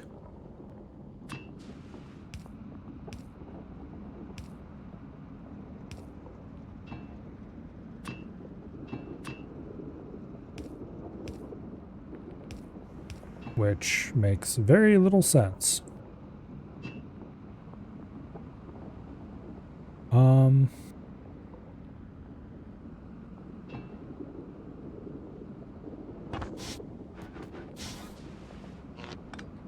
I can move these out one tile and it'll be fine.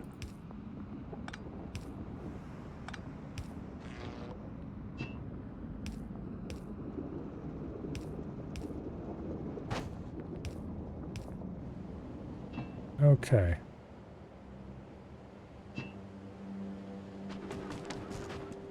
The nearest copper is there, but that'll be a tricky to get.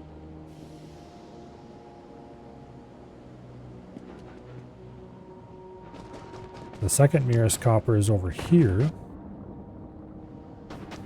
which will actually be much easier to get.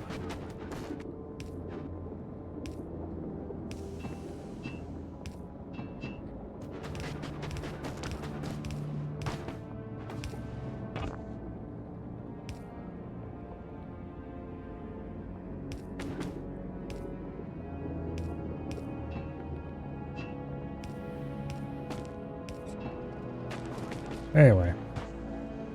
Oh, we need one more over here. There we go. The first science produced. And I... Damn it.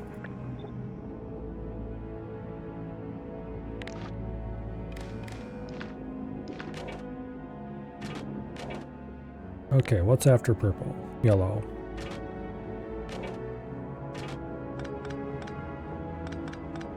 I don't want to fill any of these just yet. Might as well build those because they're not going to be receiving anything for a while.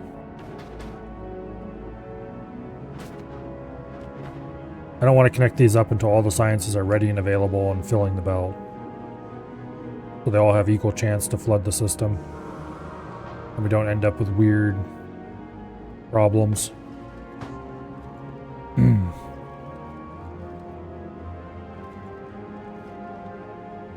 Okay. The first science has been completed. The second science is yellow. The yellow science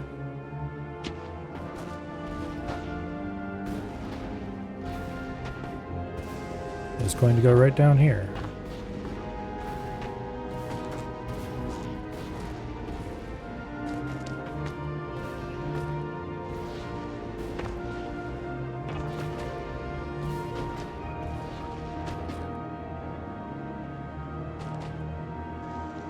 Okay.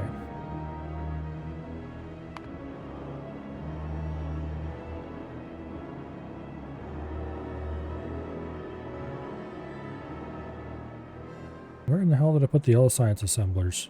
There they are. Okay, how many yellow science assemblers do I actually need for this? It says I need 21. And let me guess, there's 21 right here. Indeed there are.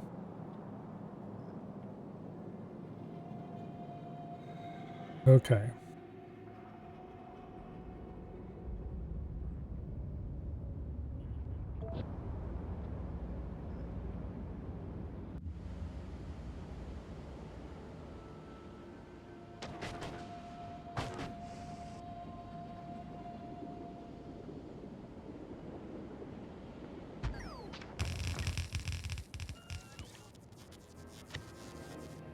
Just delete that because I don't actually want that as a blueprint.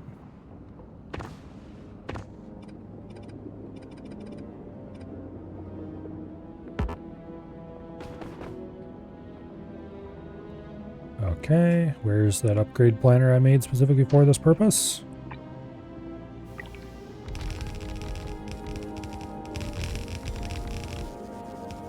There we go.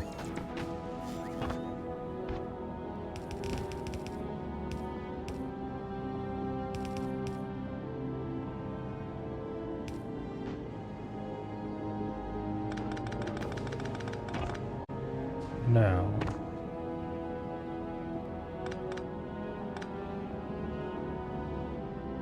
I kind of want an even pull balancer on this. And I should remove that and put an even pull on it as well.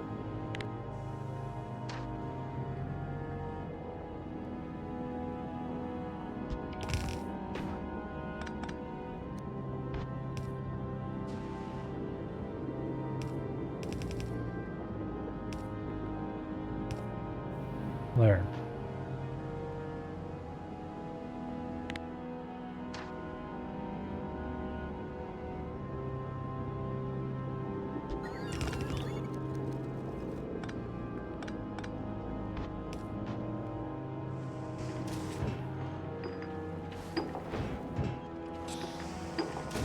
Okay. That'll do.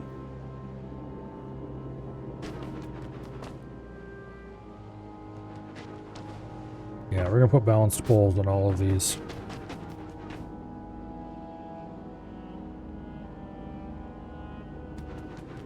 Now, these require the robot frames, low density structures, and the processing units.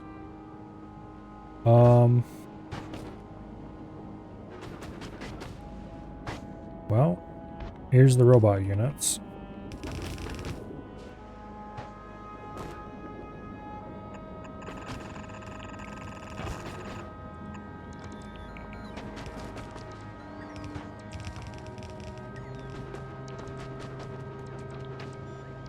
Okay.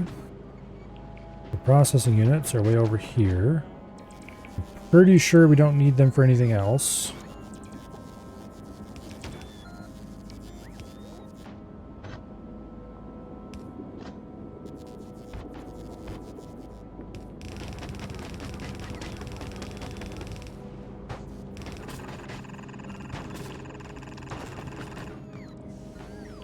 Okay.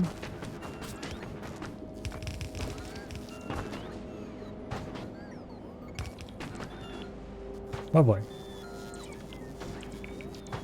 Everybody back aboard, please.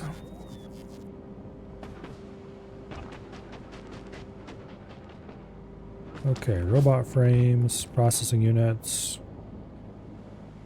And the other thing, low density structures, which are made up here. Actually, low density structures are right here. Already brought them down.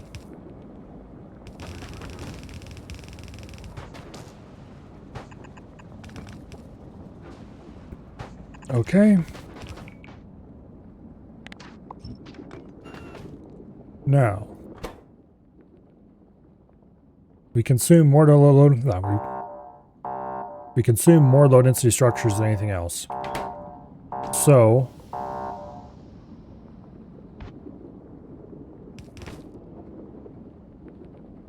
let's proceed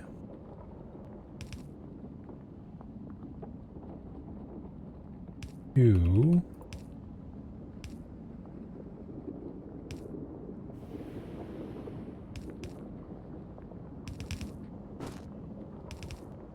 give them their own belt, put the other two on the combined belt. And I'm out of belts. Because of course I'm out of belts.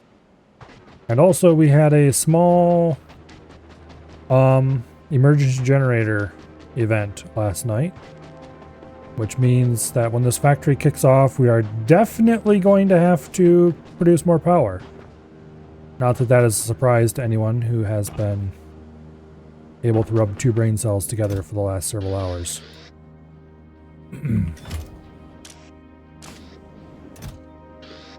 Okay. Yeah, I am one belt short. But as soon as we start building the next thing, we're definitely going to need more belt.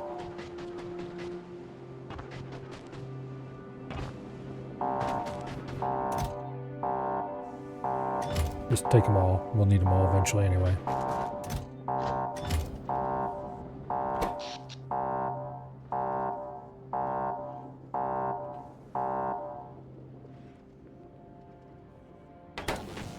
All right. Apparently only during the darkest such parts of night. As we can see, we've been barely touching the accumulators for a long time, and now it's like, whoa! Slams down.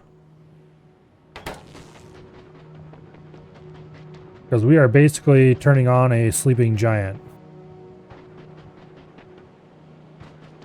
One section at a time.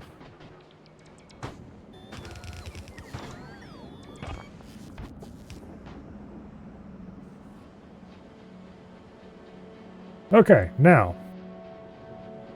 after yellow science, comes purple science.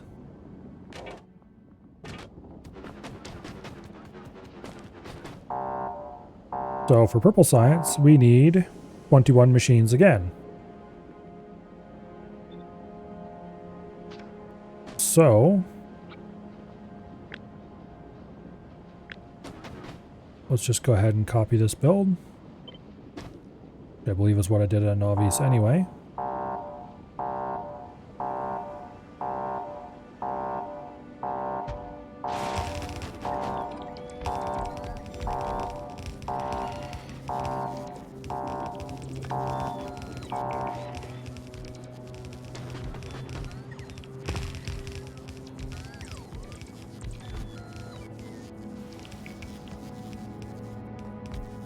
Alright. And then of course we change all of these over to purple science.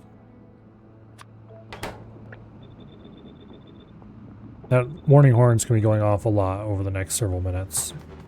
Don't worry about it. It's not really a warning horn so much as it's an informational horn.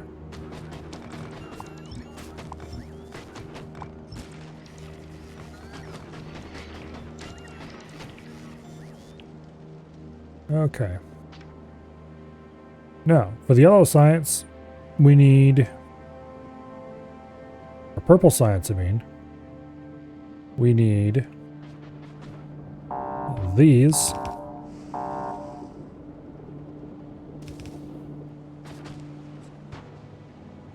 And then we need these.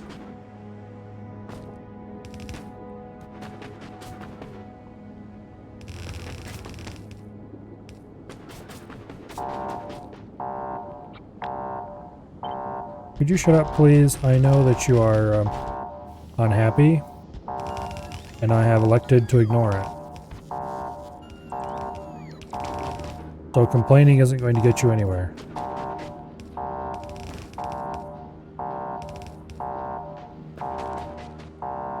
Okay. It's really not happy about what we're doing right now. But it's just going to have to suck it up. Because I don't feel like going to increase my power right now. Okay, next after that is the chemical science. The beautiful blue.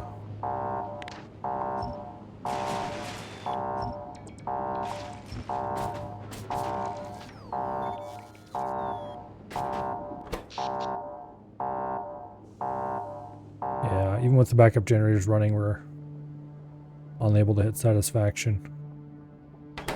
Alright, wait. Why have you started honking? Why have you stopped honking?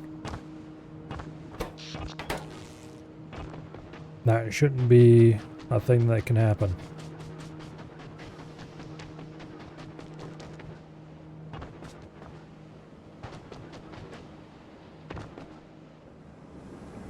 Okay, these things are running flat out.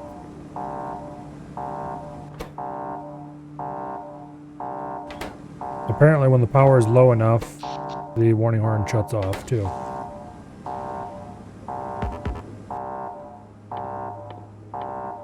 Okay, gear wheel, copper, pipe.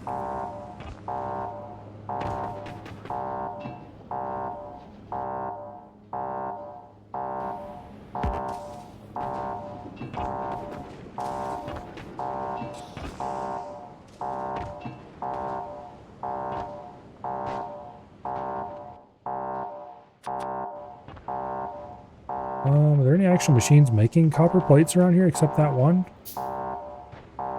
Not really, most everything's making wire, it looks like.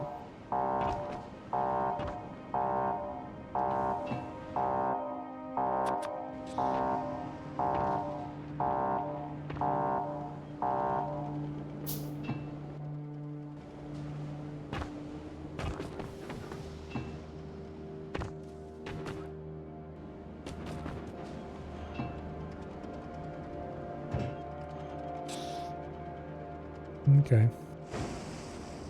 Yeah, these are almost, that's almost out of power. Let's go add some more emergency generators to the emergency generator pile.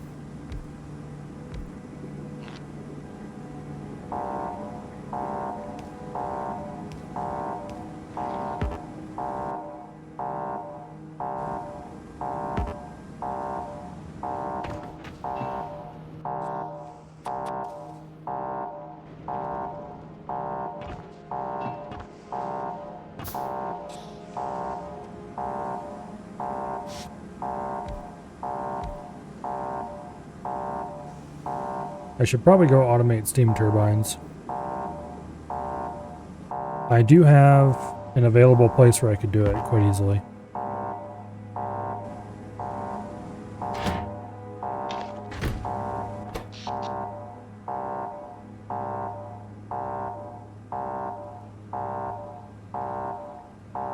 Okay. 180 foundries, consuming 38 megawatts. Not megawatts. Yeah. Okay. How much total power are we consuming?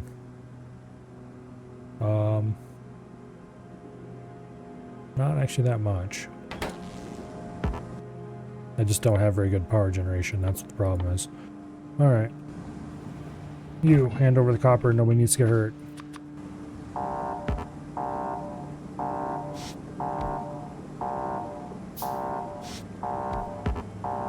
Okay, the emergency backup generators. Doing not too bad. Not sure why they show them as just a tiny little sliver like that. Maybe it's counting the entire universe's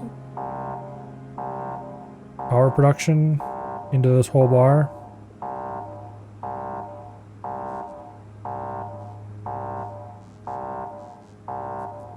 Unless it's as a percentage of the total, which is going up by a lot, but still.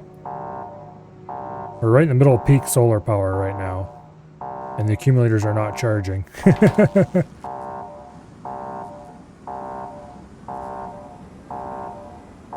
Alright.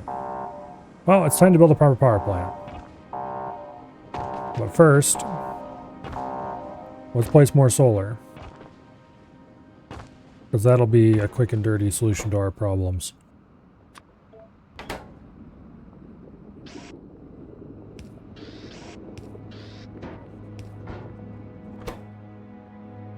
Okay. What's the stack size on these? 10.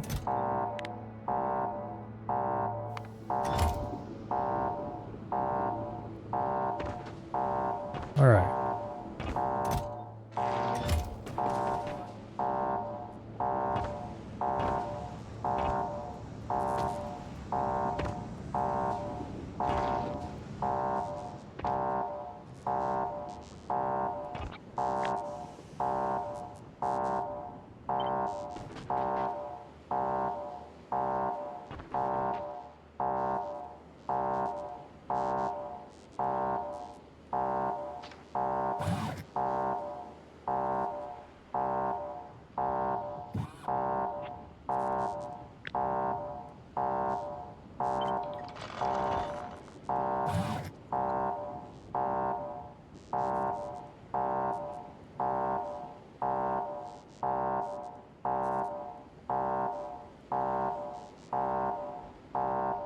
Interesting. Is this not straight?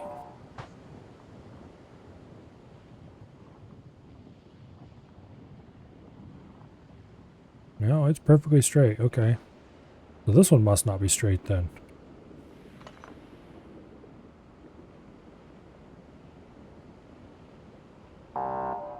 Yeah, it's several tiles too far up.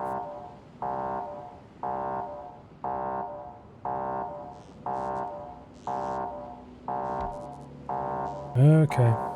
Well, we'll place this one several tiles too far up as well. Because if I don't...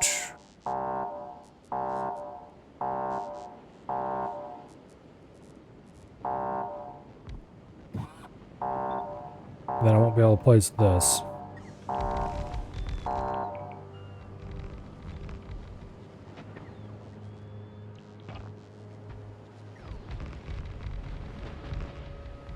I really need to redesign a better solar layout.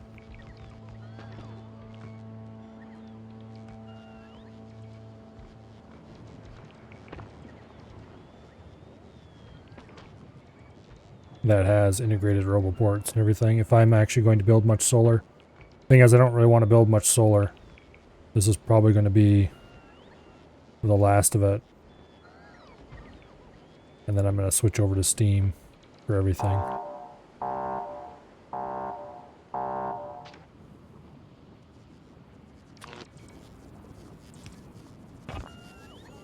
Okay.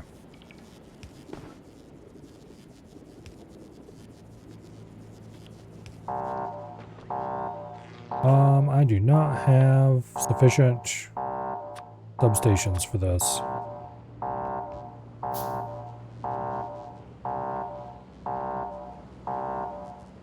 And I never automated substations because, of course, I didn't.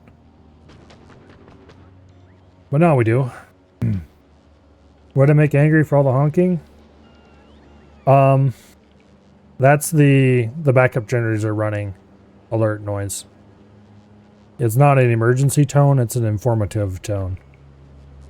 It basically just means that power has been found wanting.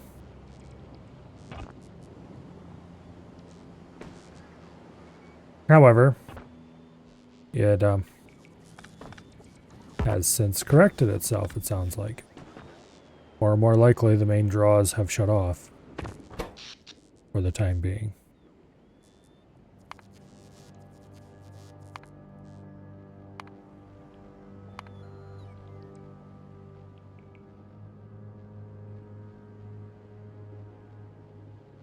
Yeah, you can see the draw is starting to taper off. Accumulators are charging. Now they're very, very rapidly discharging.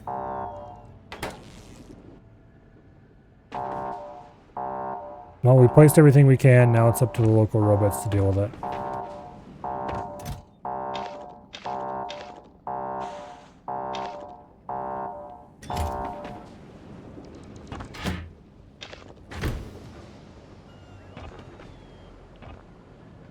Yeah, so as long as that's honking, these steam turbines are off.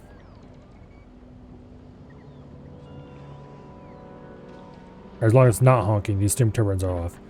Whenever it's honking, is these steam turbines are producing any amount of power. Which, ideally, the amount of power they should produce is none.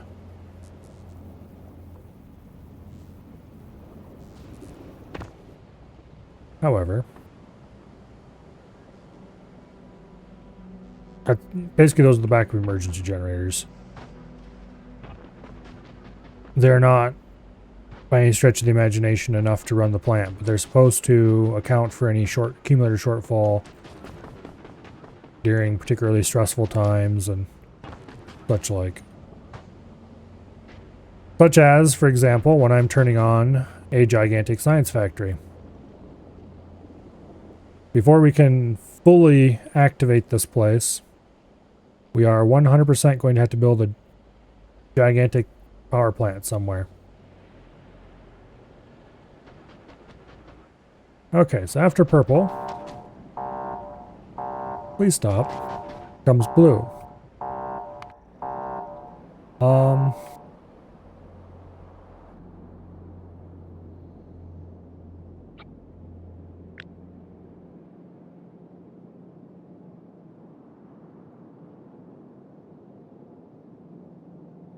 That'll do.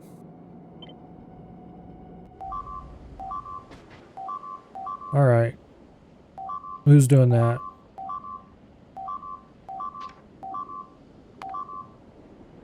Uh-oh.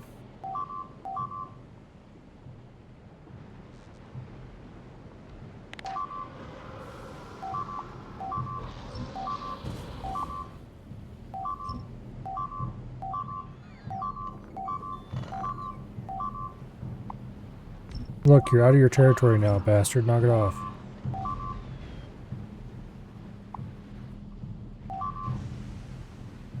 Okay.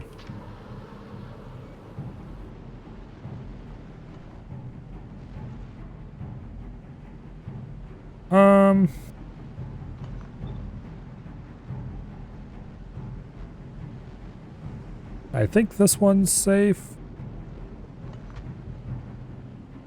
Yes, okay. So those ones are safe to have. And that one's safe to have. But inside here is definitely not safe to have. Or Mr. No Fun Allowed will come up there and be unhappy with us.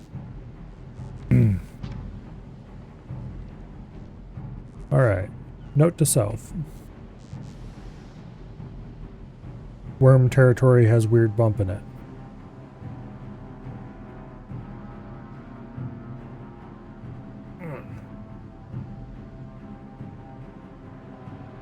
Also, there's a quite large... not really very large. It's only 7,000. It's not like these ones, which are a lot. 87,000.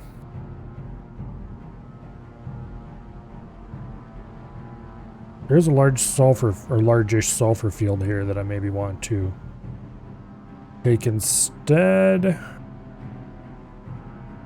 No. There's not enough flat ground nearby to build a decent power plant. Although there is calcite, so if we killed that worm, and I blew up a whole bunch of cliffs in this area, I could grab sulfuric acid and calcite and make the power plant right here. Nah. Don't think it's needed. It is only a small worm though, so tank could wreck his day pretty fast. Anyway, back to what I was doing.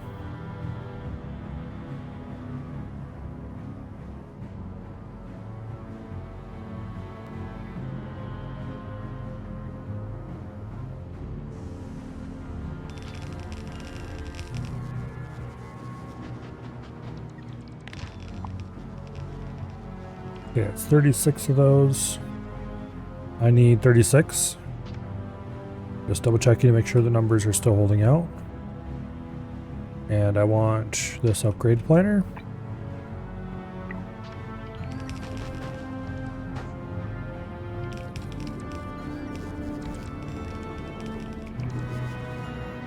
Okay. I don't think I want this end as designed. I'm grabbing the inside lane. Yeah, I'm grabbing two inside. Basically, I'm making sure they're running on the same lanes, which I don't want. I want them running on opposite lanes. Because this factory takes double-sided belts of every material, not single-sided like the old one did.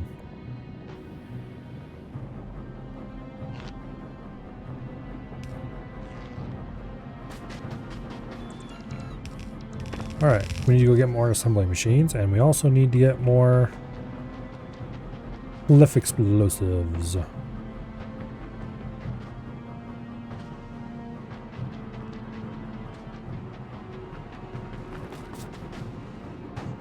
Assembly machines, they're right along here somewhere. Get more steam turbines first. I can start thinking about that. Grab some pump jacks. Assembly machines. Oh, they're right over here. Of course they are. And we need inserters and belts as well. And a bunch of other things.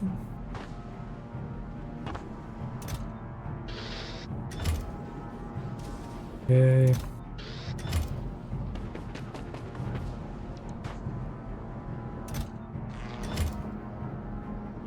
Power poles. Pipes.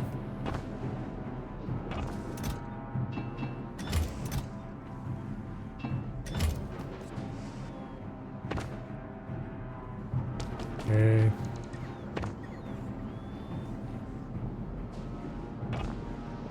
Belts.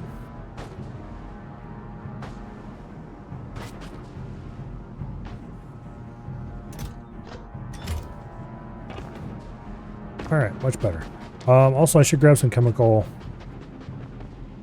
plants while I'm in the area. I am out of those and have been out of them for a while. Helpful to have a few on hand.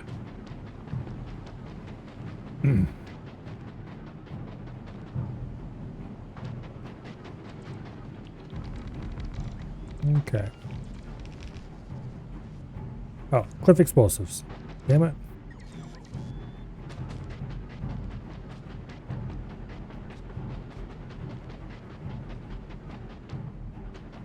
One of the main things I went to go grab, and as is typical, I did not do so.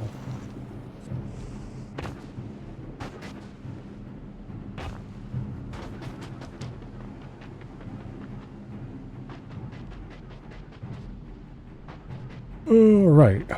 Huh.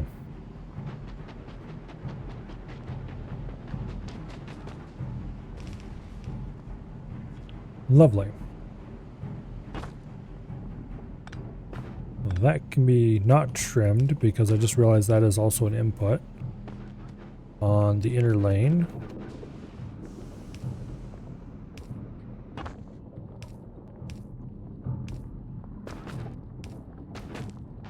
Okay. No, wait. Yeah, these are peer inputs. These are inputs on the inner lane. Or the outer lane, as the case may be. Okay, novice. I ran sulfur on the outer lanes here. And then engine units and red circuits on the other outer belts. Okay. Where is the engine unit line? There it is.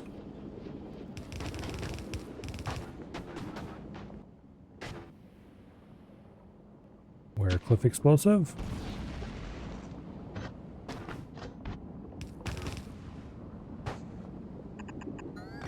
Stop it.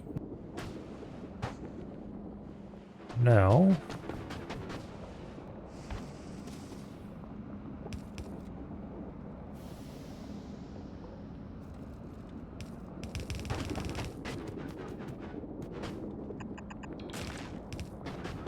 Okay.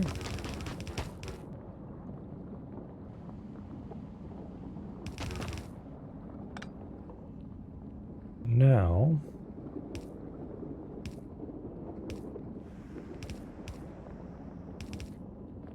That's that line. And sulfur comes in by train up here.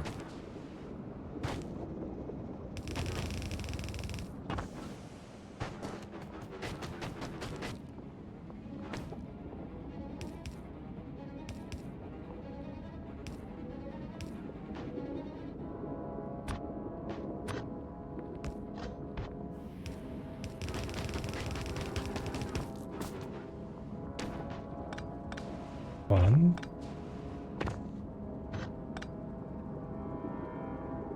Okay.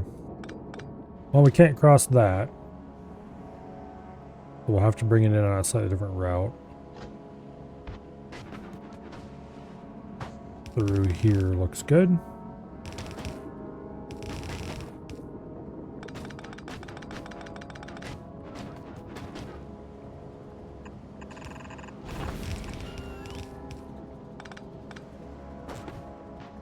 Okay.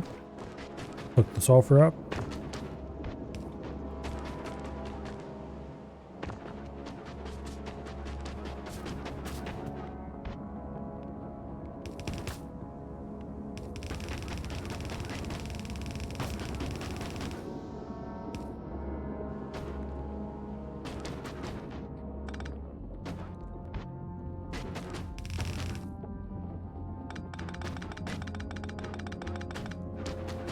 Okay. Actually, I might want to move this back farther. Well, I might want to move it forward farther, actually.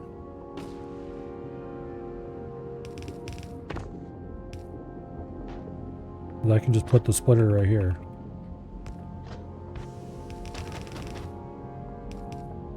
Yeah, that works.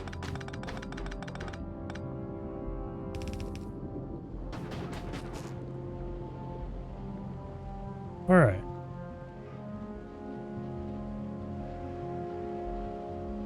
Blue science is done.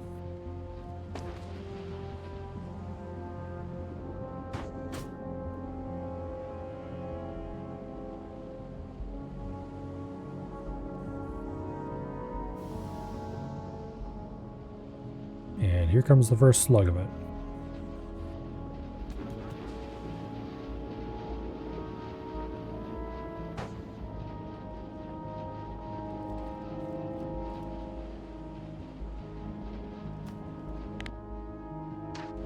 And it would help if I remembered that I wanted to put balanced poles on all this stuff.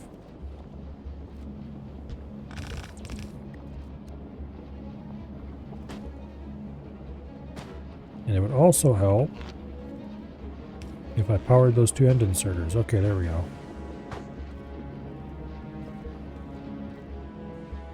Lovely.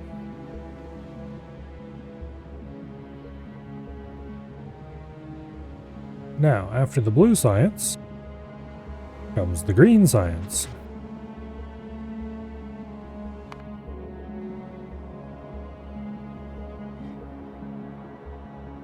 And my green science build is definitely not very complicated. But I'm going to grab it anyway.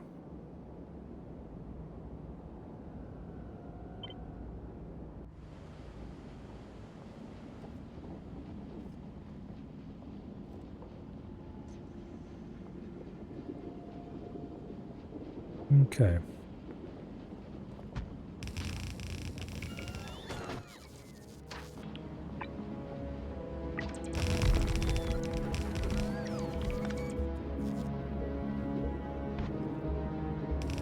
I do want both of these going in the same direction.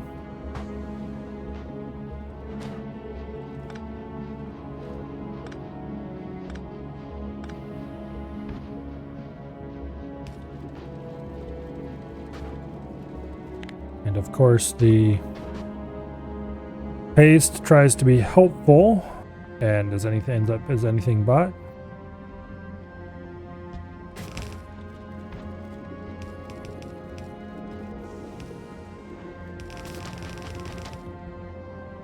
Oh wait, that's the military line, isn't it?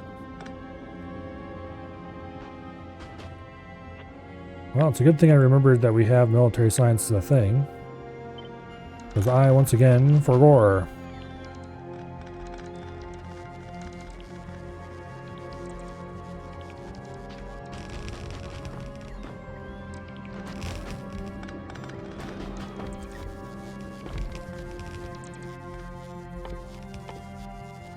Yeah.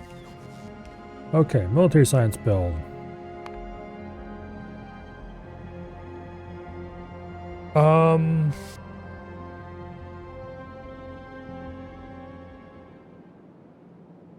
That's an interesting way to do that. That should be the right ratio, though.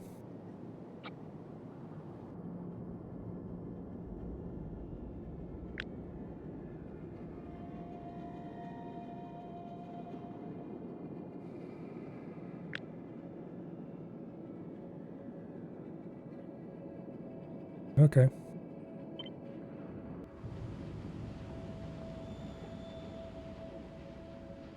That goes there. And then I grab the little upgrade planner. Boom.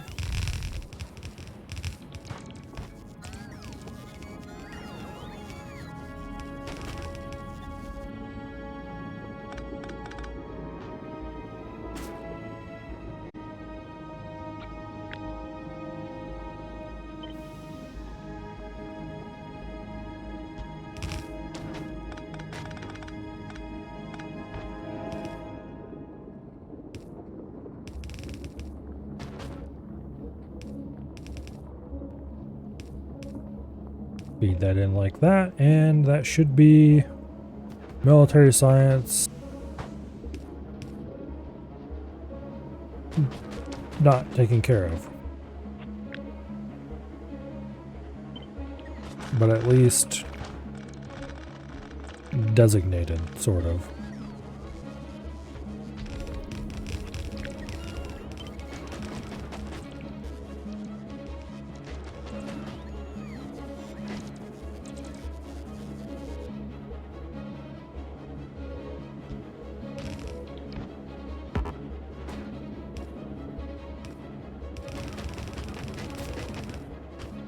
And there'll be green, and there'll be red.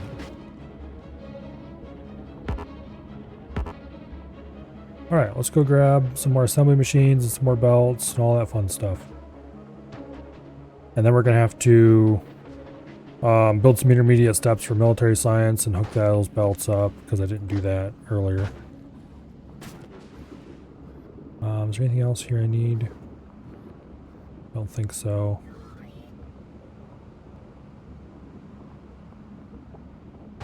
Doesn't look like it. Okay.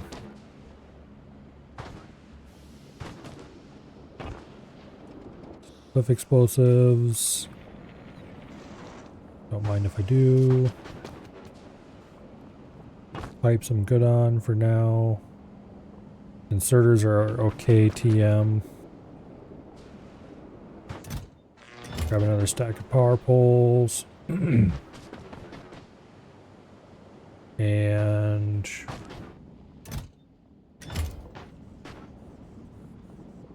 we're okay in the other belt machines. Okay, let's go build some more.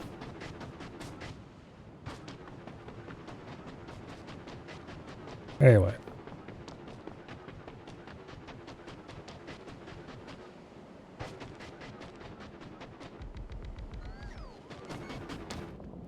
Lovely.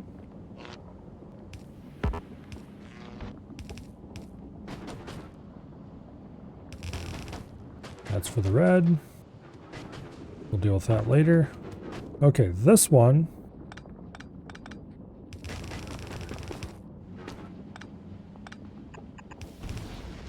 is for stone brick. Where is stone brick produced?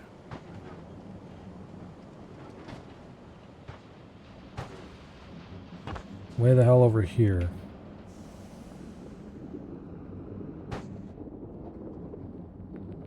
Okay.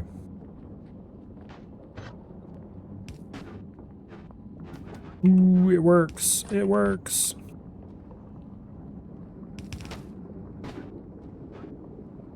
Okay.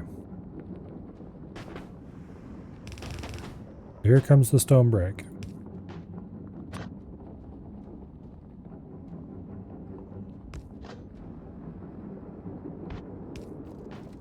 And beautifully, we can load both sides of the belt just like that. And I just realized that this is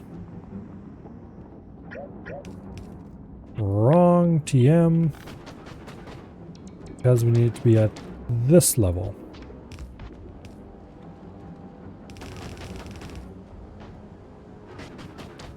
And that's wrong TM as well.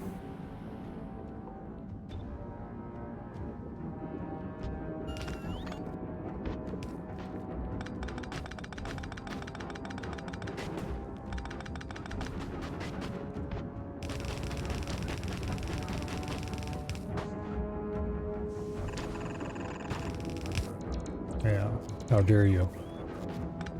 Okay, we'll cut that back a little bit.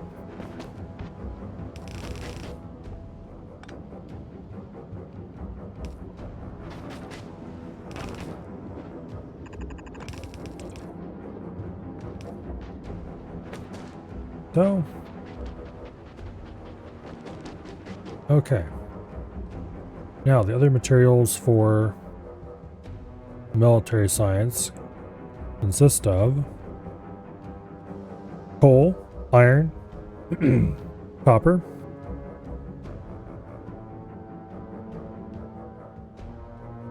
I think that's it.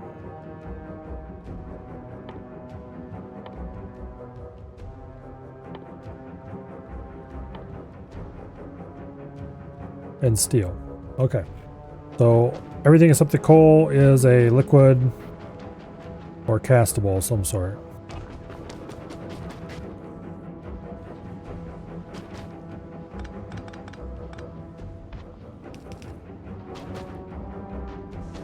All right. Let's set up ammo.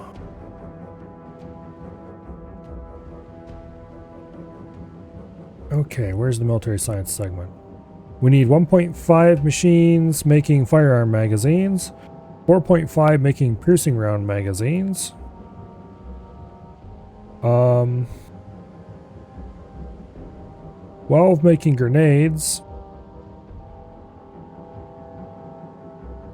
Okay, the grenades are going to be the easy part. We'll do those first. They'll also be the bulky part. For grenades, we need 2.5 machines casting iron plates. We need 2 more casting iron for plain magazines. And then copper, we need another 2.5 casting copper for the piercing round magazines. Okay. So how many machines was it for grenades? 12, exactly.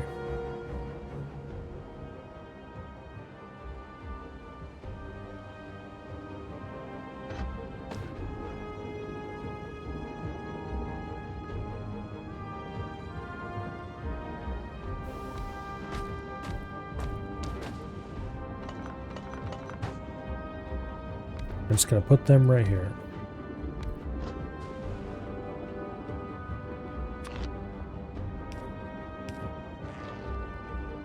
Like so. And they're going to put the grenades directly onto the output line. And they're going to consume coal and iron directly off this line. Arranging for there to be a line of coal and iron there is a problem for future Milo. Although not very distant future Milo.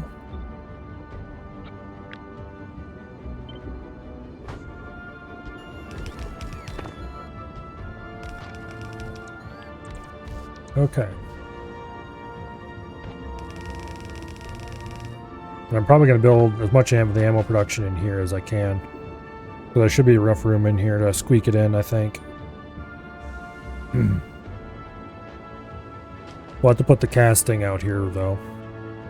Alright, how many machines did I need for grenades? 2.5 iron. Okay, so 3 iron casting. Actually, here.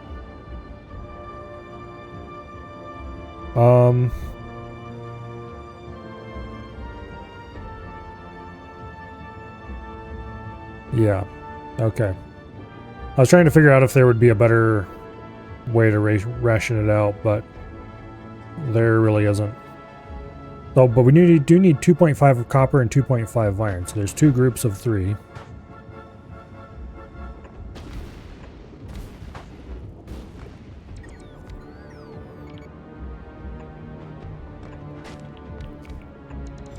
And then we need an additional 2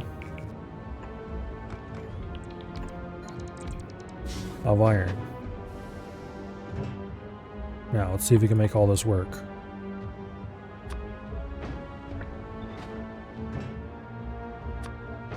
Oh, and how many do we need of steel? 1. Okay.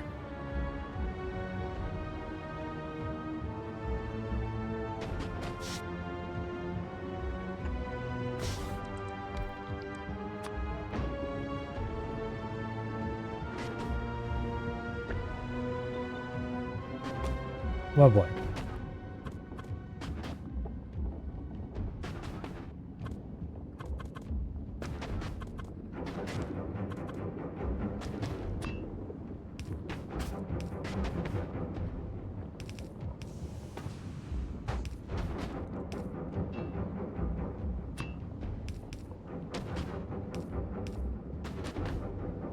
Okay.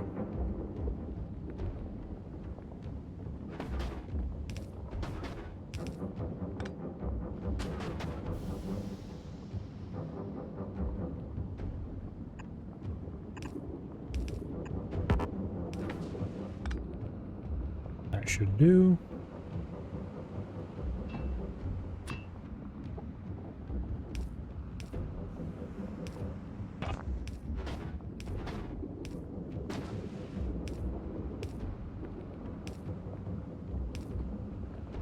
All right.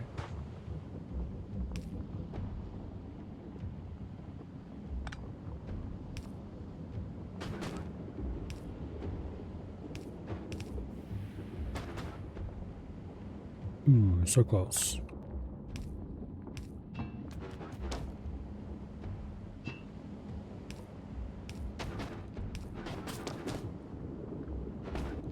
Conveniently, there's copper available right here.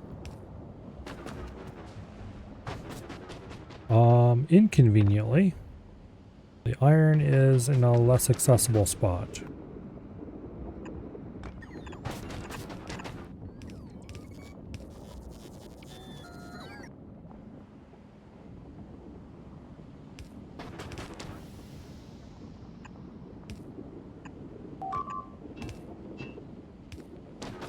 Who dares?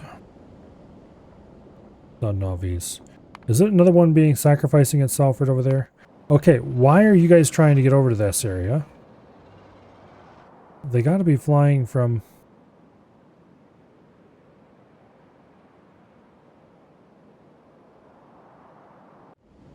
That's weird. Well, it's not weird enough. I'm gonna try to fix it, so...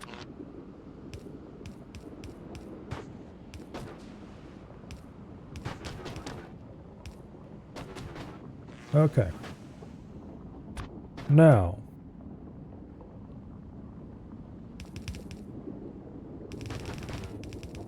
That's for the red science.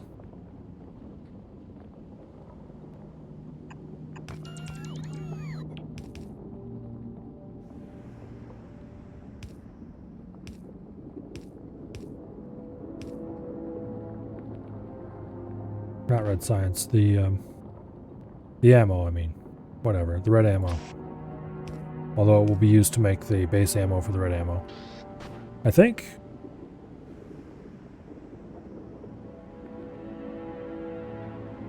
That's for the yellow ammo. Okay, yeah. The 2.5 is for the grenades. So this is for the grenades.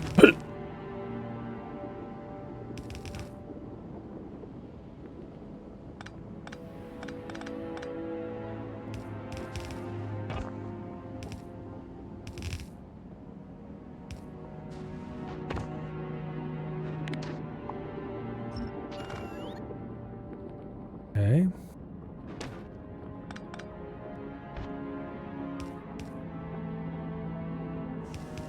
That's for red ammo. And this is also for red ammo.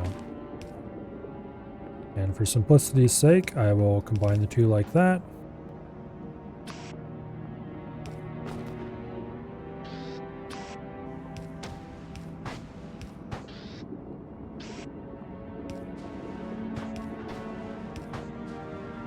Okay.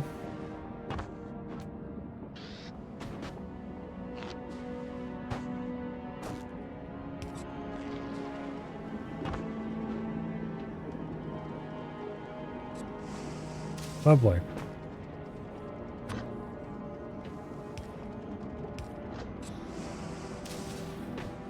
Now I need to get coal over here. At this point, I'm just going to run a belt. I already have a belt that goes not too far away from here. And I'm going to run it right through here. Right like that.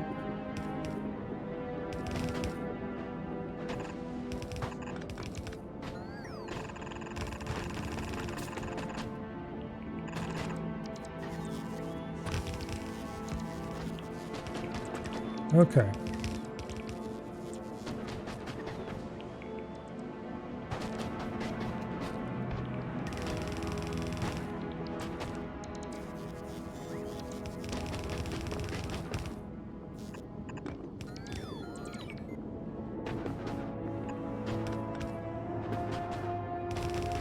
And let me just hook that to there.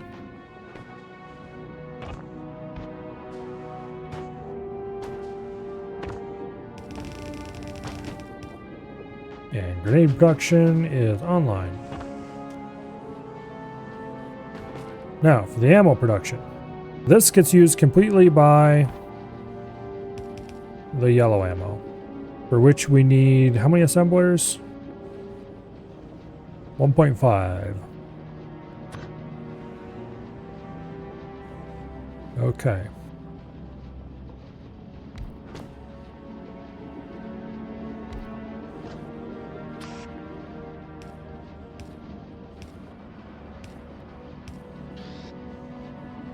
Now.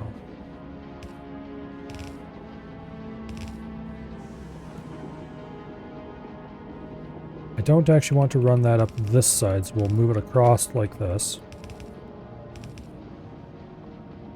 And then I can put the machines...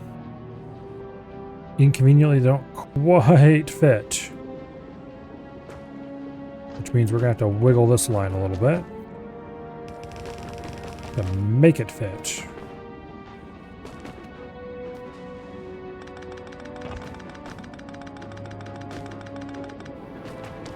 Okay. Now, we need 5 red ammo machines.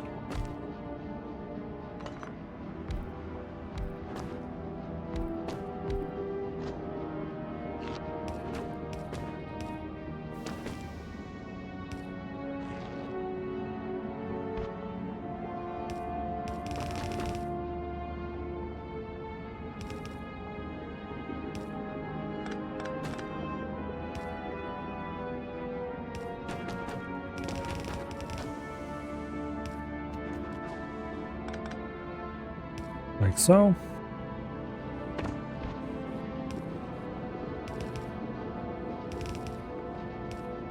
Boom. And then you go in like that. Those produce yellow ammo.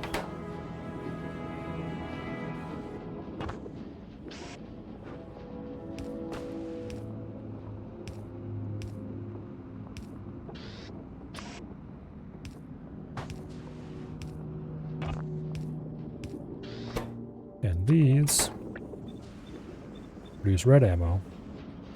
And that goes conveniently onto the same belt as the grenades. It's actually not a half bad build. I mean, it's not amazing, but it's not completely shit. I'll take it. How much coal do the grenades get? AKA, how much am I going to have to improve my coal production? Grenades get half a belt of coal. So we need a full belt running into this factory of coal between the various things that are consuming it, and that is not a full belt. So we're going to have to go increase our coal mining, which I suppose isn't too surprising.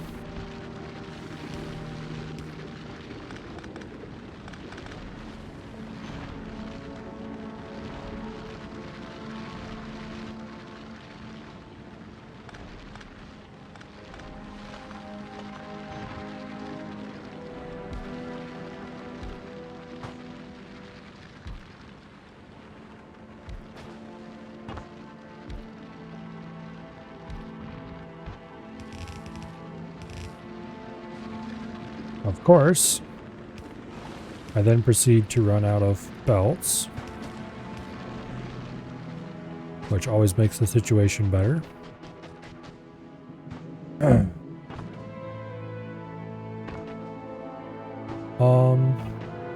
Let's grab some inserters. Let's get rid of some inventory crud.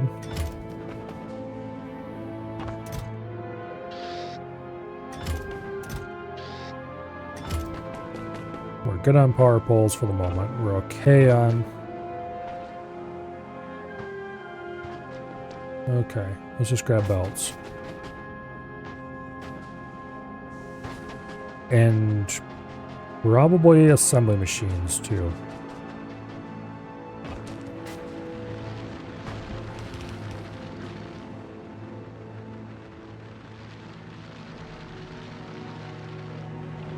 Okay. Now,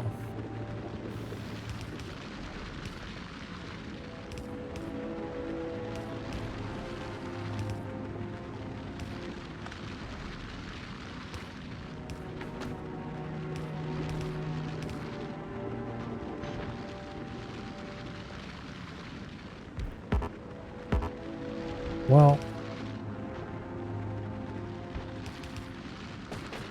I suppose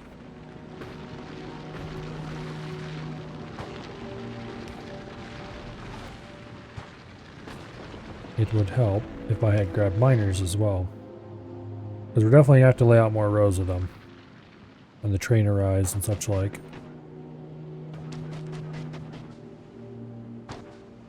Let's go grab some more of those and improve the situation. South further.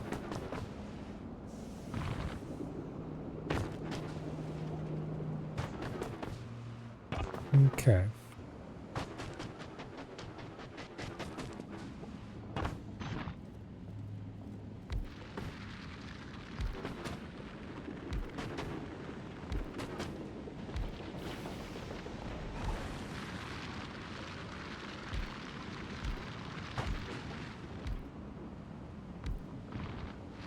Now,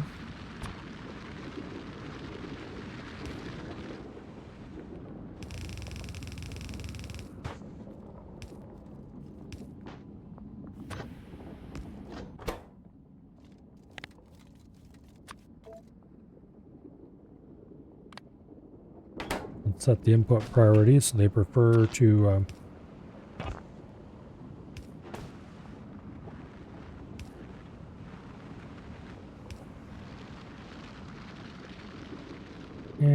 As much as I like staggering these, it's not worth the effort. Largely because it's not going to work very well. A little bit too far to reach between them.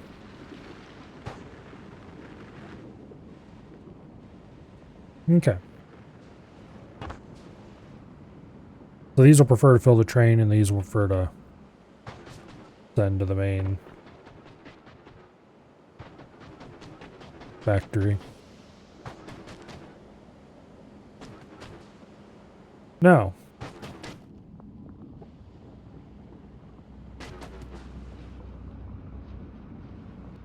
that appears to be handled. One problem this system has is that if these aren't running, we don't have stone. And if we don't have stone, we don't have stone bricks. And we don't have rails.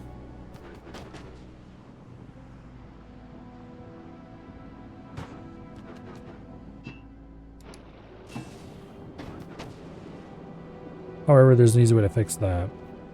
And it shouldn't ever be a problem during most normal operation.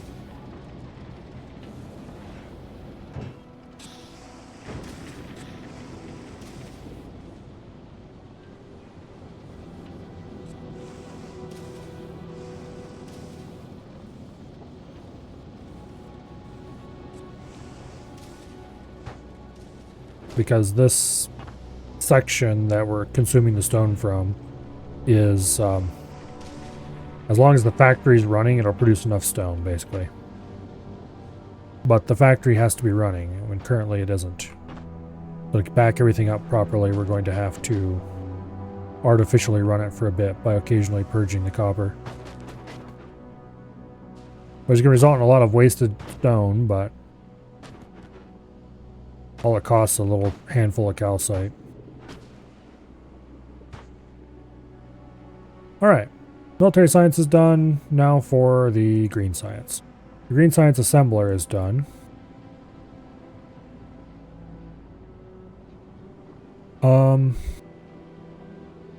For this, we need 1.4 machines casting iron plate. And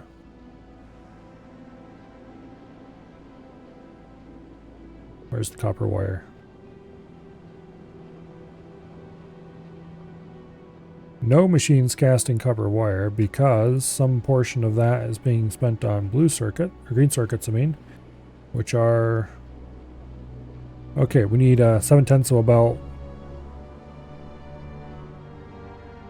green circuits and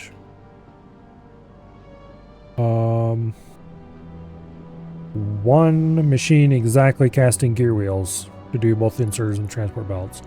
Okay, one machine casting gear wheels. 2 machines casting plates. And then some green circuits. Specifically 7/10 of a machine, which is less than 1/10 of an express belt. Which express belt is being used the least? Like, which one should I split off of the 2 that are available here?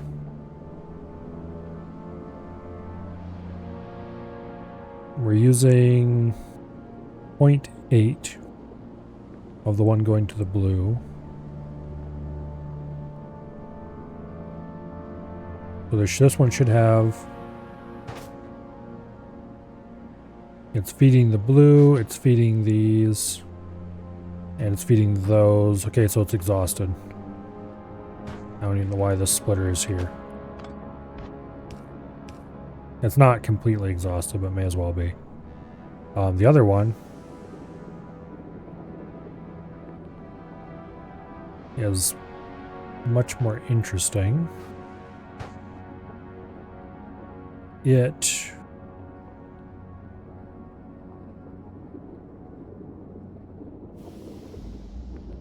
consuming 6/10.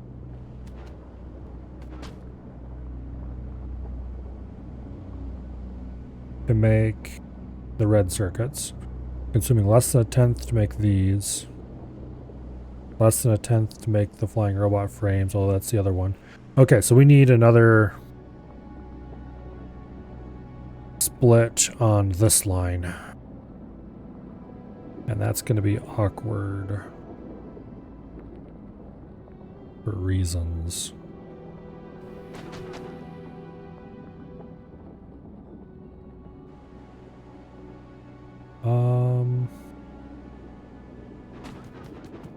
Well. Damn it, stop it. There.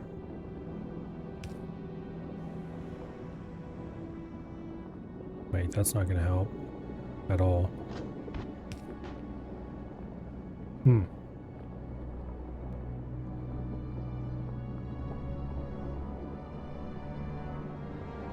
Yeah, well. That'll work great.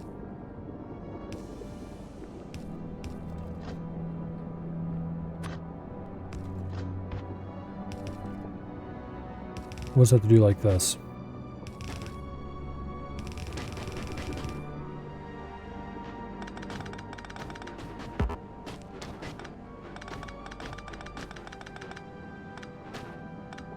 Alright. This line is the lowest one.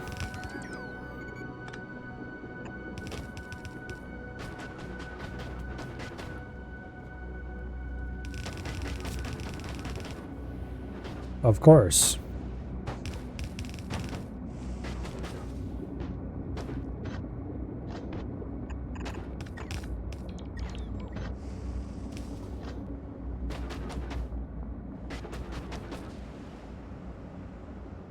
The real solution to this, of course, is not to do that.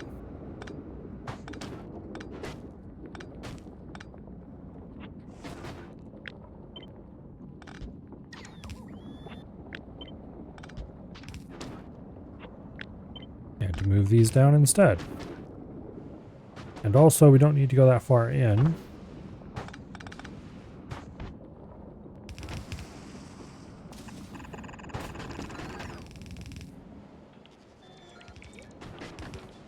Okay.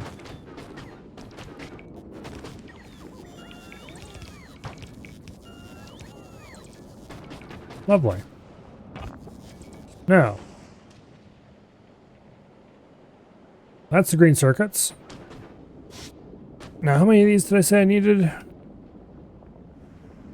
It was exactly 1 casting gears, and it was 2 casting plates.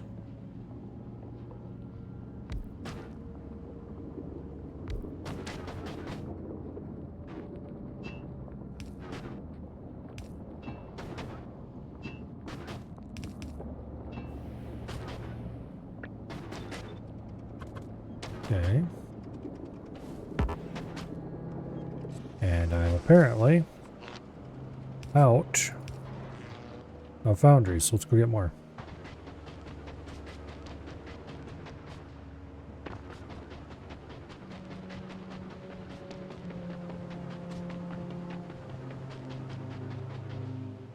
Let's see, is there anything else obvious that I need? Not yet.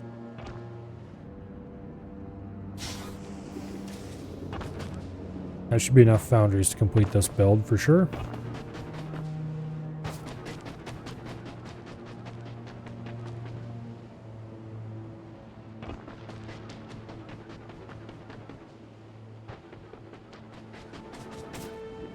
Okay.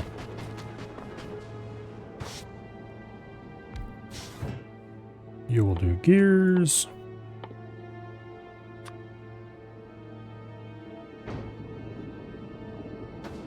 And it will do them very quickly.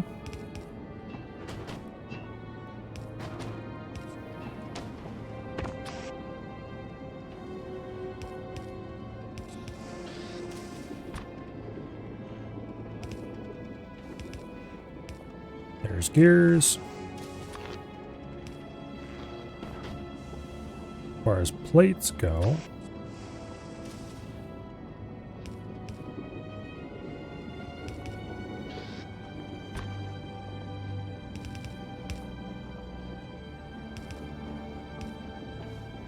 That'll do. And then we're gonna need no copper actually. Because that is coming in like this. Okay.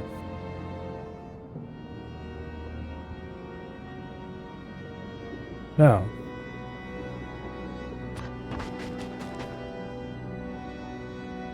how many machines do I need making each component for the green circuit, the green science?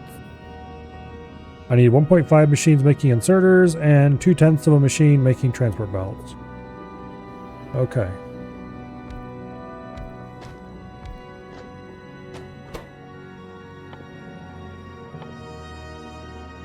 Congratulations, you make belts.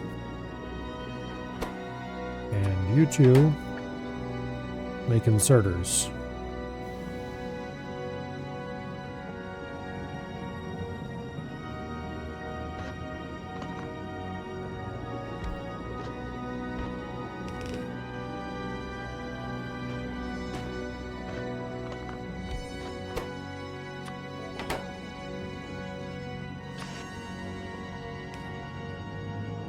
Actually, I don't want to do it that way at all.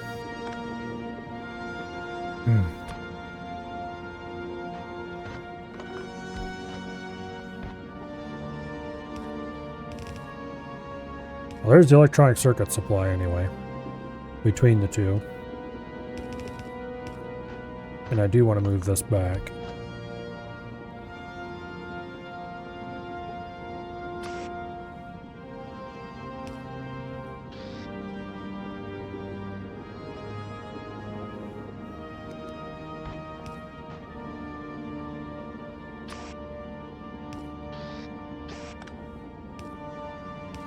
Okay.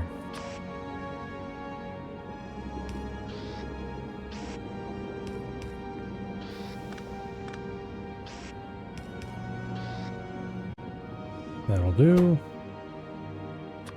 How fast does this machine operate? Half-second crafting time. It consumes one of each every time it cycles. Oh, I don't know if I'm gonna be able to fill this fast enough with that. We'll use a stack inserter.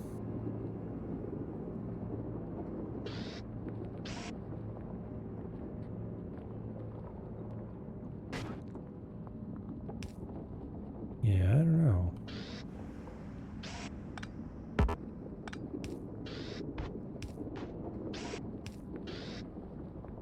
I'm a little bit worried about getting enough materials into these as well. So we'll do that.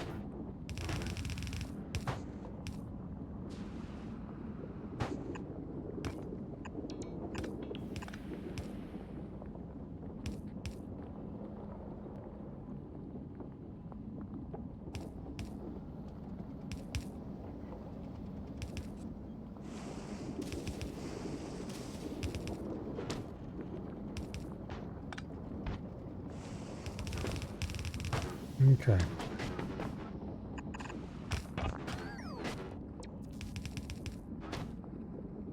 There.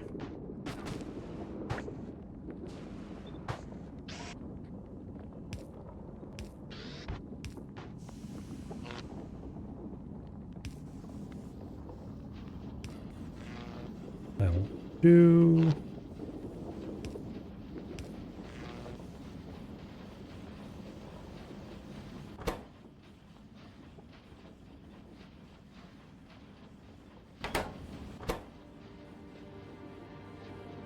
Okay, well, it's a good thing I didn't put any less inserters on this than I did. But it looks like it's running flawlessly even without. And this looks too weird to leave alone. Get rid of that. Okay.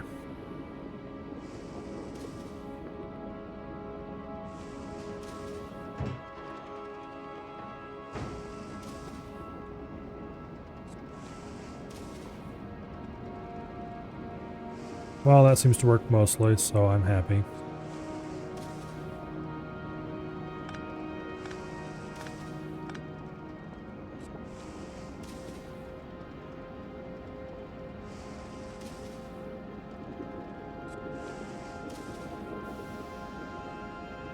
Okay. Now.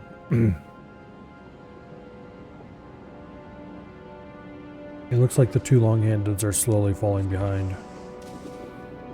Actually.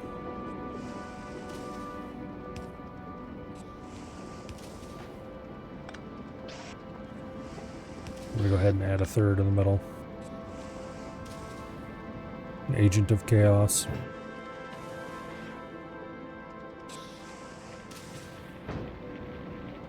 Okay. Beautiful.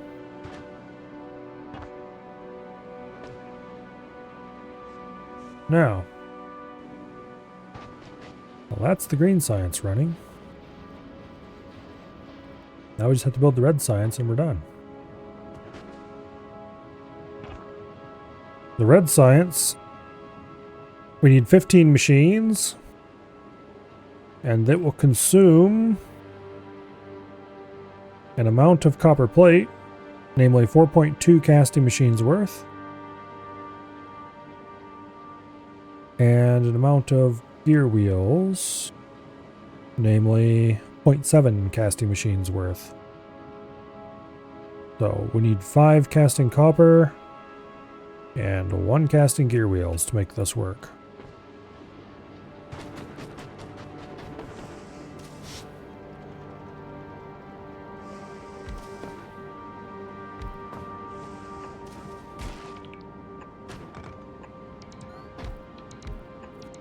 That should do it.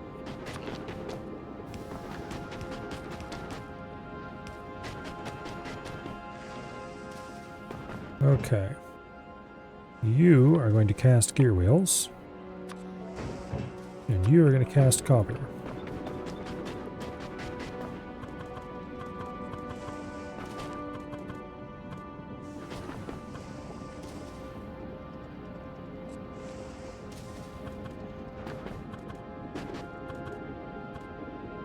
There we go.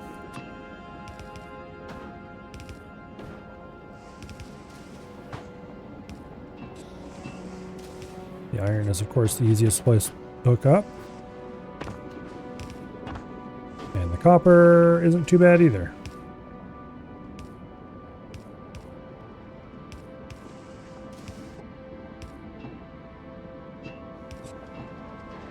Lovely. Now, throughput for both of those is less than a tenth of the belt for the gears and the same for the copper plate. Okay, so we can put them both on the same belt, no problem.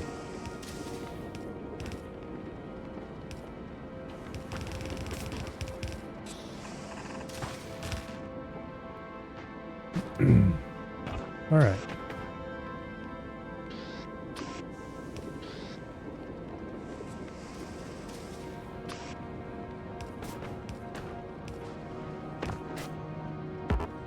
That'll do. Now,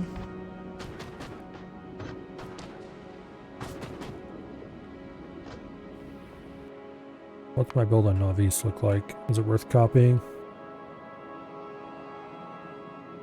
It's really, really simple. Okay. Don't mind if I do. I'm not going to duplicate it identically, but...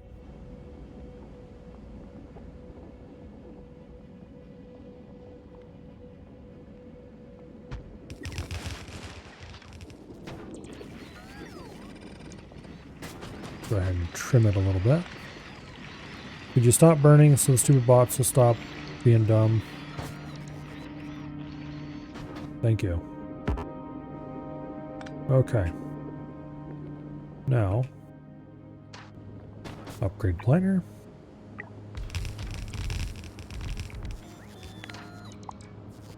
That's 15 of them.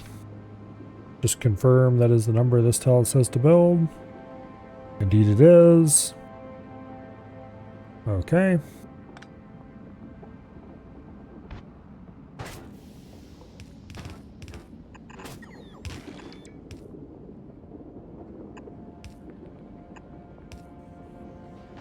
All right.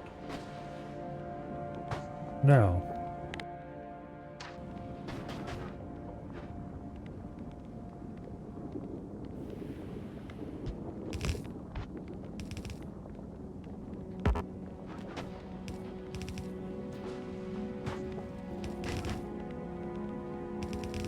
Boom.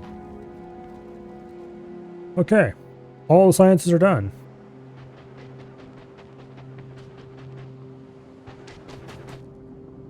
However, prepare yourselves, for the honkening is upon us.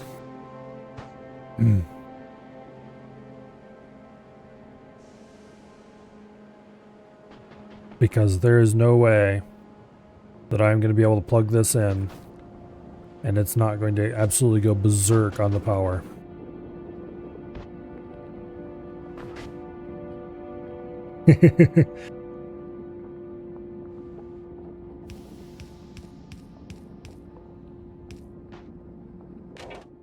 Okay.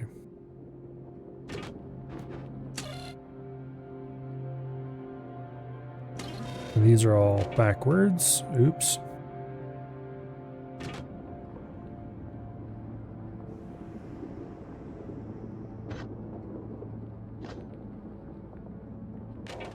Of course they are. Why didn't I check that? And I can't just copy and paste them all because... Well, I can actually.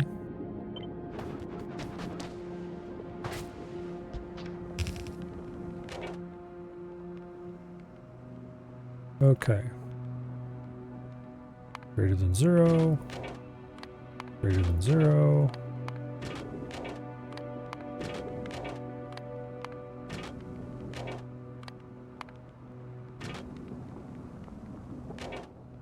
I don't know why I was less than in the first place, because that's obviously wrong.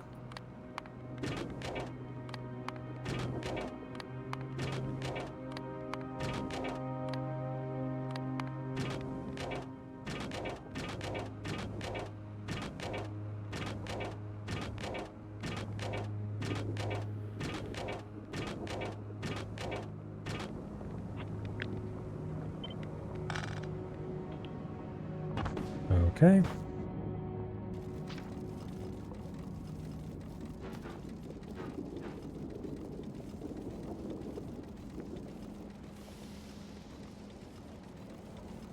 Through what is definitely planning and certainly not happenstance, this design cannot flood the belt on the first loop because it only has one belt of input and it has 2 belts of output. That was totally done on purpose and wasn't just a happy accident.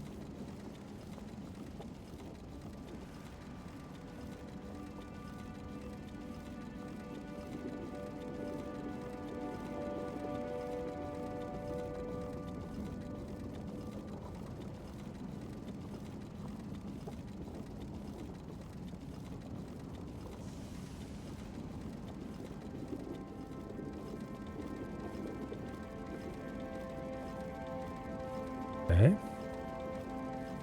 Also, because of the way this thing works, I don't think this is capable of getting stuck. Especially not with the way these detectors are set up.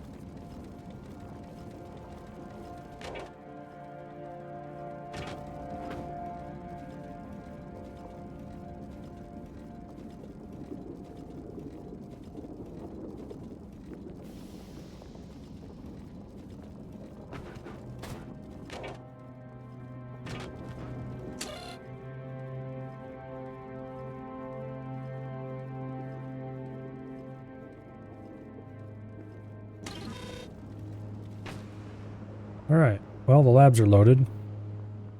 Let's induce problems. We can't do anything that requires space science right now. Which means low density structure productivity.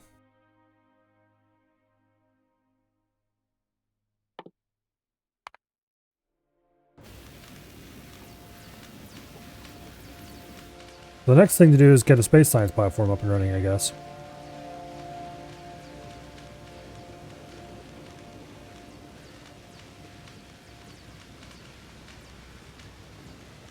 So the first science off the surface of Navis. Speaking of which,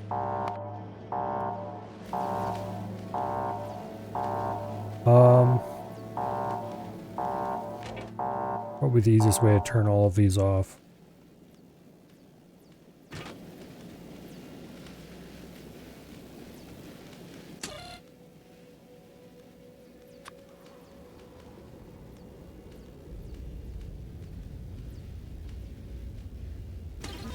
That stack size to 0. Of course.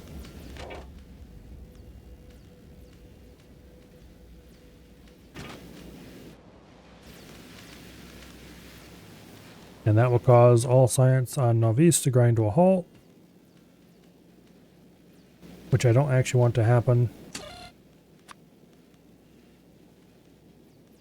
because I would like to use up those electromagnetic packs. How the hell many of them do I have in here anyway? 7,000. Okay.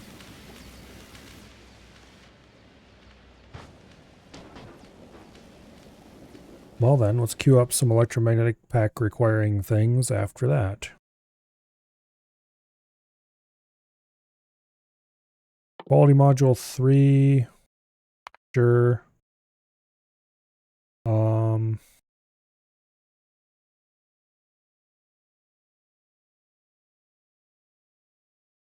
Is there anything else that... Processing unit productivity.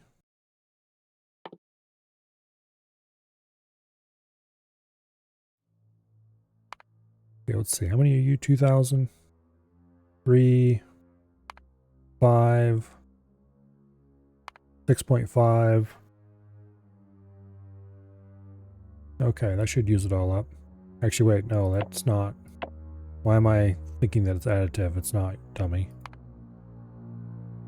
Okay. That's 2,000, 3,000, 5,000. Yeah. Like 5,700 or something. 5,750.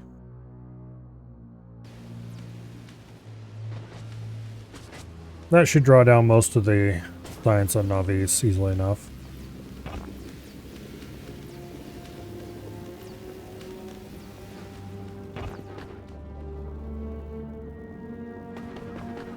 Okay. Now,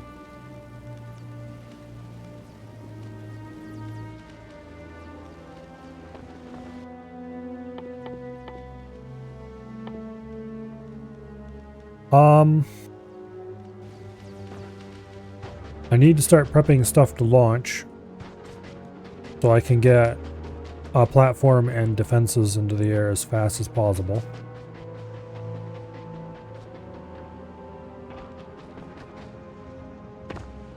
Yeah, because the problem is... Okay, where is the away we go? It's above us, that's where it's at. Like, the way we go is capable of defending itself from random floating rocks. If I launch just another space platform hub, it probably won't get instantly assaulted to death.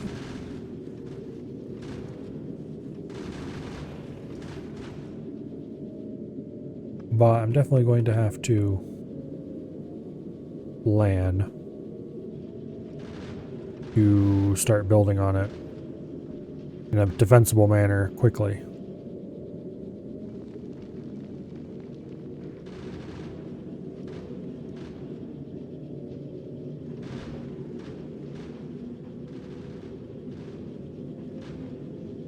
Anyway.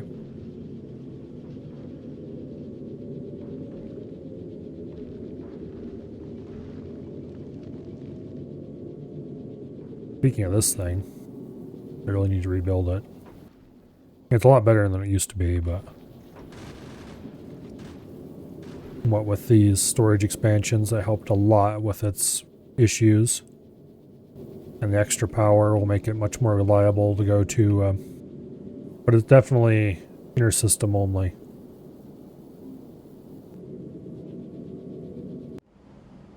Anyway.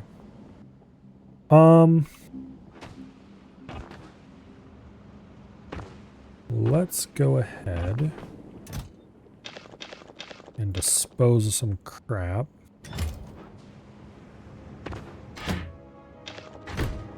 And then I need to start thinking about power.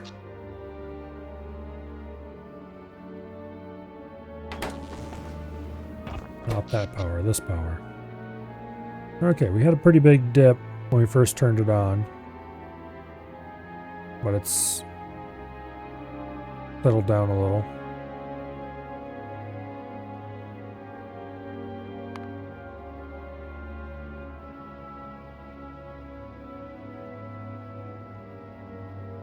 Okay.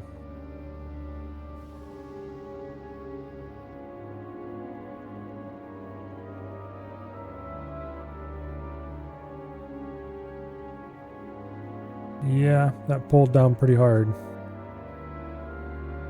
But it's going back up again. Okay. So we're not as dire need of power as I thought we might be.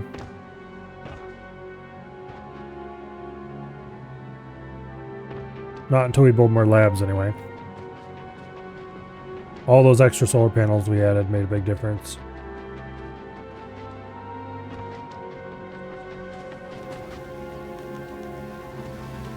And also, this seems to be doing a pretty good job of keeping things filled.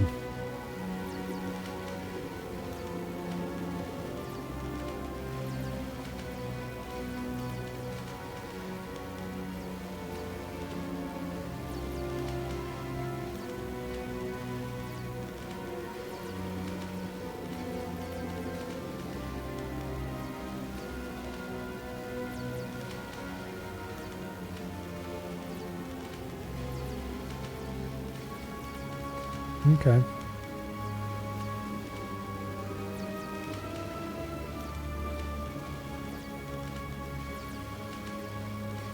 Very colorful. Look at all the pretty colors. I love sushi belts when they work. And they're also fun to design just because they're a bit challenging at times, depending on what you're trying to force them to do. But there's really only a few things in the game where a sushi belt makes sense at all. Most things are... It's not a very good idea. Okay, let's go get ourselves a platform core made. For which we need 20 processing units, which I have on me already, 20 steel plates, which I can grab very easily, and space platform foundation, which I have started making here a long time ago, and should have plenty of. Okay.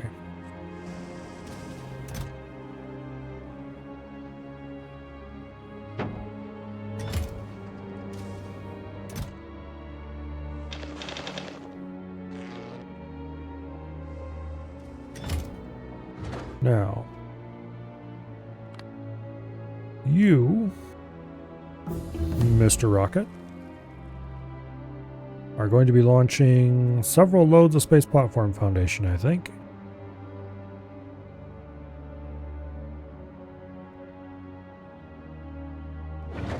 Let's go grab things I know I'm going to want on the rocket that I don't have enough of in my inventory.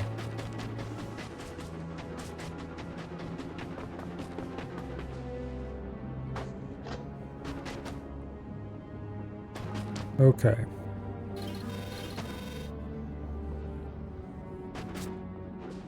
Combinators I'm going to want eventually, TM. Probably sooner rather than later. Furnaces I'm going to need, obviously. This thing is not going to go anywhere, so we don't need to worry about engines or fuel or any of that BS.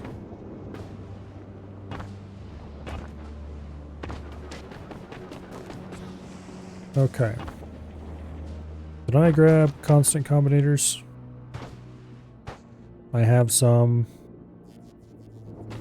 I kind of want to launch a full stack of every combinator. Probably not worth it. I highly doubt we'll use that many combinators. But I'll have them in my inventory ready to go. Okay, where is the starter pack? Build new space platform. Name.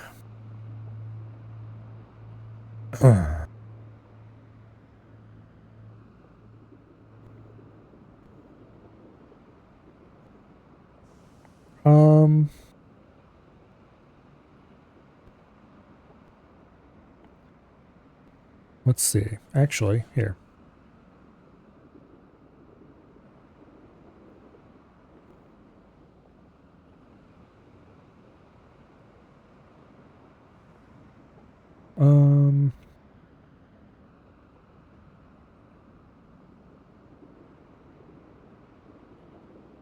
There, I had to look up how this was spelled because I'm a uncultured barbarian sometimes.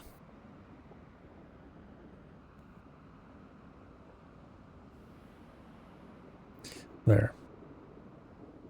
Boom.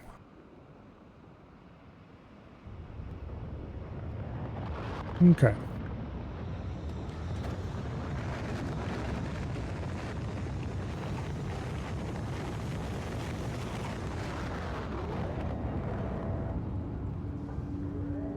Now, the next one to launch.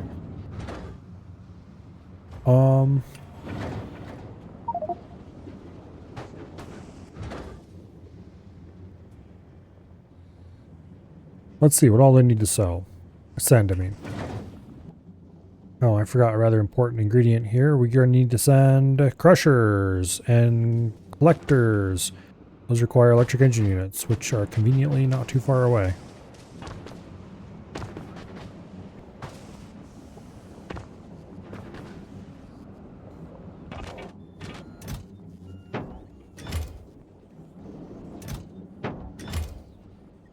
Okay, and steel and low-density structures.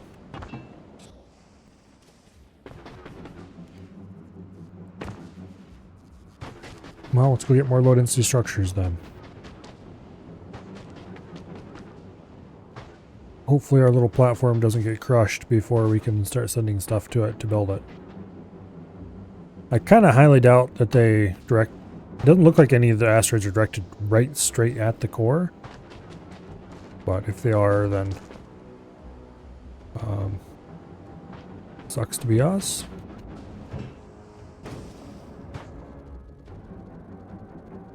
Okay, what's the stack size? 10?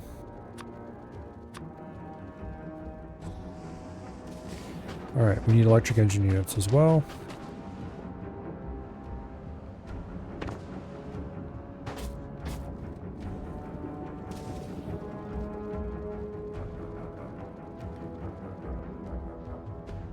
Okay, got a lot of those. And now we need more low density structures. So I'm going to want to make some cargo bays.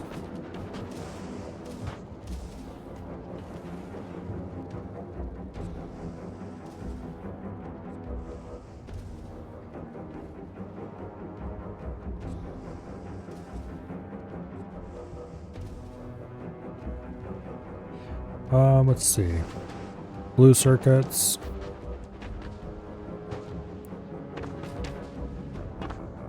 We have a small belt full of those. And of course, steel.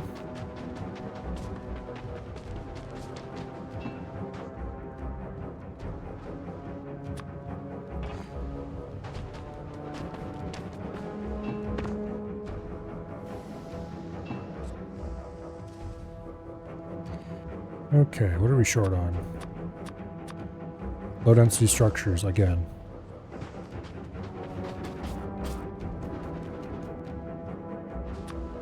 Okay. That's a stack each of those. That should be plenty. I hope.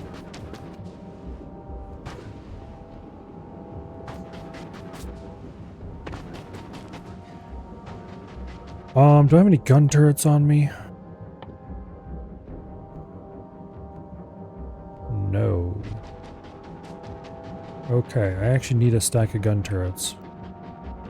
There's a lot of iron, copper, and gears.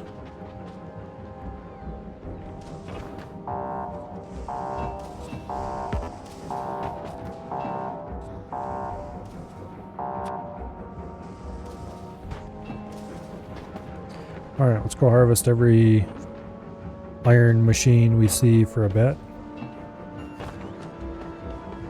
And copper machine.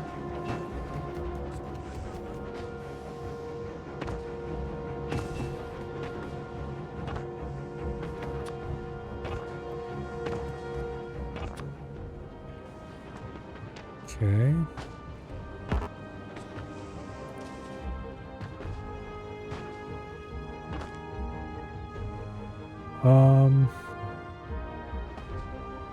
Surprisingly, it's iron that's the shortest.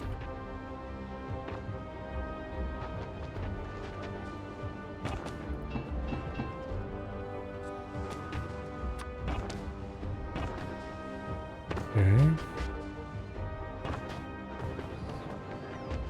Still iron? Seriously?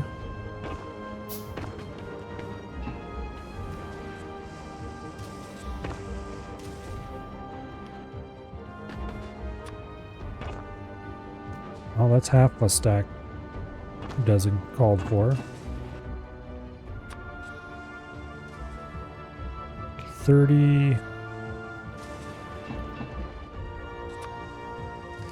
35. Where's my gear wheels? There they are. We're gonna need more of those soon.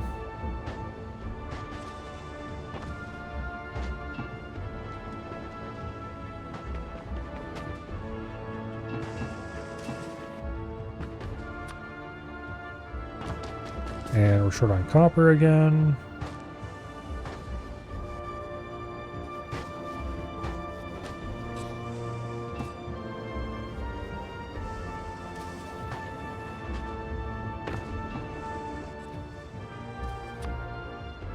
Okay, we only need 5 more.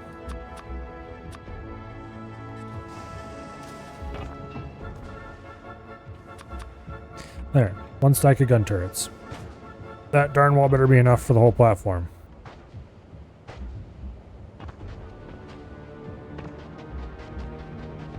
Now, all this crap crafts, let's go get rid of this flashing alert.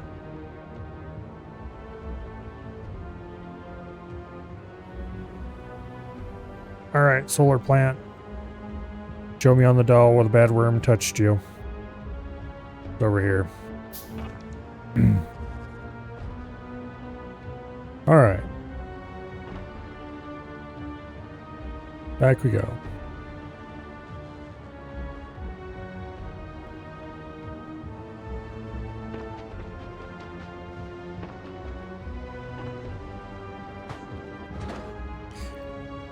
Let's launch important things.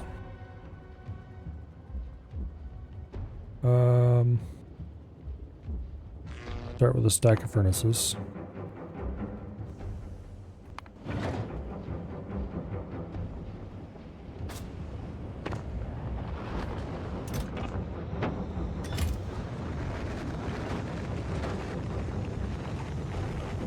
And we'll do the rest of the stuff, the crushers, the asteroid collectors, that kind of fun stuff.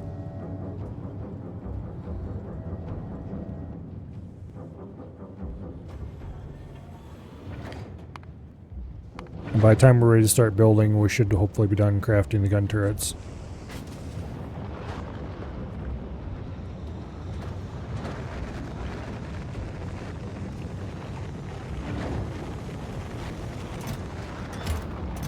Also, we're not exactly geared up here to produce a whole lot of rockets.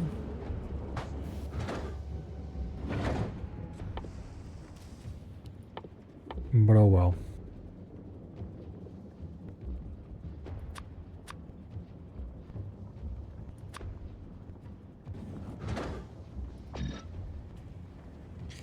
Okay, we've got more speed modules too coming in that we'll fill the rocket silo up with. That'll help make it go a little faster so I don't have to stand around so much. The real solution, of course, is to build more rocket silos and build a proper rocket launching complex, but that solution will wait a little bit. It is definitely something that I am going to have to do, though, because we're going to be launching a lot of stuff from here. Actually.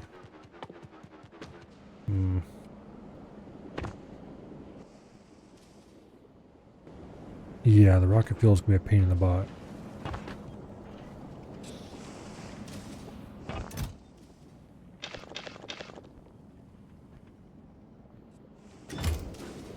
I'm probably going to...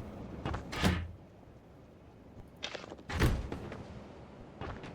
much rocket fuel can you send in a rocket?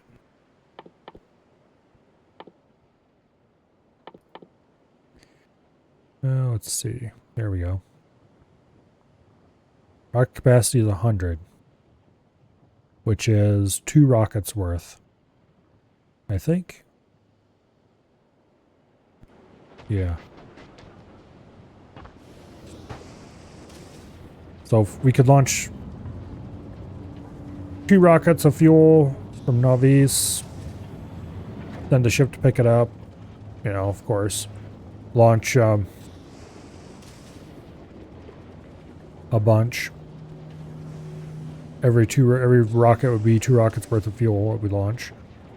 And then bring it back here, or we could just build a much bigger production line for it here. One of those is honestly much smarter than the other.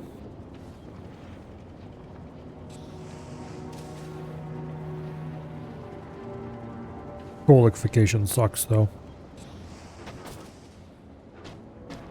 We're just gonna have to keep our rocket launching under control.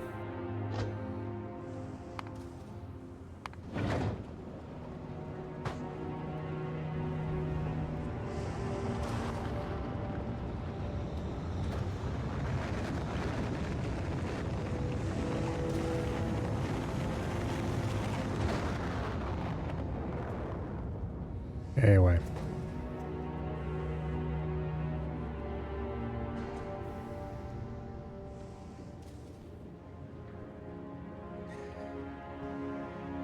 Let's see. I need to build a chest that I can use for planning purposes. Ah, damn it. Okay, we'll use this chest.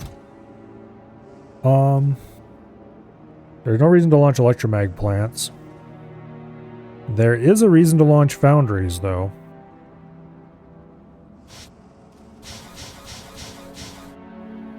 I can use those instead of standard furnaces for stuff. I'm still going to launch furnaces, but also foundries. I probably won't use them right away. Chemical plants. I don't think so. Space platform foundation, of course.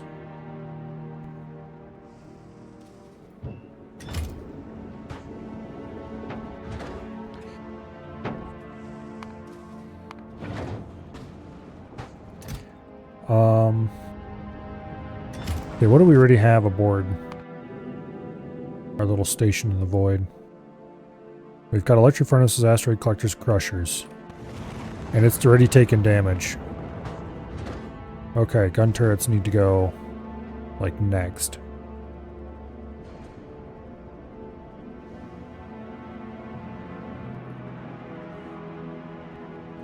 And we're already running into fuel troubles. Yay!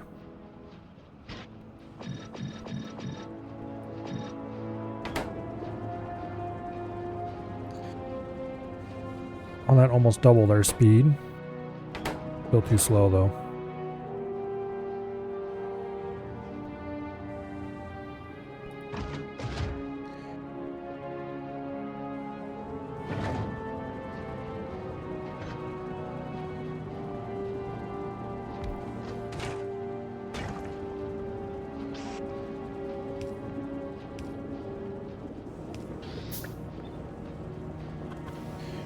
Okay.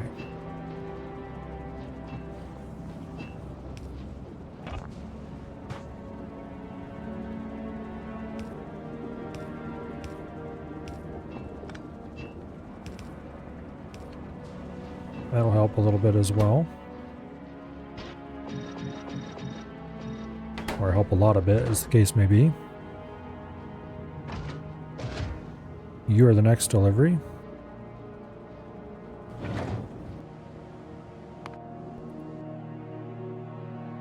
Okay. I'm gonna have to ship some ammo manually.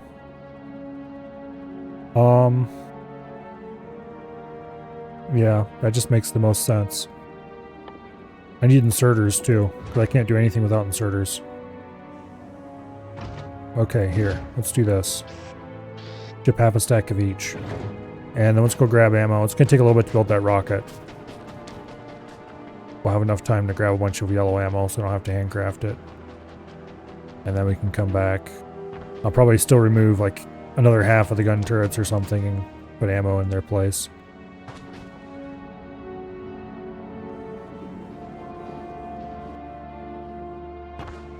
Yeah. Right, rocket capacity. Yeah, we're not going to launch an entire rocket full. We're just going to launch enough to get some emergency defenses online.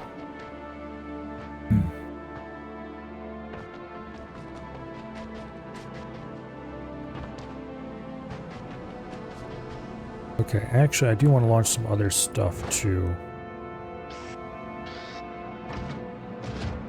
Okay, I want a constant combinator. And 50 ammo. Okay, that'll work. As soon as this is ready to go, it's out of here.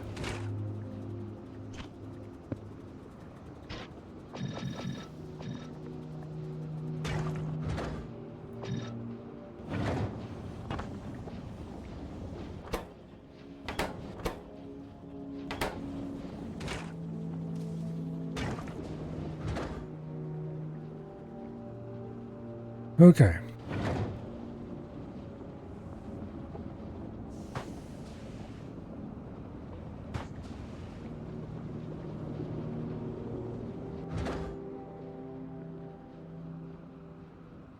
Few more bits.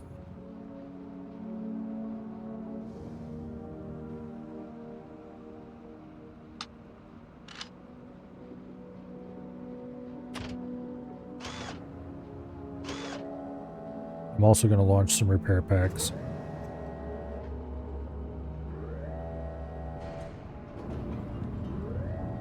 It's a pretty janky cargo, but it'll do.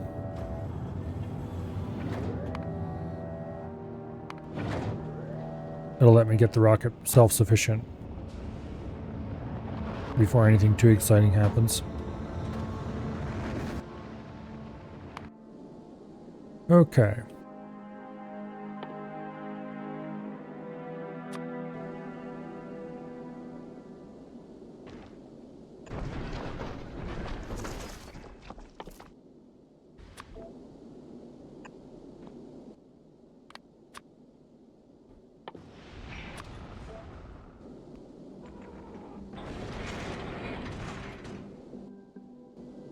Ah, shit, I need to set up a solar panel. No.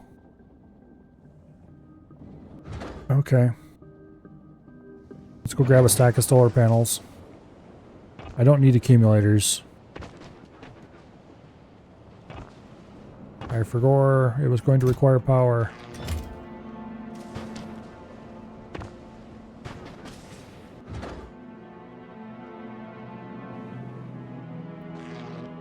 Okay.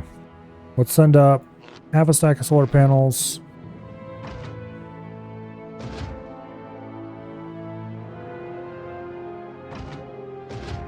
Some gun turrets. More ammo.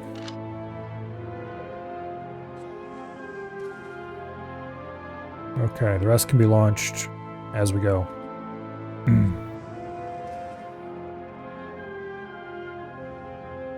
You know, it'd be really cool if there was an item that lets you beam power down from a platform to the surface.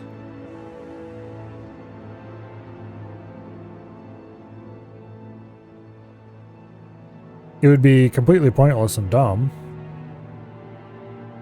but it would also be really cool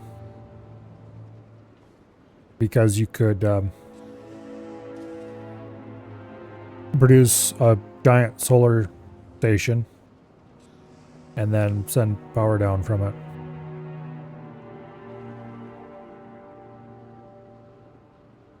Which, why would you ever do that when you could just build it on the surface? But oh well. It'd still be cool. Pointless, but cool.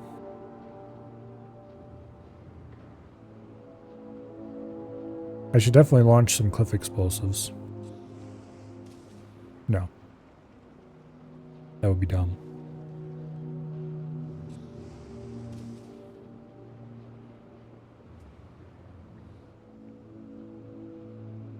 I wonder... You can burn carbon. So technically...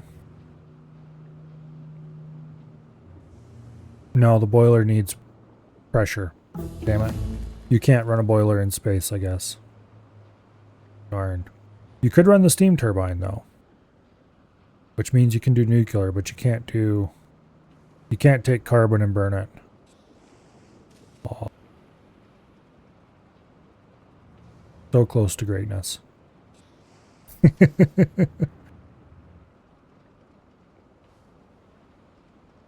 It would be kind of hilarious to do.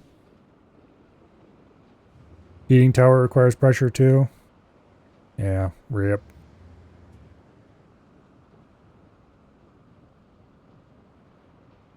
So close to greatness.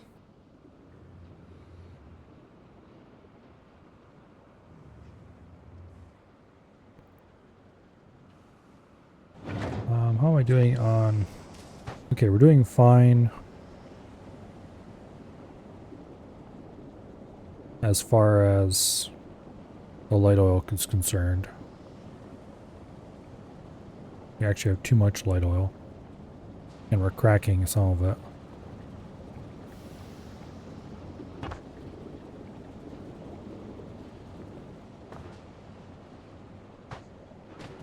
Okay. I could probably add more machines. I just have to completely redo this whole area. Which I guess when I build the larger rocket launch complex, which I'm going to do as soon as I stabilize the station, I could do it elsewhere.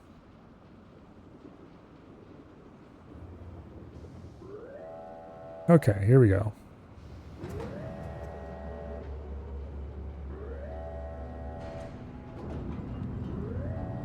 You run into zero flexibility getting into kilo until you properly establish yourself there.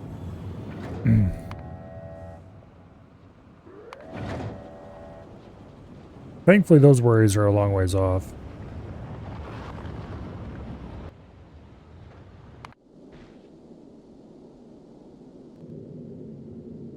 It's coming for us.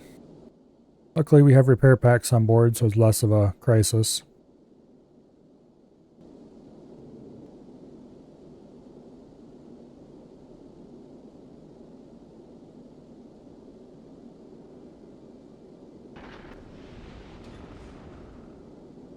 Oh, I missed. Okay, good. Alright. That one doesn't look like it's going to miss, though.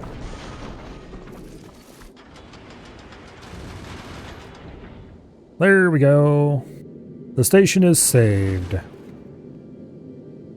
Now, before it gets too rambunctious here, I need to build a minimal economy.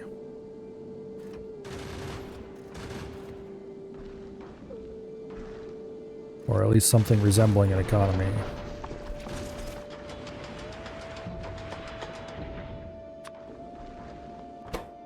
Okay, you will only grab metallic chunks. For now.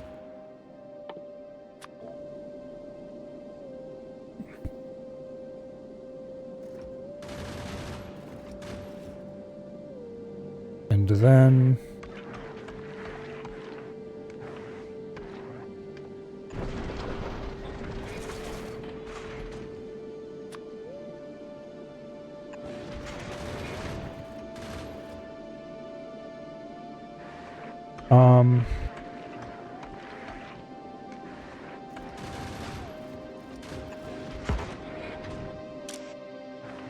use filters.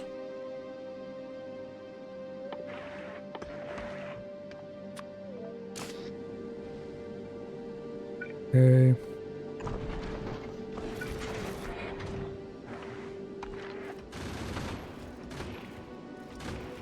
Actually,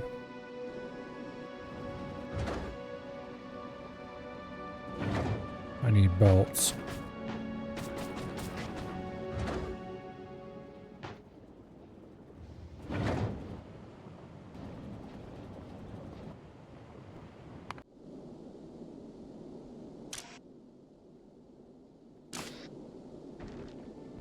Okay.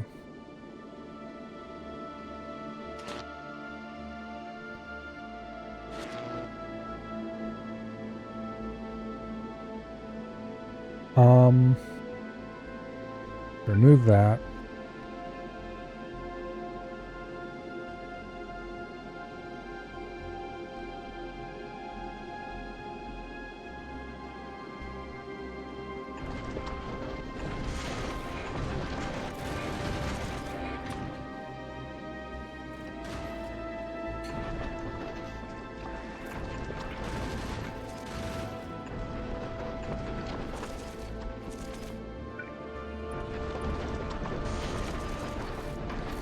Okay. That should summon the transport belts up here in a minute. And then,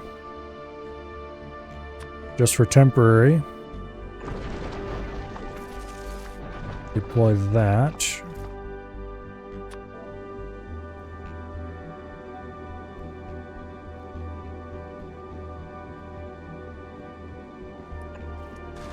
And then we're going to have to bring some inserters, which we don't have the long-handed ones. We do have the short ones.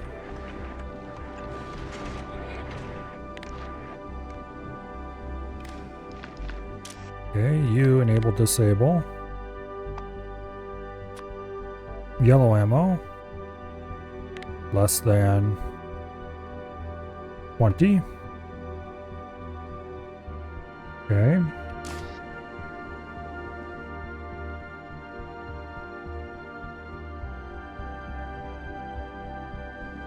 Gotta launch a bunch of things. I thought I sent some. Guess I hadn't got around to sending those yet.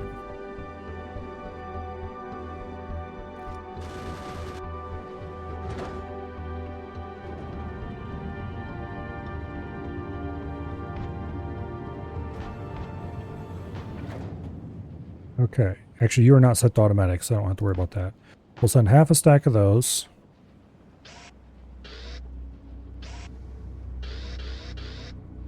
A partial stack of those. I need at least one assembly machine. And as many space platform bits as we can of range. That is not enough of those. That might be.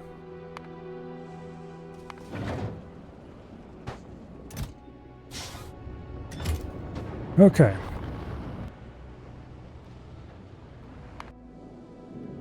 Once we get this thing so it's capable of defending itself without constant panic.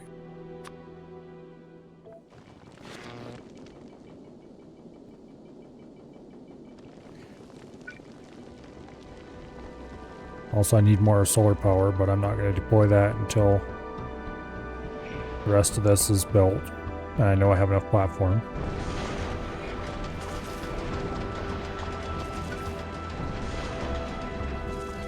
Okay.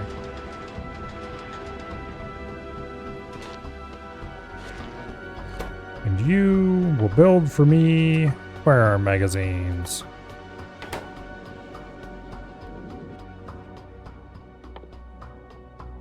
Oh, quality module 3 is done.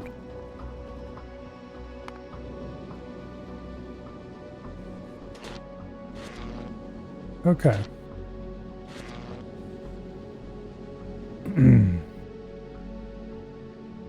Ammo production. Online-ish.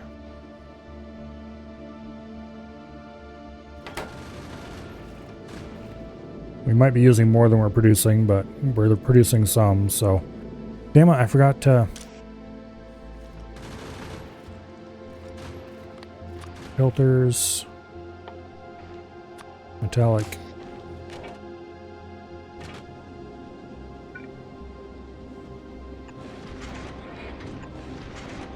Okay, that'll work. The one problem might be is if this prefers to grab off the top side instead of the bottom side, which I don't remember which side they prefer to grab off of. So it could still back itself up. But if it does that, there's an easy solution, and that is to wire it so that this stops if this is not if this is full or something similarly simple. And I should probably just go ahead and do that. You enable disable if metallic asteroid chunk greater than 0, and you read belt contents hold. Okay.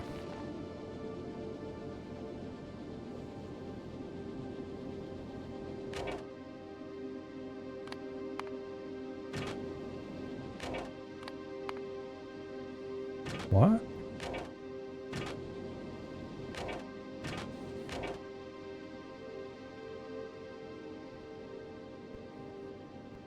Enable if metallic is less than 0. Okay, why aren't you running now?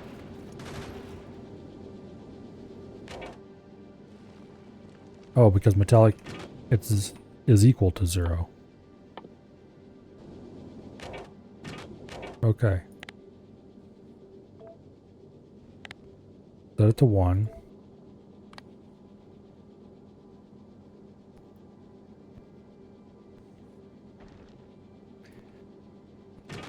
Okay. That will run. Which I could have done less than or equal to 0 and it would work. Burp. Alright. You wouldn't know it, but I'm actually a computer programmer. I know this shit. In theory, at least. Okay.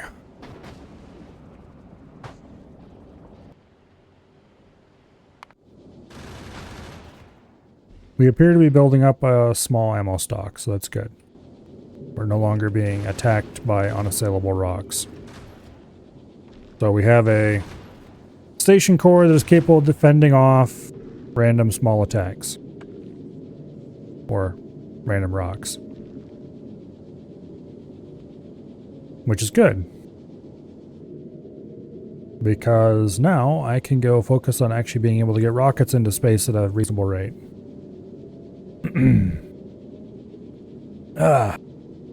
Or rather, I can do that tomorrow because it's 10:48.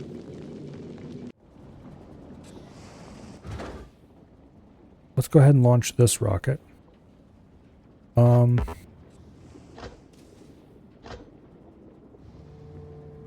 wow, you can't even fit a whole... Okay. We'll launch that because we already have one up there. And then we'll launch...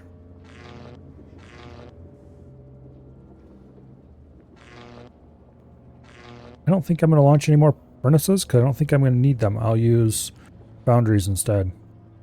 What's another thing that I launched a fraction of a stack of?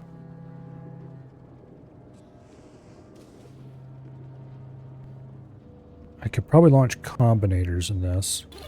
How many combinators can I fit? 2? That's hardly worth it. Okay.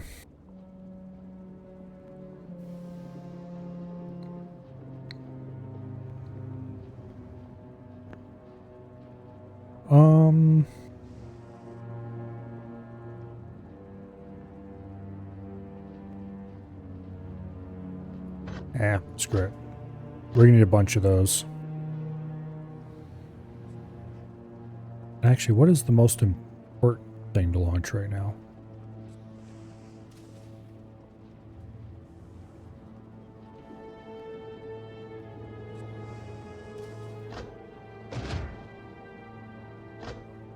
Let's do that instead. Get all the gun turrets off the ground and some more assembly machines.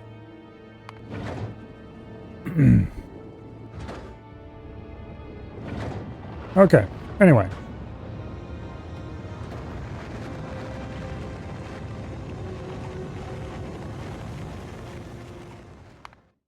And I'm going to save as the rocket takes off. Hopefully when you load the game, the rocket will still be taking off because that will remind me what I was doing. Although it is just tomorrow, so I'll likely be able to remember most of it anyway. And if not, a few minutes of poking around will remind me quickly enough. But anyway, it is 10:51, and the shrimp light has turned off. So Alas, we have no shrimps sailing around to entertain us on the end screen. Tomorrow, there will be more Factorio.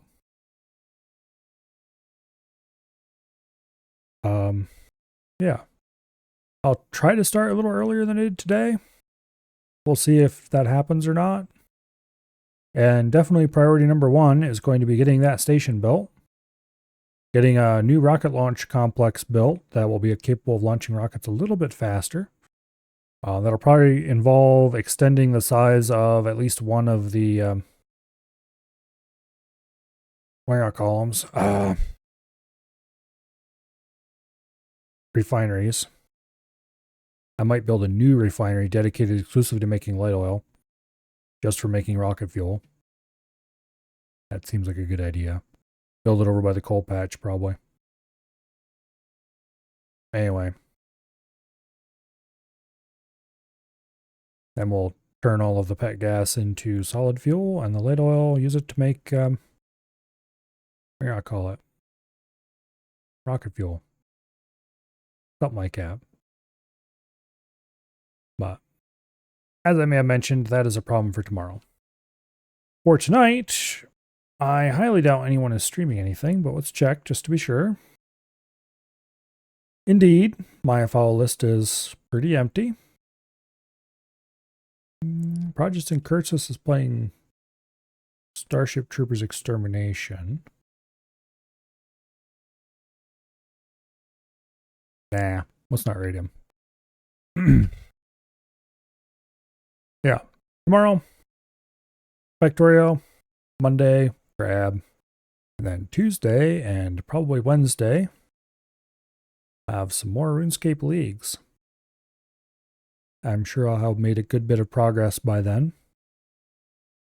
Since the last time, aka yesterday. And then Thursday will be the triumphant return of Fallout Tactics. After skipping a week. Before finally some Friday EDF. And then more Factorio. I think that's going to be the weekly schedule for a little while. Hopefully you all have an awesome night. And I will see you all later. Good night. And goodbye.